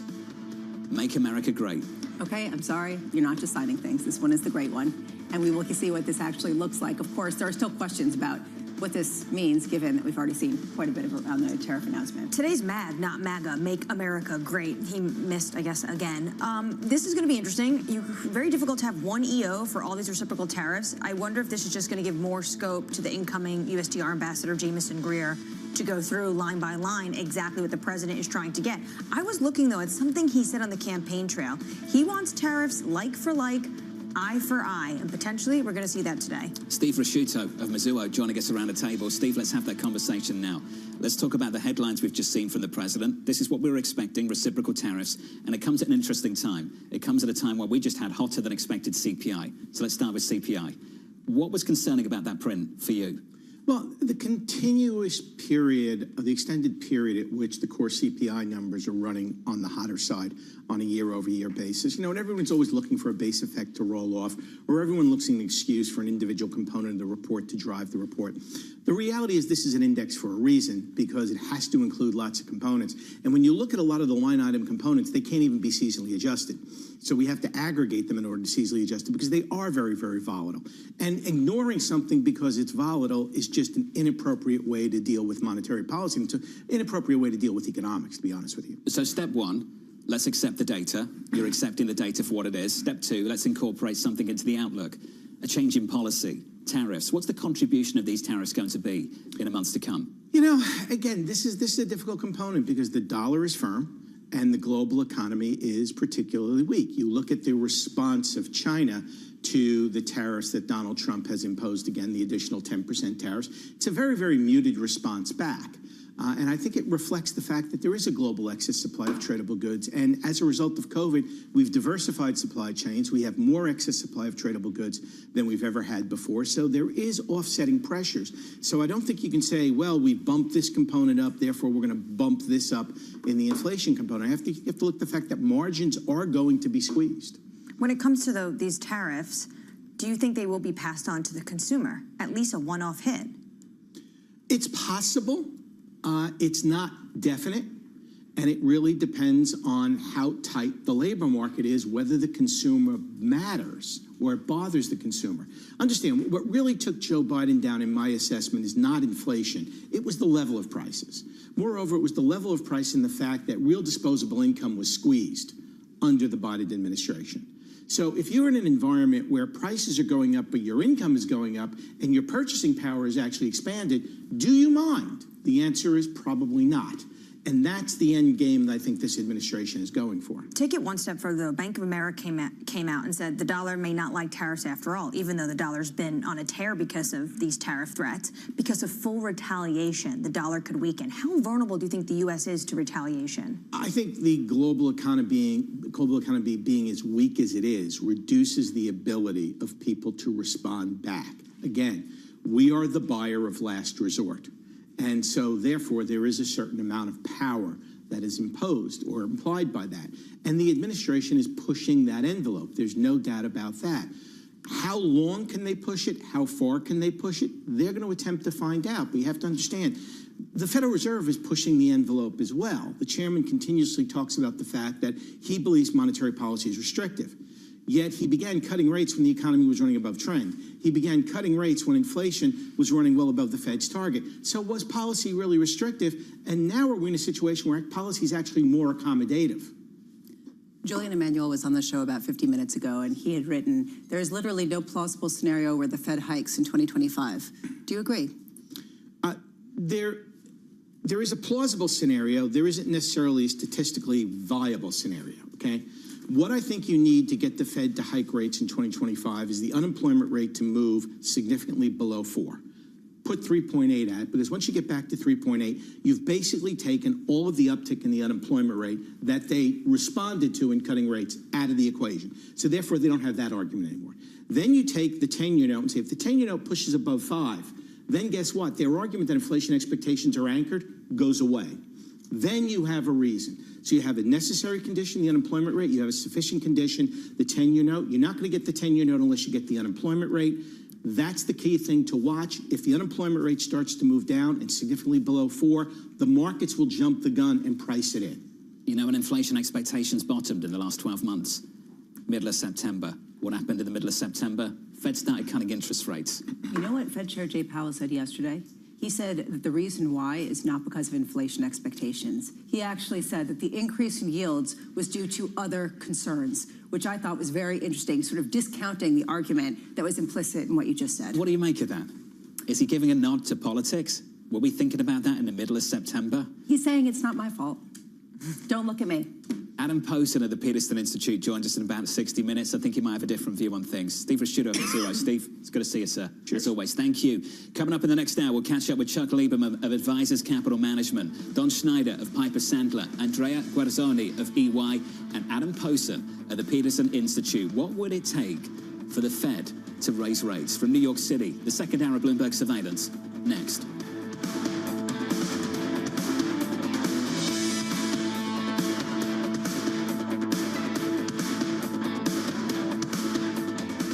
David Weston. Join me for the next generation of Wall Street Week, telling stories of capitalism from business, markets, economics, tech, and climate.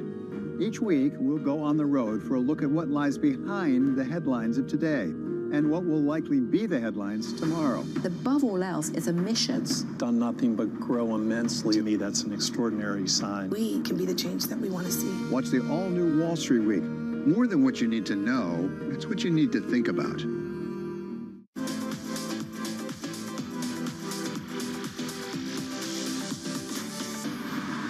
In 2000, post-Napster, generally everybody wrote off the recorded music industry, including the investment community. And I didn't mind that chapter because then I got left alone. And actually, I think out of that period, we started to create better art because the pressure wasn't on from the technology to be the most powerful chapter.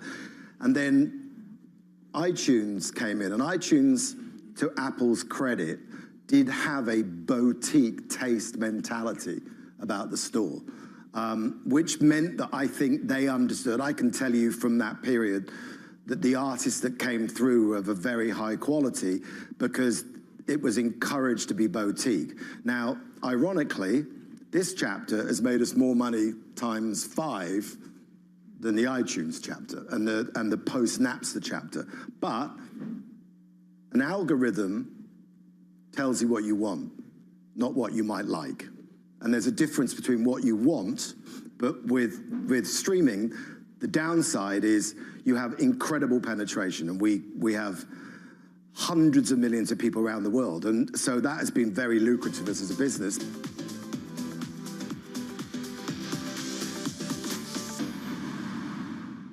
From our studios in New York and San Francisco, our expert hosts have the data and analysis from the companies you know and the startups to watch, plus the interviews you don't want to miss. Watch Caroline Hyde and Ed Ludlow on Bloomberg Technology, the only daily business show dedicated to tech, right in the middle of the trading action. Live every weekday, only on Bloomberg Television. Context changes everything.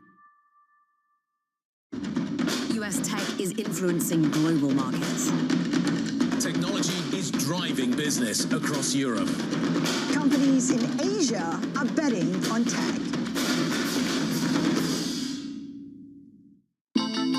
The countdown is on. Everything you need to get the edge at the end of the market day. Big tech earnings kick off later this afternoon. Gilead is coming out right now. We have take two numbers. Back to the markets, right? Our bread and butter. NVIDIA is one of the best stories in the tech space. That actually matters a whole lot more. It might shock some of your viewers. You're watching The Close. Get ahead of tomorrow's trading with The Close. Weekdays on Bloomberg. Context changes everything.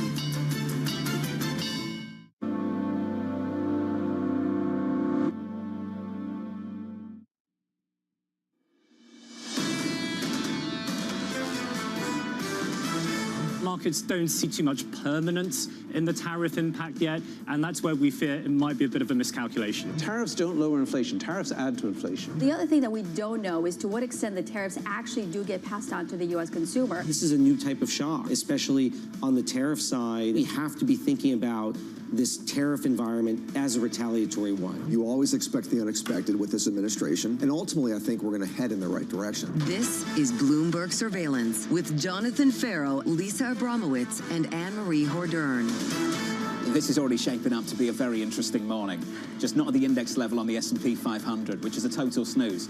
The S&P 500 going absolutely nowhere. Equity futures unchanged. On the Nasdaq at the moment, just about positive by 1/10%. Your day ahead looks like this. In 90 minutes' time, we get some economic data. PPI and jobless claims. At 1 p.m. Eastern time, the president signing executive orders. That gets interesting because of this. From the President of the United States on Truth Social this morning, posting this one. 3 great weeks, perhaps the best ever, but today is the big one. Reciprocal tariffs. So people are expecting some further announcement of exactly how there's going to be a tit for tat. We've talked about whether it's going to be line item by line item. We've talked about whether he has the personnel in place to actually go through with this. What I'm most curious about is the market's response to this. Right now, it's fairly muted. It's being treated as a signal, not necessarily what actually will get through, and that to me is what I'll be watching. And I think, Jonathan, you made the point very clear earlier. It makes sense that he's doing this today, potentially as this signal you're talking about, because Modi, the Indian Prime Minister, is going to be at the White House, and there's already reports that he's coming in with a gift saying he wants to cut their trade-weighted basis tariff on U.S. imports. So potentially this is a signal to everyone else that wants to do deals with the transactional president of the United States that they need to come prepared, and this is what he's going to be looking at. Always trying to identify those pockets of tension. Here's one. The euro against the dollar. Euro-dollar just retracing. Some of the gain this morning. We're down to about 103.99. Still up on the session, but not as high as we were. On a good side for the euro, the prospect of maybe some kind of peace talks between the President of the United States and the Russian President that hopefully will include Ukraine. Part one. Part two, the prospect that these reciprocal tariffs go after Europe and hit Europe hard. What's fascinating to me is that the tension we expected to be between the U.S. and China, we expected that to be the focal point of the trade war. But so far, we've actually heard better talk between Xi Jinping and President Donald Trump. It is Europe that has been in the firing line consistently, whether it comes to tension over what's going on with the Ukraine-Russia discussions or whether it comes to tariffs. And that tension you can feel playing into this currency pair. The only thing I will say about China is that the China tariffs are the only ones right now that have stuck. 10% additional tariffs on Chinese imports coming to the United States are the only ones that have stuck. Everyone I talk say this is an opening salvo. At the same time, Trump is trying to use China for 2 big issues. One, the Middle East, and really trying to make sure he's clamping down Iranian crude that's only going really to China, and also putting pressure on Putin to get to the negotiating table when it comes to Ukraine. All these things going on, and equities are going nowhere. The equity market is totally unchanged on the S&P 500.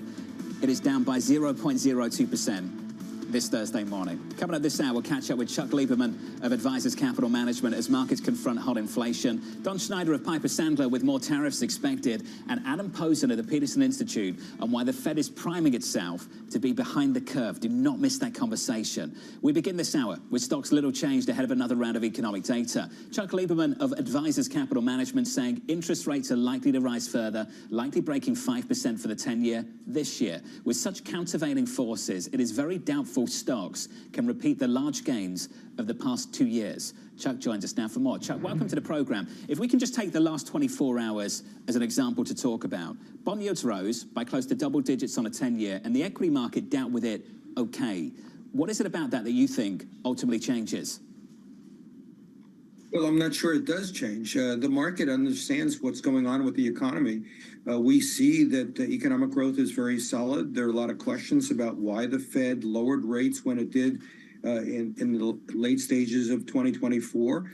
And looking ahead, it's likely that inflation is not going to continue to moderate as the Fed hopes and forecasts. Instead, the market sees what's going on, sees the labor market. You know, you've had people on talking about tariffs, working against inflation. So I think investors understand what's happening. And as things play out, they'll react to surprises. But so far, there really haven't been big surprises. So, Chuck, right now, the 10 years at 460. If we get to 5% and break that level in a manner that you well expect, what do you think that means for equities? Well, it also depends on how we get there. If we see some really big increases in inflation, that's going to be very disturbing. We'll get there very quickly.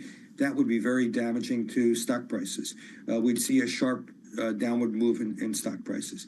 But if we do it gradually, and that seems to be the more likely course, we're not going to see a surge in inflation. So I think that would be manageable. And I think that's kind of what the market's expecting. Chuck, we heard yesterday from Fed Chair Jerome Powell, who said there is no evidence that long rates went up because of inflation. Do you agree with that? Well, why did they go up then? The deficit is well known. It's huge. They continue to come to market. We see that. We know that. Inflation is the potential for more surprise. The Fed's been telling us that inflation is headed towards 2%, although they don't think that we'll get there very quickly. But there's no doubt that investors have no confidence that that's going to happen. There's no reason to think that's going to happen, especially with the unemployment rate ticking down, job growth being solid. I just don't see it. You know, the reason why I ask is because right now it seems as though whether it's talk about tariffs or whether it's talk about the deficit and what's going on with Fed policy, there is a lack of understanding around inflation, where we are, what causes it, how much we're going back to something of a low inflation type of rate. How do you immunize what you invest in to all of those potential variables at a time where it's clear we don't have a sense of exactly where inflation is going to be, but companies are still delivering earnings? Yeah, and because companies are delivering earnings, that's a solid foundation for the stock market. One of the places we are looking to invest is companies that are, shall we say, leveraged to inflation or immunized from inflation. So companies that own tangible assets, real assets, where higher inflation actually benefits them. A perfect example of that would be oil and gas pipelines. Those are hard assets. Inflation enables them to raise tariffs on the transportation charges. They become more profitable. They've got financing costs that have been locked in place. Those are fixed, so their profitability improves. The same kind of analysis applies to real estate investment trusts. They also own tangible assets, and higher inflation pushes rents up. But their biggest cost is their mortgage expense, again, which is fixed. So there are ways to play this to benefit from inflation. You know, you talk about some of these areas that are often thought of as interest rate sensitive. Are they no longer interest rate sensitive because of terming out their debt?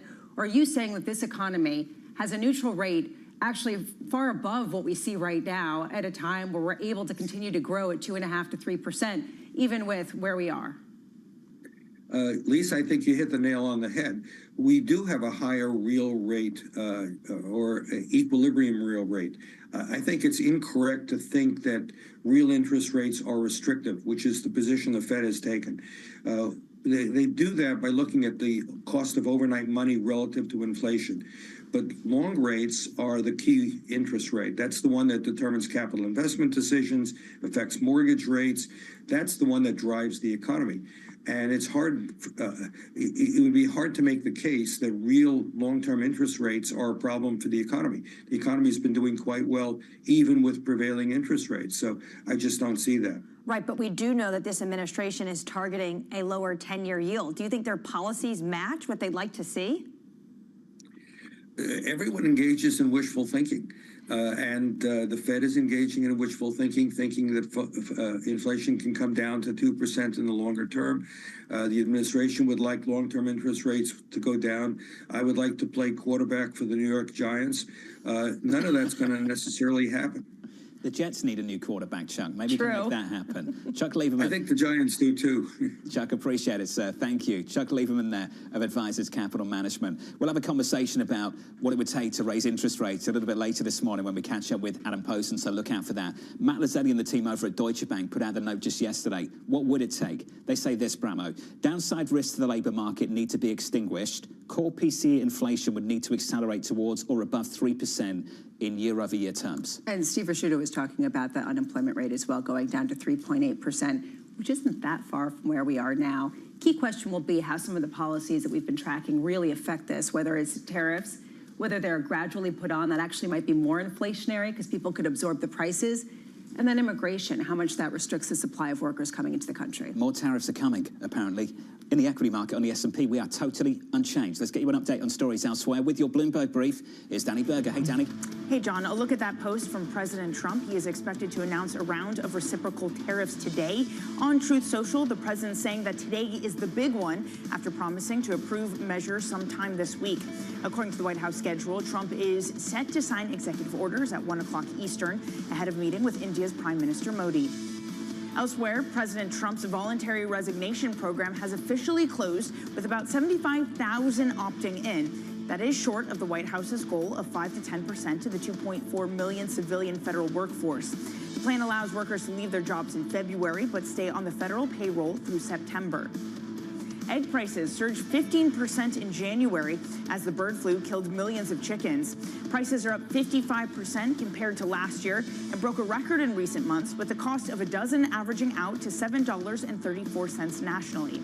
The White House National Economic Council director said that the administration is working on a plan to address bird flu. And that's your brief. John. Hey, Danny, thank you. More from Danny in about 30 minutes. The news flow at the last 24 hours, remarkable. The next 24 hours might be no different. Up next on the program, reciprocal tariffs on the way. We'll be signing reciprocal tariffs. The world has taken advantage of the United States for many years. They've charged us massive tariffs that we haven't charged them. In just a moment, we'll catch up with Bloomberg's Tyler Kendall and Don Schneider of Piper Sandler from New York City. This is Bloomberg.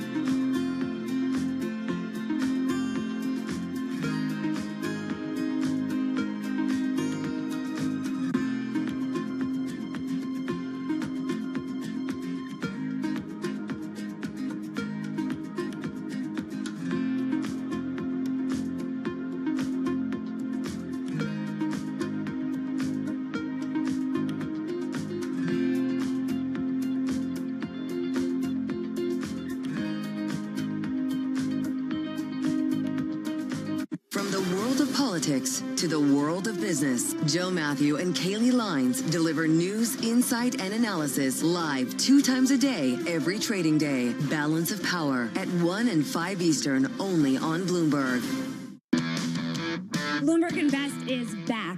Join me, Shonali Basak, and the industry's most influential people for a comprehensive view across financial markets. Hear what a second Donald Trump presidency means for the economy, how AI is being monetized by investors, and the next big risks facing the private credit industry. Bloomberg Invest, March 4th and 5th in New York City. Register your interest to attend at bloomberglive.com/invest. Middle East and Africa. Vibrant resources and high-yield investment opportunities abound. Join me on Horizons Middle East and Africa for the stories, newsmakers, and insight from this exciting region. Now weekdays, only on Bloomberg.